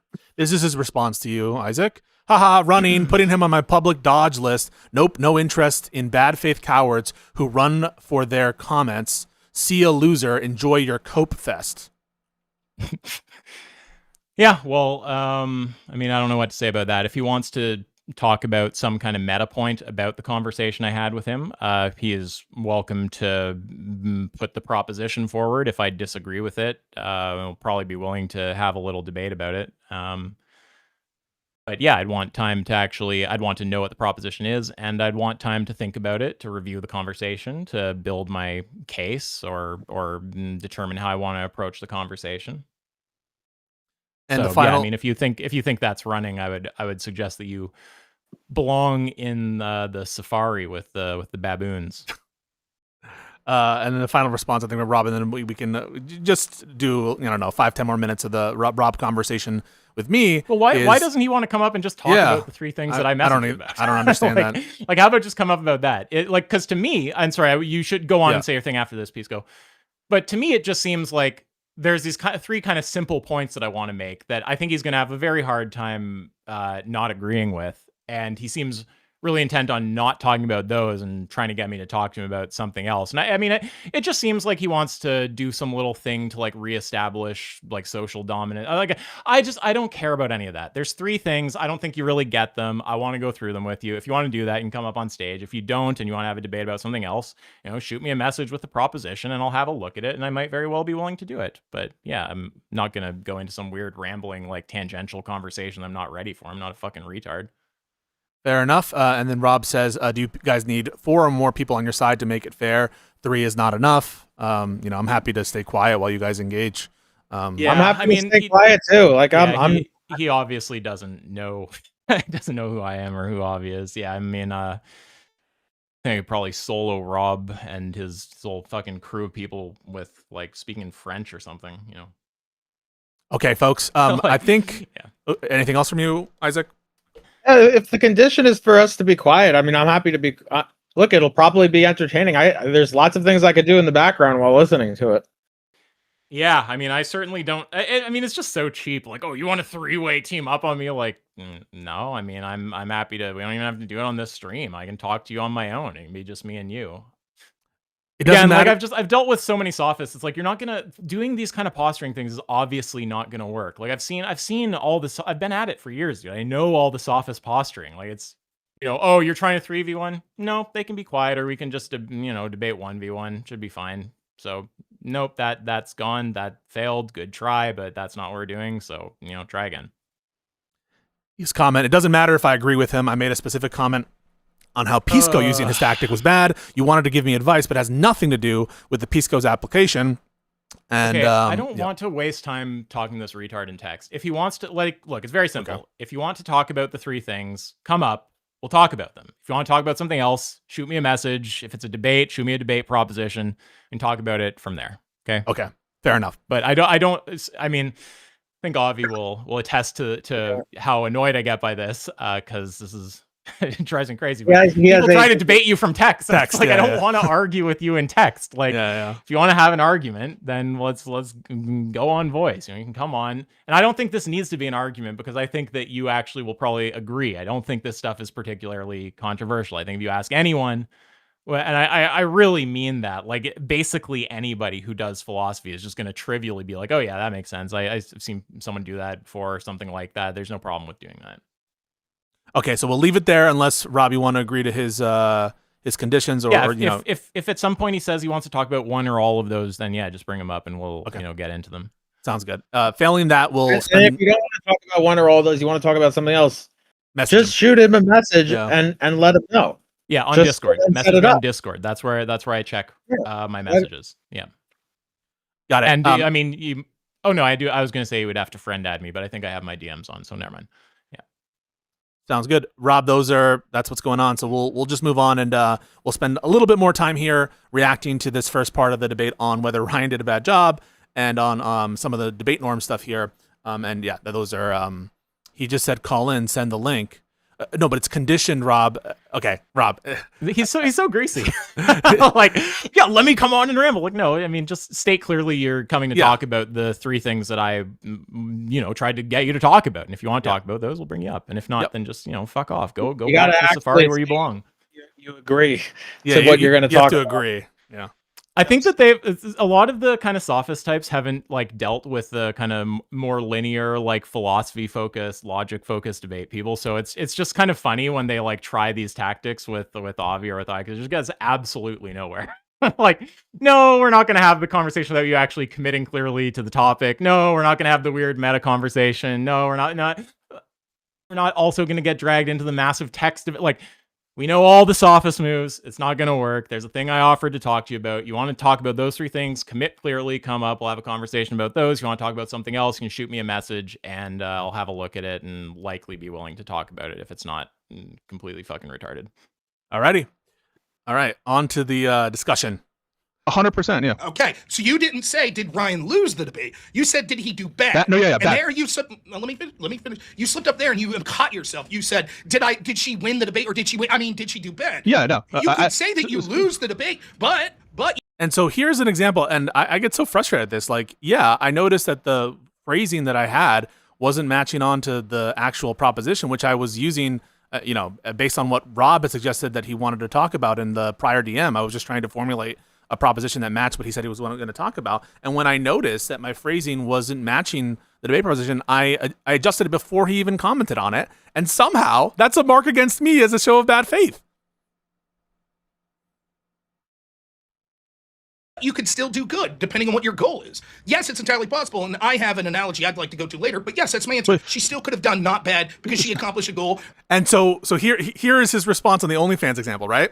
So you could be an OnlyFans model with the goal of promoting your OnlyFans, and it's possible for you to not do bad at debating by just doing that very, very well. And I just think that that's a reductio. I think that, and Rob would never accept this if it were in the whatever podcast scene.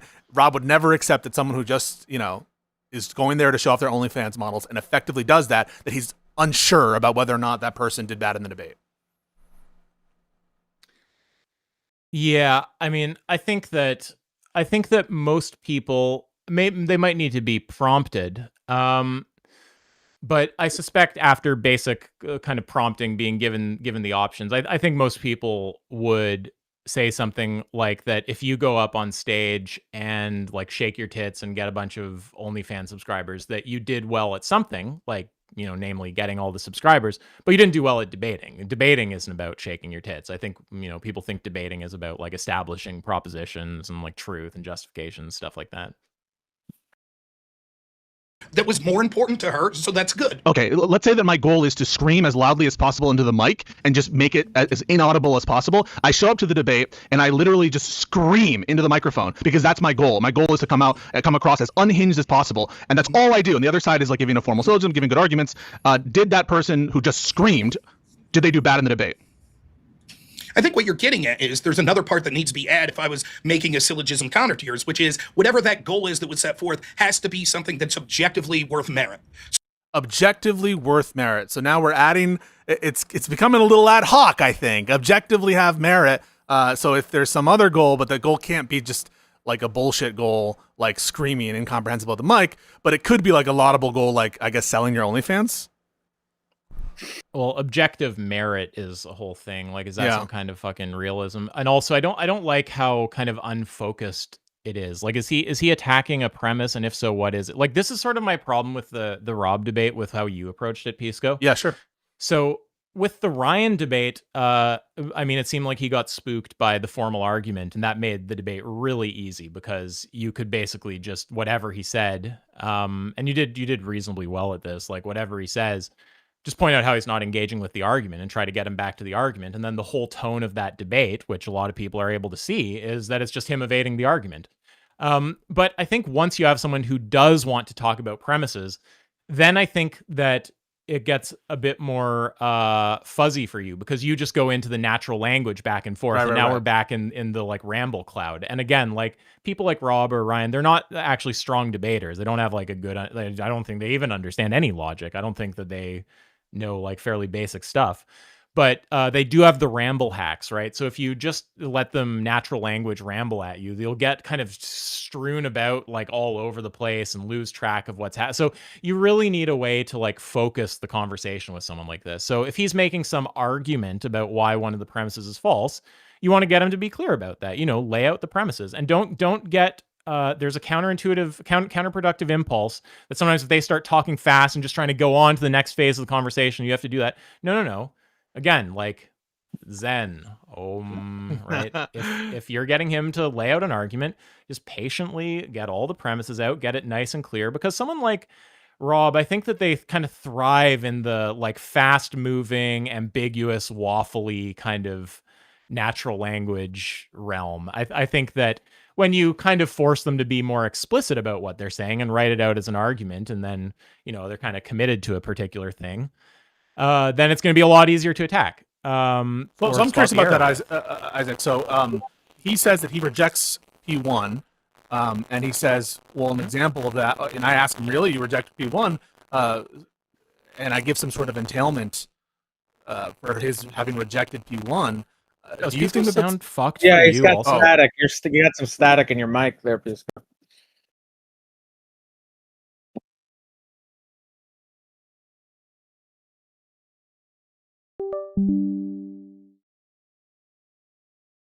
Now I can't hear you at all. Right. Got to get off that Windows. Come over to Linux, where the real Sigma males are. This guy before stream, he's like, sorry, I gotta update my Windows computer. Yeah, have fun with that. Look, he's laughing, but he has no ability to respond. We can just dunk on his operating system. Oh man. Okay, is that any better? Yeah, I can hear you. Sorry, Okay, go all on. right. So you had been like, well, you have to say tailored to the actual argument in a way that when you did it with Ryan, you were doing reasonably good at that, but less so in Rob. Well, and my response is that like, well, he rejected P1, and I was trying to show like an absurd entailment of his rejection of P1. Talk to me about why that's non-optimal. Well, it's not that that's not optimal. We'd have to play it back because the thing is, it's basically you're providing some argument for premise one. You're like, it's some reductio. Like, hey, if you don't accept premise one, you get stuck to this conclusion. Right. I don't know exactly how you'd set it up, but it's basically some reductio that's going to get you to premise one. So pressing that is fine, and then you would force him, just like you did on the initial argument, to engage with one of the premises of your supporting Of the sub-argument, right? Yeah, and then you want that to bottom out at a level that's basically just as far as you're willing to go in the debate, or as far as you think you need to go to convince reasonable people. And then at some level, you go down a few layers in the tree, and you get to like, something that you're just like, okay, I'm taking that for granted, and I'm not prepared to argue below that. Yeah, sorry, there's something else I was going to say. Yeah, sorry, those comments I just made might be a little hard for people to understand if they don't kind of know a bit about sort of algorithmic / like linear debate, and kind of like epistemic context and stuff like this. But I mean, I don't know if I want to go into explaining all that. Like, well, I mean, I'll say quickly, like, there's kind of like a base layer that you're coming into any given discussion ready to argue to, right? Like someone can always ask, what's the, And how do you know that? What's the argument for that? And at some time we're gonna get like really far from politics, and we'll get into like philosophical fundamentals, like how, I mean, eventually you give some premise that like relies on your sense perception or something like that. And it's like, why is your sense perception reliable? How do you know about that? And I mean, you might come in as like some hyper well-rounded debater ready to argue down to like philosophical fundamentals. But I mean, I think what's more reasonable is to just kind of know in what context you think your argument can go through. You're like, maybe I could get my argument to somehow work if I didn't have the reliability of my sense perception. Like maybe I can start with something more primitive and still argue my way to my conclusion. But what I'm confident about is that I can get to it from this foundation. So basically what I'm trying to argue is, given this set of propositions that form kind of the foundation for this debate, I think I can get to my conclusion.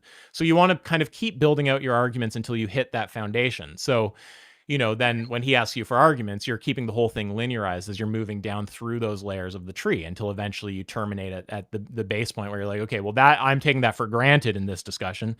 And why you might take it for granted in the discussion could vary. It could be for the sake of convenience, or it could be just that you might have some sentence like sense perception is reliable, or like the external world exists, or something. The uniformity of causation and all that shit. Or realistically, in a uniformity of causation, reliability of science. There's a whole bunch of these, but it could be a higher level thing. It could be like Trump made this statement on this date, and you might just go, I'm assuming I can get to my conclusion from that proposition and some others, but I don't have an argument built out to justify that. I'm kind of assuming like maybe it's something that like 99% of people, conservative and liberal or left and right, whatever, they all agree with. There's just some minority of like conspiracy theorists who think, Trump's a hologram or something, who don't actually agree with it. You might be like, okay, well, that's as far as I'm planning to go in this debate, because I mean, I could maybe try to build out more arguments, but I don't know who I'm trying to convince at that point. Some like fraction of the population I don't care about. So yeah, to answer your question, I mean, it was a bit hard to answer because you need that kind of framing about algorithmic debate and like layers to the tree and like the base layer and the motivation for the base layer and stuff like that. But with that in place, and obviously that could all be cleared up like a lot more, but with that in place, yeah, I mean, you just kind of, you want to know where your base layer is for the discussion, and you want to build out a string of arguments all the way down to that. So when he presses you on the premise, you deliver your supporting argument and you keep it linearized and get him to challenge the premise of that in just the same way all the way down to the base layer. What you don't want is kind of, it sort of drifts into like, okay, you give an argument, but then he kind of tries to give some like other argument, and it's not really clear what that's doing. Is it undermining a premise of your argument? Is it kind of undermining the thing that your argument was supposed to be an argument for? And then it gets kind of fuzzy and a bit weird. So yeah, I mean, it seems like you have pretty good linearization at the first level on the primary argument. You're pretty good at being like, hey, get back to the attack of one of the premises or show this is invalid. You got to actually engage with the argument. But then you go into more sort of natural language stuff once you're getting into the follow-up, the further discussion about those supporting, about the supporting argument for those premises. And yeah, you'd want to basically keep that linearized in the same kind of way. Like if he's going to try to make an argument to attack it, get him, figure out what his premises are, and then see what kind of angle of attack you have, or if you agree or disagree or whatever. And if you're going to argue for it, you should already have kind of like a tree ready that, you've built out down to a few layers below that, or to whatever base layer you care about in the discussion. Good observations. Good observations. This is the plan, folks. So we're gonna go and look maybe for one or two other segments at the discussion, and then I want to give Isaac the space to say what he would have said to Rob, to the extent that he hasn't said it already, on those three different propositions, and then we can call it wraps. But I appreciate both of your guys' time. I know we've been going at it for a while now, so thank you guys for your time again. Oh yeah, it's been fun. Yeah, for sure. So in that case, I would say no, because the goal that you were trying to accomplish was something that's not worth merit. However, if your goal was, I hope to raise money for this family who just had their child die in a car wreck, and you lose the debate on who's going to win the Super Bowl, but you were so likable and imparted that message so much that you raised $1 million, do you think you did good? No, I don't think you did good in the debate. I disagree. In the debate, you didn't do good, right? Like you did good with that goal, right? No, sure You've done something virtuous with a goal, but that's consistent with you doing bad in the debate. You can show up to the debate and all you do is be like, guys, I really want you to donate money to the starving children, and you do really good at that. But like but the debate proposition is like, who's the best basketball player? In what sense? How is it like you really think that person wouldn't have done bad in the debate? I mean, Okay, I think what I need here, and I'm going to be a self-critique here. I think what I need here is an MMA analogy. I think it really could have used. I got you interested in those. Yeah. And Avi at some point I think is going to bring up chess, and I think that's a wonderful analogy. But I think maybe a difference there is like the win state of chess is to most people seen as more quote unquote objective, and more like the norms are more agreed upon. Universal. Yeah. Universally agreed upon. Yeah. And in MMA, I guess there also is agreement on what constitutes a win. Yeah, in so MMA. that's the thing. They can say with MMA, this is the thing where we wanted to, I think Isaac alluded to, like, what the problem is with the current state of debate. Yeah. And what the solutions are in the short and long term. Oh yeah, this is good stuff. Are you just gonna go? You should maybe just explain your view. You want to just go through those? Yeah, I mean, those two. I have the same view. Like this is all I agree with all this stuff he's about to say. Yeah, my view is the current. So yeah, it's actually true. There is less universal agreement on what debate norms are than the other sorts of things we would want to make analogies toward, and that is just to say what a horrible state the position of debate actually is, where you can go onto a stage and there's just a blank face from the moderator when you say, "Oh, I don't care about I don't care about arguments supporting the proposition." It's wild. Like, and I'm just going to talk about something else.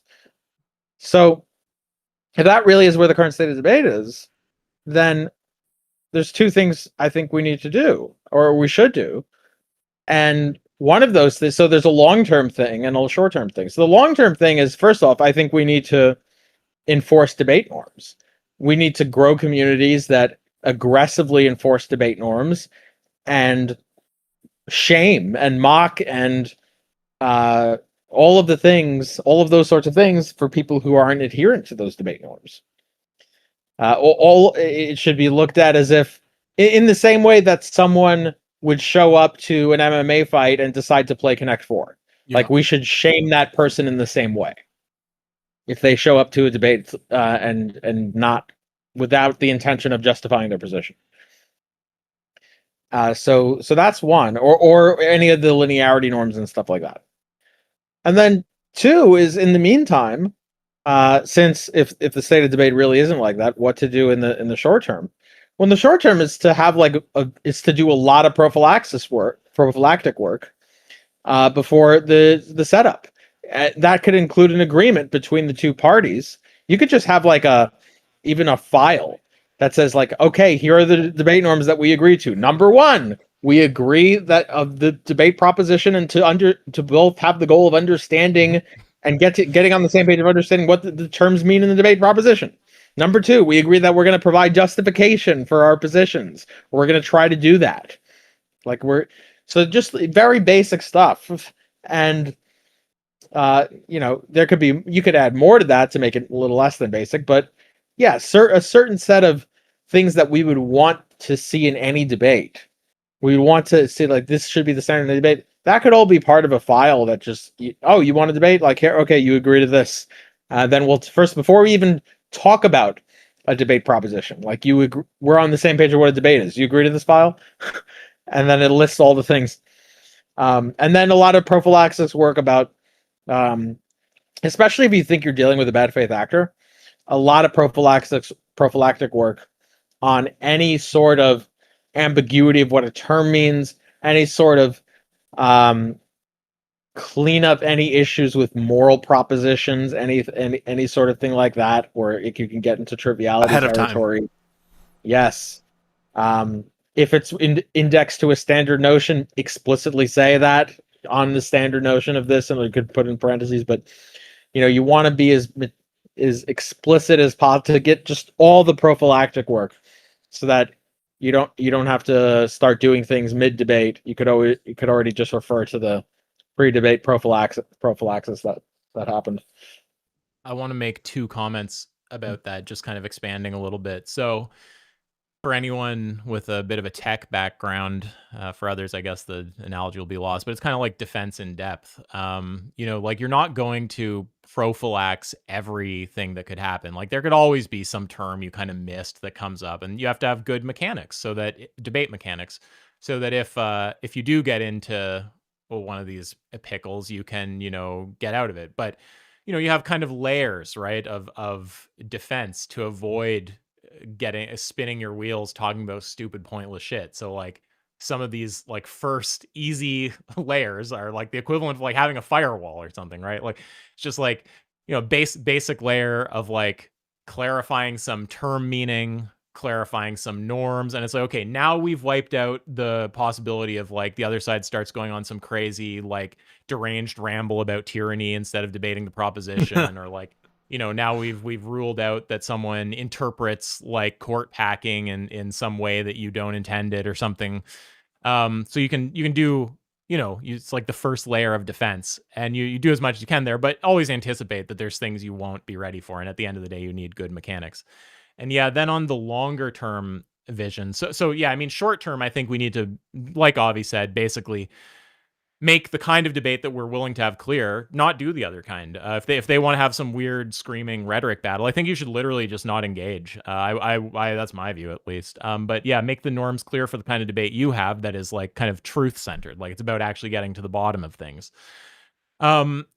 And then, yeah, longer term, it's about public understanding, and the public can come to understand things. There's this one Tinker book I read a long time ago, and he had just the example of the economy, that term, and that was once I think kind of a highfalutin technical term or something, and kind of seeped into the everyday person's lexicon, and now everyone kind of has some general idea of what the economy is. You hear pretty average people talk about the economy.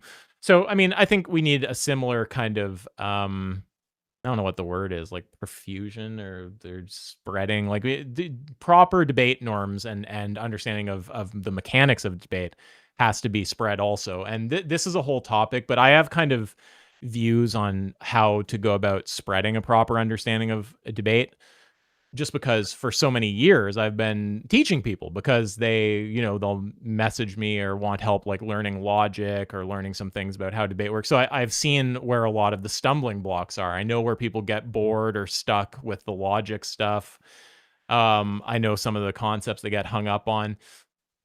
And yeah, I think really what's needed is a multifaceted and automated way to teach proper norms. And that's why I'm spending my time I'll be spending a lot of time coming up working on building a proper course that really explains the stuff. And I'm going to put this on a site so I can actually program activities. You have to like complete the activities to get to the next section. Duolingo blah, for blah. debates.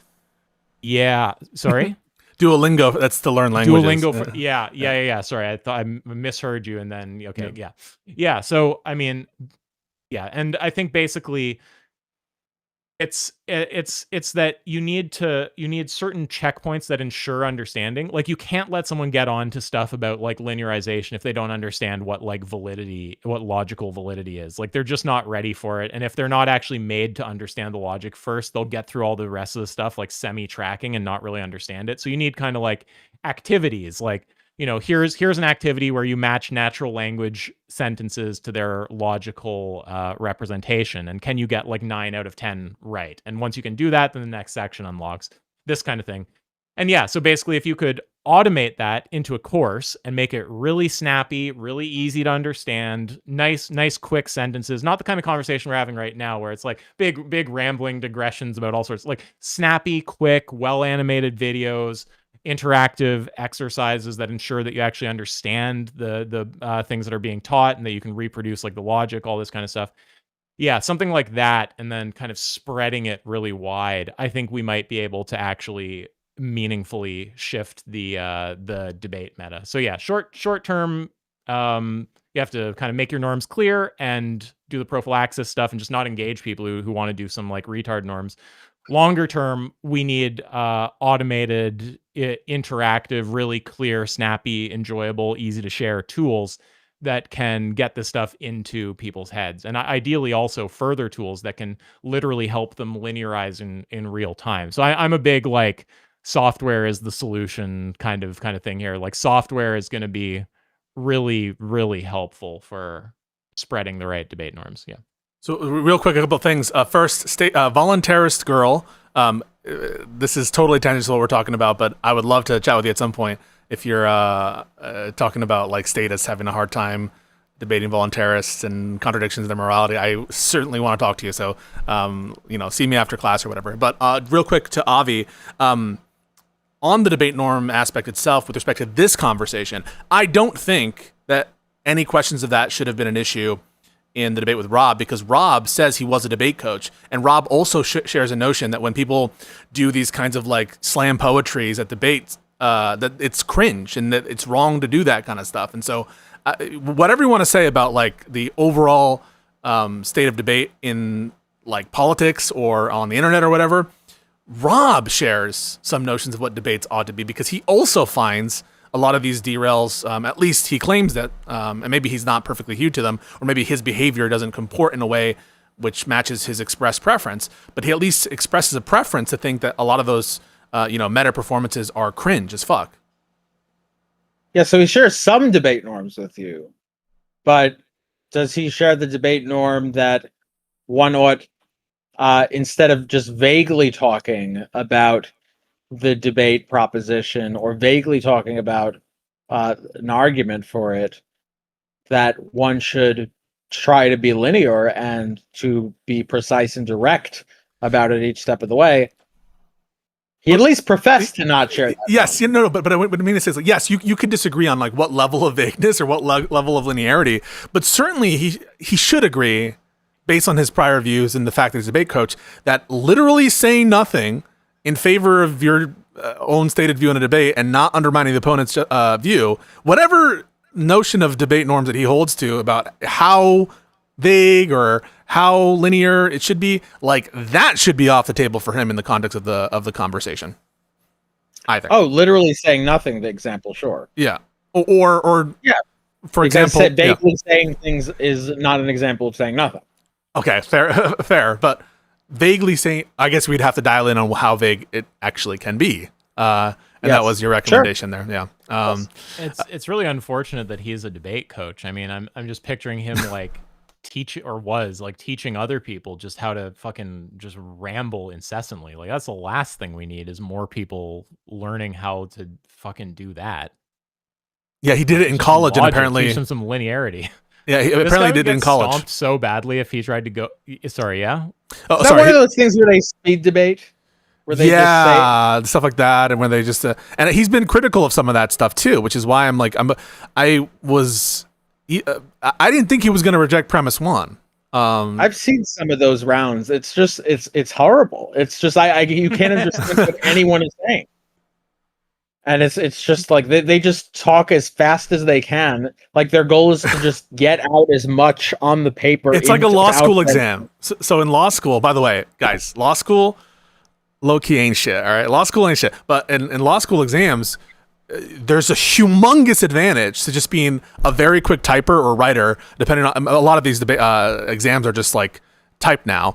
But if you're like a fast typer, you have like an insane edge because the more you write about something, you can just check off like massive amounts of points in just like a checklist. And so it reminds me of that.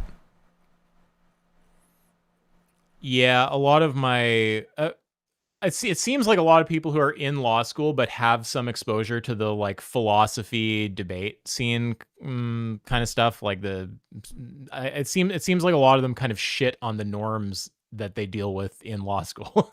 Also, though, I find that there's a decent amount of people with law background who get really interested in the linearity stuff because they're like, oh, this is like the right way to do the kind of thing that I'm trying to do. Yep. So what I would recommend in terms of narrowing down on the vagueness, just is it related to the degree that it undermines the probability of one of the propositions being true? Yeah. Is That's that how you would dial it in. Yeah. In other words, is it vague? Is it limited to the sort of vague? If it's vague enough that it doesn't change the probability of one of the premises being true, or it doesn't. In other words, another way of saying that is if it's vague enough to the point where it does not undermine the justification. Yeah. Right. But that's just So then the vagueness is being captured by that first premise that we made. Regarding but notice how we're not clear of what the answer is there. No, it is unclear. Real quick, and we're gonna end very, very soon, but I just wanted to get an opportunity for Isaac to respond to a commentator who says Isaac got destroyed by Jay Dyer. He's a pure sophist. I just wanted to give you the opportunity to respond to that before we conclude soon. Oh, well, I mean, I made a post about Jay Dyer actually just the other day. He left the debate space, I guess, and I put out a little tweet that said, after years of running like a bitch from everyone competent, Jay Dyer fully flees. Bye-bye, retard. If you ever grow some balls, we're waiting, as we have been for years. So, yeah, I mean, there's a lot of us who Jay has been dodging for a very long time. Yeah, maybe I should even read one of my other ones because I kind of went through a little thing about Jay recently. Oh yeah, I mean, it would be great. I don't know if there's a way for you to share this, but I shared like the history of Jay getting fucking pwned by people. And I think this kind of contains my reply because I talk a bit about the time I talked to him. He says Isaac wouldn't present his worldview. Go watch the debate. It sounds like he's pre-supper. Yeah, the pre-supper. Yeah. I mean, I'm. There's anytime someone says like worldview, I'm just like, my sense goes on. Yeah. So this is one I put out a little while ago about Jay. And well, yeah, I'll read this first. So I said.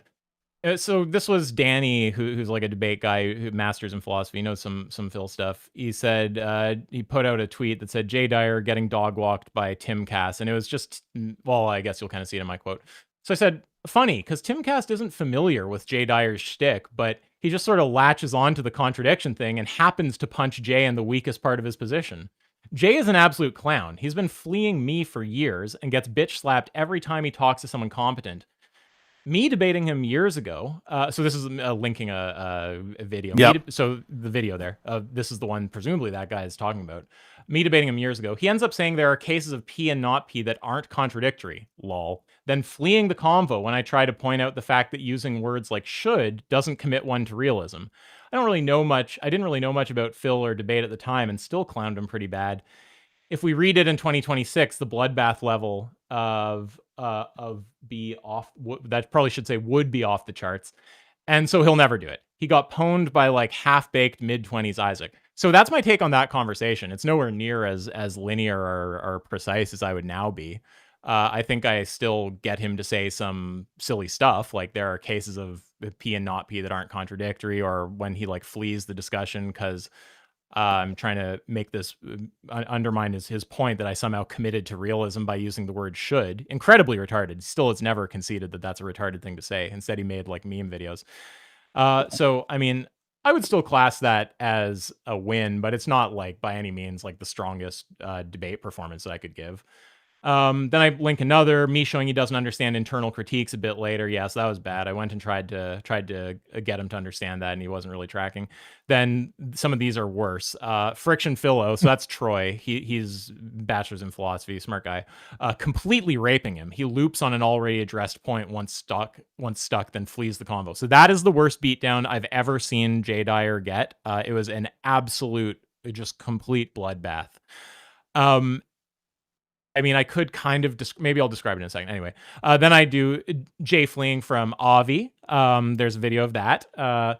He now runs from all AY community members, which he does, and Jay running from Ruckster, who's another guy who used to be around the community, after a very quick bitch slap. And then I put, you have it up on screen. Okay, yeah. So then I write, honestly, if you take this guy seriously, that should be one of the most hardcore clown alerts possible. Can we please all collectively mock this blazing retard and make him feel some shame for literally fleeing everyone who knows how to break his position for years on end? If you want to watch me or any of the above people rape him, let it be known. I doubt he's capable of feeling shame, but the more people who humiliate him for fleeing, the better. I and probably the others mentioned in this post are happy to debate this clown anytime. Keep running, you little bitch. So yeah, that's what I had to say about Jay. And yeah, his conversation with Troy was particularly bad.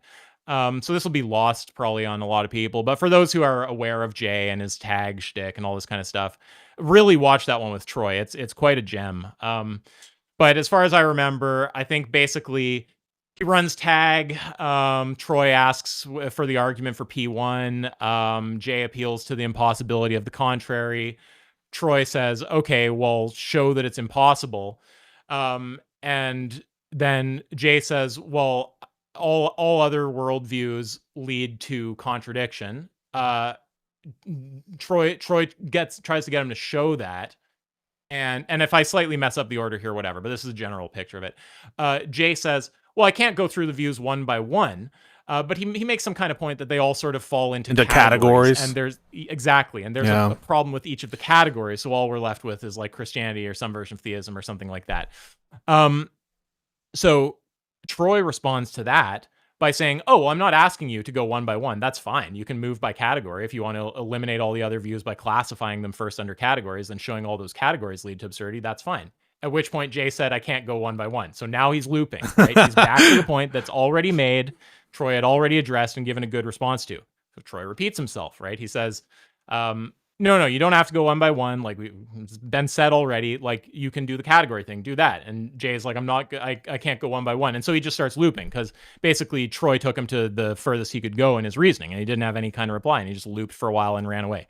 So yeah, whoever that is in chat, you're just a retard. I'm sorry that you're retarded. I'm sure it's not fun, but you can ascend. And step one is not taking clowns like Jay who've been running for years and get bitch slapped by everyone with basic Phil competence seriously. So you don't understand, Isaac. Well, first of all, thank you for that response. His goal was to loop and then run away. And so he did good with respect to that goal. Oh, yeah, right, exactly. Like if my goal is to lose the fight and I show up and get tapped out instantly, I actually won. Did really well in the fight. Yeah, right. Forgot about that. True. Yes. Okay. So, and then finally, just on the notion of winning the debate or losing the debate, I wanted Avi quick to give his take on the argument about presidential debates having different norms and the arguments about the hearings that was offered by Rob. My response to those was just like, one, I don't think you have to hold that presidential debates either should have the same norms as these kinds of more, online political debates. But it's also compatible with the notion of them not doing good at debating in the presidential debates. And then that the hearings are a category of their own as well. And maybe there should be improved norms about whether hearings adhere to the topic. Yeah. And by the way, my view is actually that I think, so yes, all that's correct. I mean, there may be different, look, why stop with presidential debates or hearings? Like, why not just appeal to modern day debate, which you're on? You could say, well, look, in modern day debate, we're right here, and the moderator clearly doesn't give a shit about any of this. So there's what that's the strongest argument in his favor, is what you're saying. Yeah. I just said that. Yeah. And then my response said, okay, well, that's true. But that's number one, that's why I've been trying to get you to agree to certain things prior to the debate, because presumably we don't just think there should be anything. You don't even think there should be anything. We could just discuss what vagueness is. So that's one. But also, like, I do think debate norms should be different in presidential debates. I do think debate norms should be different in these hearings. Yeah. In hearings, or the norm should be different. It's not a debate, really. Yeah.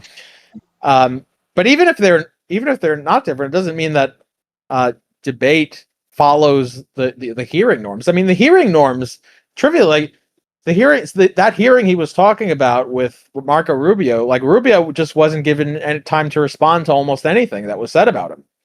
So even that norm, senators can just interrupt you if you're like someone here who's like there to respond to a subpoena. I reclaim my time. Yeah. And then if you like, so even in modern day debate, they don't follow those norms. Yeah, because the one thing they do is they keep interruptions and time. They're a stopwatch. So that's the one thing they do, and then at least that, and then they do at least give the other person a chance to say something as well. So even that modern day debate doesn't follow. Yeah, so basically Congress has the lowest standards when it comes to these norms, even worse than modern day debate. And listen, I want to be clear. I might still do more modern day debates because I do have other purposes in why I do these debates, and sometimes they don't perfectly align with what I think debate norms ought to be. I will try to adhere to those norms in fulfilling those other objectives and going on modern day debate. But I respect your decision, like, not to engage with the platform you think that's spreading bad debate norms. But I wanted to give, as we're closing now, an opportunity, if Isaac, you want to say anything about those three propositions that you mentioned to Rob, to the extent that you don't think you've already covered them, to give you the space to do that now. And other than that, I think we can't go through the whole of the debate. There's more fun there. If you guys want to watch it, it's available. But yeah, I wanted to give you the space to do that, Isaac. Oh, you don't think we can get through 10 hours? Yeah, I mean, I can't believe that Avi stayed there for the full thing. That was crazy. He didn't know what he was in for. I don't think Avi would do that again, unless he were being a real, like, forceful mod. Yeah. I think Avi learned a lesson out of that debate. Well, I mean, especially it started late too. Like, it started at 8:30 or something, or 8:30. The thing is, there's, like, Avi is someone with, like, specialized knowledge. Like, if you bring him into mod, really the idea should be that he's actually there to keep it on track, and he should be aggressively interrupting when someone goes off track. If he's just there to kind of stopwatch and kind of have views bounced off him here or there, it must have been hell. It's not fun for him, probably, but also, like, it's just not using him in the way. That's why I was trying to. People take this as bad faith too. I was just be like, I could see that there's like a stop on the road. I was like, I wanted to just see if, like, Avi, you can see where the problem is, and that was thinking, why are you doing that? Yeah, it's too little, too late. It should have been, like, at the outset. We kind of agree that Avi is here to really keep things on track. So he would be aggressively coming. Like, I had the same thing happen, honestly. I moderated one with Destiny and Alex, and I just immediately, I was like, oh, these guys are, like, all over the place. And I could come in and, like, linearize this, but I would become, like, the main person talking, and it would turn into, like, you being a villain or something. Well, I don't know if I'd be the villain. I don't know how they'd react, but it wasn't clear. It wasn't clear that they had that expectation. So I kind of realized after that time moderating, because I just sort of sat there a lot of the time, and I was like, okay, well, for me to do what I would actually want to do here to get this on track would be like a pretty big step away from probably what these guys are expecting here. So in the future, I think if I ever moderate, I want to make it clear to people, like, I'll be there to moderate to, like, really keep things linearized, and it'll be kind of aggressive. And if you come out on the wrong side of the linearization, it might end up being really harsh on you specifically. So wasn't there a follow-up debate where you did make that clear? And you did do that? No, I don't think so. Not that I remember. Oh, I thought there was. Maybe I'm not remembering. I don't think so. Oh, I talked to Destiny about it. I talked to him about that debate with Andrew about the insurrection stuff. He was saying some weird stuff about internal critiques, and I went on and. Oh, I thought there was another debate with Destiny and Alex that you. No, I don't think so. I think the only time I ever talked about that was only not in one debate there. I don't think so. I think the only time I ever talked about that again was when I was speaking to Destiny about the thing with Andrew. And he said something about that debate, and he was like, "Well, if you had seen my debate with Alex," and I was like, "I was there. I was the mod." But yeah, that's all I remember ever talking about publicly about that. Maybe I'm misremembering then. But yeah, no, I share the same view. Like it's at the outset. Now I know that I need to make something more clear when I'm being asked to moderate a debate. I need to make it clear. Just FYI, I'm not wasting my time being a stopwatch. Yeah. Or something that someone occasionally. So you did learn something. That was a valuable experience for you, Avi, because now in the future you're going to do that. I think I could have learned that experience in less than 10 hours, for sure. But yes, I'm going to be, just to be clear, like the purpose is to use me as a tool to aggressively keep the debate linear on track with following, truth conducive norms or productivity conducive norms, how, we could talk about what those are. And that might come at the cost of it seeming like I might be on one side or the other, to the degree that one side or the other is against those norms. Yep. Right. And so if you're going to, if you are okay with that, then yes. If you're not okay with that, don't ask me to mod. Yeah. Yeah, exactly. Yeah. To what you asked, Pisco, I mean, I'm not sure if I already did address all 3 points. I think I talked about the first one with the schmoove, but yeah, I mean, I'll just try to be really simple and quick about it. So the idea is you have a term like court packing, and you use another term like court schmacking. So you change the label. Change the label, but not the actual meaning that you intend. And so that's the move. Basically, you keep your meaning the same, but you change one of the words you're using and prefix it with shma or sh. Now, why would somebody do that? So this is point 2. The main reason is so we did talk about this. Yeah, the main reason is basically to avoid a tangential side discussion if the other person is getting all hung up about you using a word in a particular way, and you don't want to have to get into explaining like, okay, like linguistic realism doesn't really make sense. Like there's just kind of like if you don't want to get into all those discussions, this is a way to avoid that, right? You just give up on that term. You say, okay, I don't care about the original term. I'm just using a new term, court schmacking. So that's the motivation. And then the objective definition, correct definition, legitimate definition, all that kind of stuff. Why that's basically just orthogonal to the schmooved proposition. It doesn't matter, right? You could just grant that you're using the word in some way that's not correct as they understand it, or that's not the objective definition or whatever. The point is just you have a given meaning, and they can do all the criticism they want of some other version of what you're saying where they interpret that term differently. But that's going to have no bearing on your actual position. So yeah, I mean, if say that we do court packing and I say, okay, well, I interpret court packing like this, and you say, okay, I don't. So I just mean court schmacking. So let's just talk about court schmacking. If I start talking about, oh, well, this is the objective definition of court packing, all that kind of stuff. Well, none of that matters, because I could establish all of those things. It's objective and legitimate and correct and all this stuff. But at the end of the day, you mean something when you use the term court schmacking. And that's your actual position. And whatever label you want to use, you call it glibble-glorp if you want to. Whatever label you want to use, that's your actual position. And that's the thing that I need to attack if I want to engage with your position. So those questions about objective definition are orthogonal. Yeah.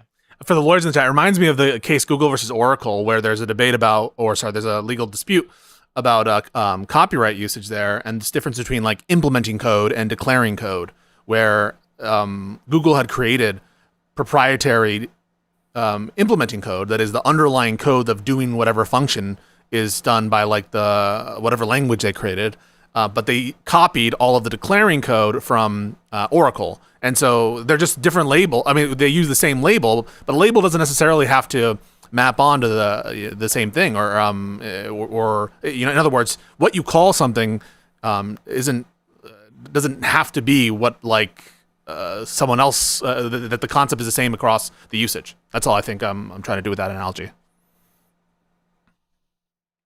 Anyway, so that's if in other ways, if I take someone's movie and I downloaded it and I re-uploaded it and I title it something else, right.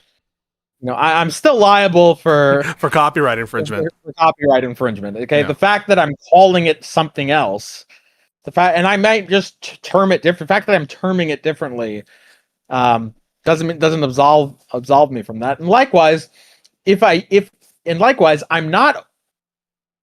may not be on the hook for copyright infringement if I just call it something the same, but it's a completely different work. Because generally titles are not copyrightable, and so in the case of the code there, it was found to be fair use to use the same declaring code while having different implementing code. So you could use So you can use it a completely different term for it. But if it's different, it's going to change whether you're liable or not. So it's just helpful to clear up the terms and say, okay, instead of just saying this, you could add a prime to it, or you can add a sh in front of it. The shmove. That's all it is. And like the kind of core of all of this is just that you want to engage with someone's actual position. You don't want to try to say, oh, when you use that word, you have to actually mean this thing other than what you mean, because then you're just going to go, okay, like we can fight about that. Like, no, I don't, but like just fuck all that. Like, I'll just use a different word to mean the same thing that I originally meant. Now just engage with my actual position. Like, the point is you want to actually attack someone's position. And some of these guys seem to have this weird idea that you can like kind of argue about the language to force them into meaning something they don't mean. And I mean, that's just ridiculous. You can just schmoove if they try to do that to you. Just go, okay, well, whatever. Let's just forget about that word. Here's my word. Now engage with my actual position. Well, guys, I want to thank you for using so much of your time today and coming on to discuss. I will note, according to one chatter, who knows if it's true, I was just officially banned and blacklisted from ever debating Rob again. He's had it after today. I don't know if that's true, but that would be a very interesting decision after what happened. I think this is apparently Pisco. Not allowed. If you were Ryan, you would mute me and kick me. I means you or the chatter? Oh, me as in Pisco. I'm banned and blacklisted. I think if this chatter is correct. According to this person, right? According to this person, yeah. And so I don't know what I did in this discussion that's off limits. I mean, they had their own little session about discussing how they did wonderful in the discussions, and so now I do my own session about like the problems in debate norms, and by the way, taking some feedback and criticism as well from both Avi and Isaac in this discussion, and then just trying to adhere to, I think, a basic politeness norm of saying, hey, I'm not going to bring Rob in if Isaac doesn't want to because he was invited first. If it's true that I'm blacklisted because of that, I mean, I think that's kind of stupid. I'll let you guys react to that, then we'll close out. I don't know if I have any reaction. It seems cringe. I don't think you did anything wrong. I don't think you should be banned from any channel. I definitely don't see anything that you did in this at least not in this conversation that would, at least that I would put something on the blacklist. But I will say one thing, which is that it's lonely at the top. So you will notice that the better you get with the algorithmic debate stuff, and I really hope this changes. I really hope that this eventually isn't the case. But the better you get with the like linear debate, where you're like building out the trees, doing all the, I mean, we could talk about what algorithmic debate is. We've had whole conversations about that. The more you will find that people won't debate you. They will just preemptively run away. They will like Andrew Wilson blocked me streams if you show up. Well, I'm not going to speak on the case with Andrew specifically because I don't know about that. But yeah, you will notice that a lot of people will just avoid you, and then you'll just be kind of left alone where you're like, okay, well, no one wants to debate anymore, so okay, I guess it's kind of lonely at the top. We'll just chill out here. You kind of find that, I mean, well, I mean, I don't know. There's some shit I could say there, but yeah. So you have that to look forward to, people. Yeah, I'm looking forward to it. And guys, always looking to get better, always looking to refine, and that's why I try to have these conversations, because there are things I could have worked on, including in the argument where I want to clarify what I mean by the proportionality premise there. Oh, sorry, go ahead, Isaac. No. You say your thing first. I just have Yeah. a final thing after. I was just going to say, like, it's clear that the term I used there, and credit to Rob, even some of his hypotheticals and questions, and Avi, you called him out, you praised him in that moment, that some of these hypotheticals and questions he was asking was helping to refine and also potentially poke some holes into in some of the terminology there and some in one of the premises. And so yeah, I'm gonna take some of that advice and make sure the proportionality premise is accurately capturing my value, and I think that that's useful, and I'm happy to take that to heart as well. I don't know why it has to be so personal in these discussions. Oh yeah, okay. I need to say two things. So one about that, which is the formalizing. So yeah, there's this weird counterproductive impulse that people have to, I don't know, like they kind of, when formal arguments come up, they don't want to engage with them because they're, I don't know, intimidating or something like that, maybe. But actually, the formal argument makes you vulnerable, the person who makes the argument, because you're really putting out exactly what you believe. There's not this whole vague cloud of natural language to kind of waffle around between. So it takes a stronger debater to be able to really lay out a clear position and take some and also criticism is actually going to land. Like, probably your first few times formalizing an argument, and maybe even after that, you're going to get criticism that you're just going to be like, well, fuck, that actually kind of makes sense. So I need to adjust what I mean. But this is how you get to genuinely strong positions. Like, if you can picture a graph, assume it's linear, I guess, but maybe it's not actually. But you can picture two kind of lines where they both have, they are one starts at a higher point on the on the y-axis than the other starts lower. But the lower starting line has the higher slope. So this is like a time versus like debate power kind of thing with an argument. So the line with the higher intersection point with the y-axis, that's like the natural language, rambling, vagary kind of strategy. Like, yeah, I mean, you come off stronger in the early stages of running that kind of debate style. Because when someone presses on your position, you can kind of waffle to some like semi-adjacent sentence or kind of move around or budge. So that gives you a lot of wiggle room that makes it easier to defend your position. And at the very start, that person who's going to do the formal argument, well, it's their first time formalizing it. They haven't seen all the objections. They haven't been this clear about what they mean before. So they're probably a bit of an easy target.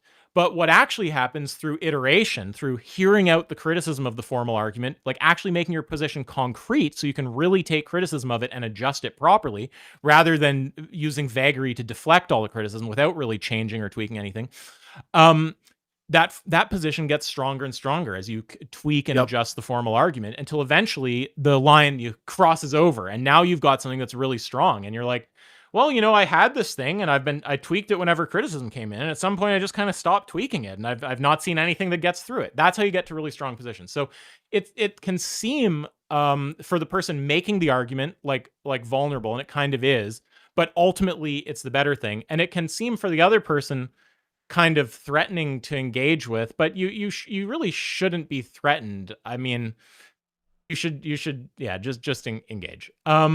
Okay, so that's the one thing I wanted to say about how yeah, formal arguments actually make you more vulnerable, but in the long run give you the stronger position if you can really take in criticism and adjust. And yeah, then the other thing I want to say, it kind of connects to this. I mean, I think a lot of these people are just kind of narcissistic. I don't know if any of them are actually like literally like have NPD or something like that, but I think a lot of these guys are just kind of like heroes in their own mind. They think that they're doing the most amazing technical debating ever. They think they did the most precise thing. They don't even know basic logic, and it causes too much cognitive dissonance for them to really think that, in fact, maybe it's not even that I'm just not the greatest. It's actually that I'm kind of a noob and I don't really know that much. And there's a whole shit ton of stuff for me to learn to even get started at being good at debate. That is like too big of an affront to their ego. So they're going to create this like ego preservation fantasy world sooner than actually learn. And yeah, I mean, I guess one way to sum it up is that there's never anything to learn. If you're already perfect, there's never anything to learn. True. So, yeah, just it's much better to not think of yourself like you're fucking debate Jesus, to just understand you're trying your best. And if there's something you encounter that you haven't dealt with, don't get so freaked out by it. Just take time to consider it, understand it on its own terms, learn, and then improve. Yeah, rather than going on some like infinite cope session and never actually learning these basic things. You don't need to become you don't need to be a hero in your own mind at all costs. It's okay to just accept that there's room to learn, and you thought you were a bit further than you are, and to take a step back and do some growth to get to a better place in the long run. Well, appreciate that response. Last thing, and then we'll send you off. There's a comment he's been pestering, saying, wouldn't it be sophistry to present an argument and purposely use terms like self-defense, justified, proportional, cascade, when you don't actually mean the words as they're understood? If my purpose was to, like, I don't know, be shifty and to bootstrap stuff, I would agree. I think that is, like, either that's probably bad faith. I don't know if it would be sophistry to play around with those. Maybe it is. I'm not sure, but it certainly would be bad faith to do that. But that's not what I'm trying to do. I'm trying to use specialized vocabulary or the terms as I understand them, and to the extent that I'm not doing that, I'm happy to adjust them to use ordinary usage or whatever you want to say. I'm just trying to make sure that I'm understood. Yeah, so I mean, this really reads like a kind of a comment from an outsider, because if you look at like debates that happen in sort of an academic context, it's very common for there to be technical terms that are used. It really sophistry. Let's just kind of assume you mean bad faith by sophistry there. Whether it's sophistry, I think really is bad. Let's say bad faith. It's really going to depend on what their intention is, right? Like someone could use a ton of like kind of minority definitions or even totally proprietary definitions, like maybe by cat I mean watermelon, right? Yeah. And some needlessly confusing that one. It's hard to see why someone would want to mean something like that, but just hypothetically, right? With philosophy, we think about hypotheticals. It could be that someone is using minority definitions or highly proprietary definitions with no intention to mislead or fuck with anybody. Maybe they haven't thought to clarify things. Like even this one with Pisco, I think that I've made the point now that it would be better etiquette if you're using a minority definition to draw attention to that beforehand to reduce the odds of and I'll do that. Confusing. Yeah, exactly. And his response is like, oh, okay, it seems like it makes sense, so I'll do that. But he wasn't being necessarily, that doesn't mean he was being bad faith by not doing it, because he might just not have realized, right? So I think, yeah, whether it's bad faith really depends on someone's intention. You could use some weird terms, but maybe you need to use them that way to get your argument to work, and it makes sense given your argument. The bad faith part really comes from if you are knowingly deceiving someone. So, if like lying to get them into a debate, like saying that you care about the proposition and then not doing that I think although is... I don't believe any of that, remember. Right. You think it was ad hoc, yeah. My view is that it was ad hoc. He saw the formal argument, he got freaked out by it, he started evading in all sorts of ways, rambling, talking about meta, trying to press you on other views, blah, blah, blah, and then retroactively moralized it as some fighting tyranny thing. I don't think it was actually a big planned thing. But yes, it would be an example were it a planned thing of being bad faith. So yeah, whether it's bad faith, I think there's got to be some intention there. And I mean, you could, if you use, say, the watermelon cat example, that's like bound to confuse people. Right. But even something like that, if you genuinely it would be hard to picture a person like this, but for whatever reason, really didn't have any intention of confusing anyone. Like maybe you're just stupid. It wouldn't be bad faith. It would just be a weird thing to do. So yeah. Or if English is not your first language and someone was playing a trick on you or something, like this guy, it's different than these terms like justification that you're raising right now, commenter, because there's entire like whole fields of these meta debates and philosophical debates about what justification even means, right? Like that is a term that often rears its head in ways that aren't expected by their interlocutors. And so I certainly wasn't just, and by the way, this is the proposition that Ryan offered, right? The term justification was first proposed by Ryan, or maybe it was me but at least the wording of the proposition of the debate was Ryan. Maybe my proposal also had justification, but yeah. They might be complaining not so much that using the word at all needs to be bad faith, but that using it in some uncommon sense or interpreting it in that kind of way might be bad faith. So maybe Ryan's not bad faith for using the term, you're bad faith for coming in with a minority definition. But of justification where it means like should, like what should happen. I don't know, maybe that's totally proprietary, and justification never means should occur. Yeah, I mean it could be. It's not it's not. I mean, that's a way to think about like kind of moral justification. There's also like epistemic justification. But yeah, I mean, the big point here is just You should only really be saying it's bad faith if you think someone was like deliberately trying to fuck with someone. If it's anything other than that, then the kind of criticism you might make is that it was like sloppy or it was like suboptimal Opaque, or yeah, something like that. Bad faith. You need the intention though. Well, thank you both so much for doing this. I appreciate your comments. I'm sure we'll talk more in the future. Maybe we can set up a debate between you and Rob on some meta thing he wants if he sends it to you in advance. But I doubt he'll want to engage. And Avi, thank you again for going through that 10-hour thing and now doing this additional 4-hour retrospective. I appreciate you a lot. Sure thing. My pleasure. Thanks for having us. Thank you. Bye. Bye. Okay, folks, we're almost done with stream. If there are, I wanted to debate that, or I wanted to not necessarily debate, to have a conversation with the person about the volunteerist thing, because that always captures and fascinates me. I forgot to read your super chat. What is your super chat? Oh, use this to hire better debate coach. I showed this. That won't indulge your coat fest. Maybe you'll win. I didn't hire these people. These are just people I know. But thank you for the $10. I do appreciate that. But I'm pretty sure I showed that. But thank you. By the way, I don't promise to show every super chat because you guys are freaks. You guys are freaks. Oh, pondering politics. Wait, yeah. This is on Wisconsin Supreme Court hearing on the Republican gerrymandered maps. Ooh.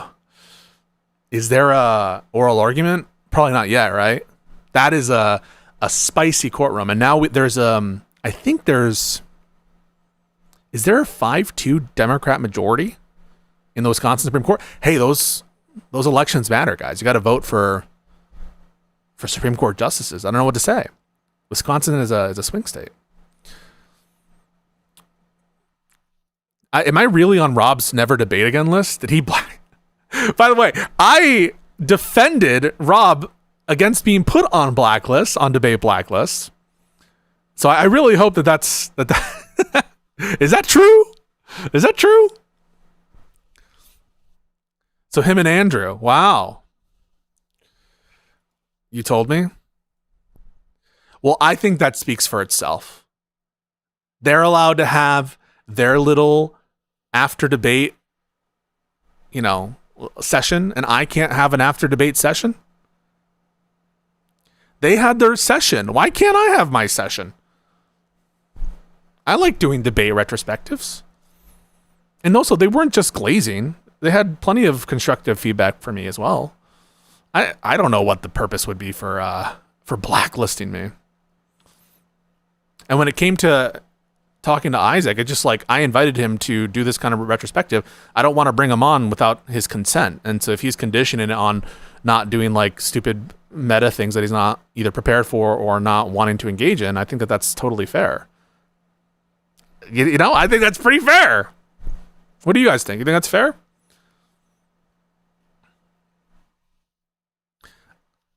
That would be a startling development if I was put on a blacklist for how I conducted myself in my post-debate session. They always do, both of them. I didn't watch it, but I saw that they were like, they have made videos about it too. What's wrong with me doing one? Crazy.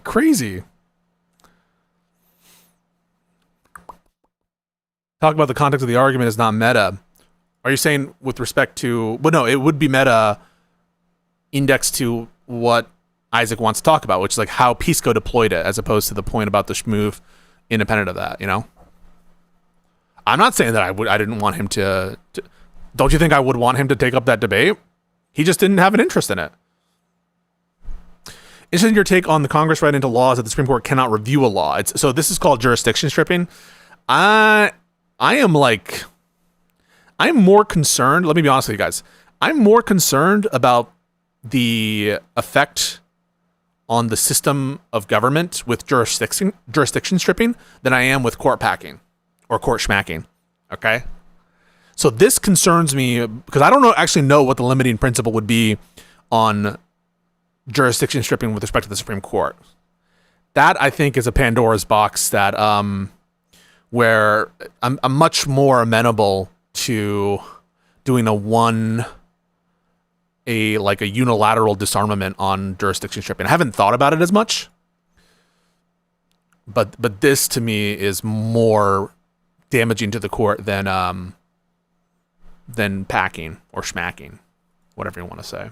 And by the way, and this is another, I think, good point that people get hung up on, arguably brought up by tomfoolery or counterpoints, but also I think Rob and Ryan, and something that I want to clarify as well, and maybe I should put this into the debate argument itself, which is that the court packing, the reciprocal court packing assumes not like insanely unqualified candidates, like just going by the same nomination norms as existed with Kagan, etc. Like, I'm not trying to propose a non-lawyer to be on the street. Like, you know what?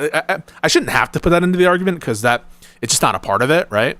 You'd have to be like, and I could just diffuse that if it's raised and be like, oh, well, I'm not suggesting anything out of the norm when it comes to who to nominate. I would still want to see someone who's like a lawyer, right? So I probably wouldn't put that into the argument itself. I definitely need to tweak the proportionality stuff because it's not capturing what I mean there. But yeah. Start running down these things. Yeah, no, we should. Did he really blacklist me? That's crazy. That's insane. Just like Andrew, huh? Just like his big bro. Blacklisted? There's no way. You're in voice chat? I have to go pretty soon. I did miss the opening World Cup stuff, right? Oh no. Oh no. So sorry, David. I have to go pretty soon. But whoever was that like non-status person, join the Discord or come back at some point because I'm always like into those ANCAP stuff, the volunteerist people.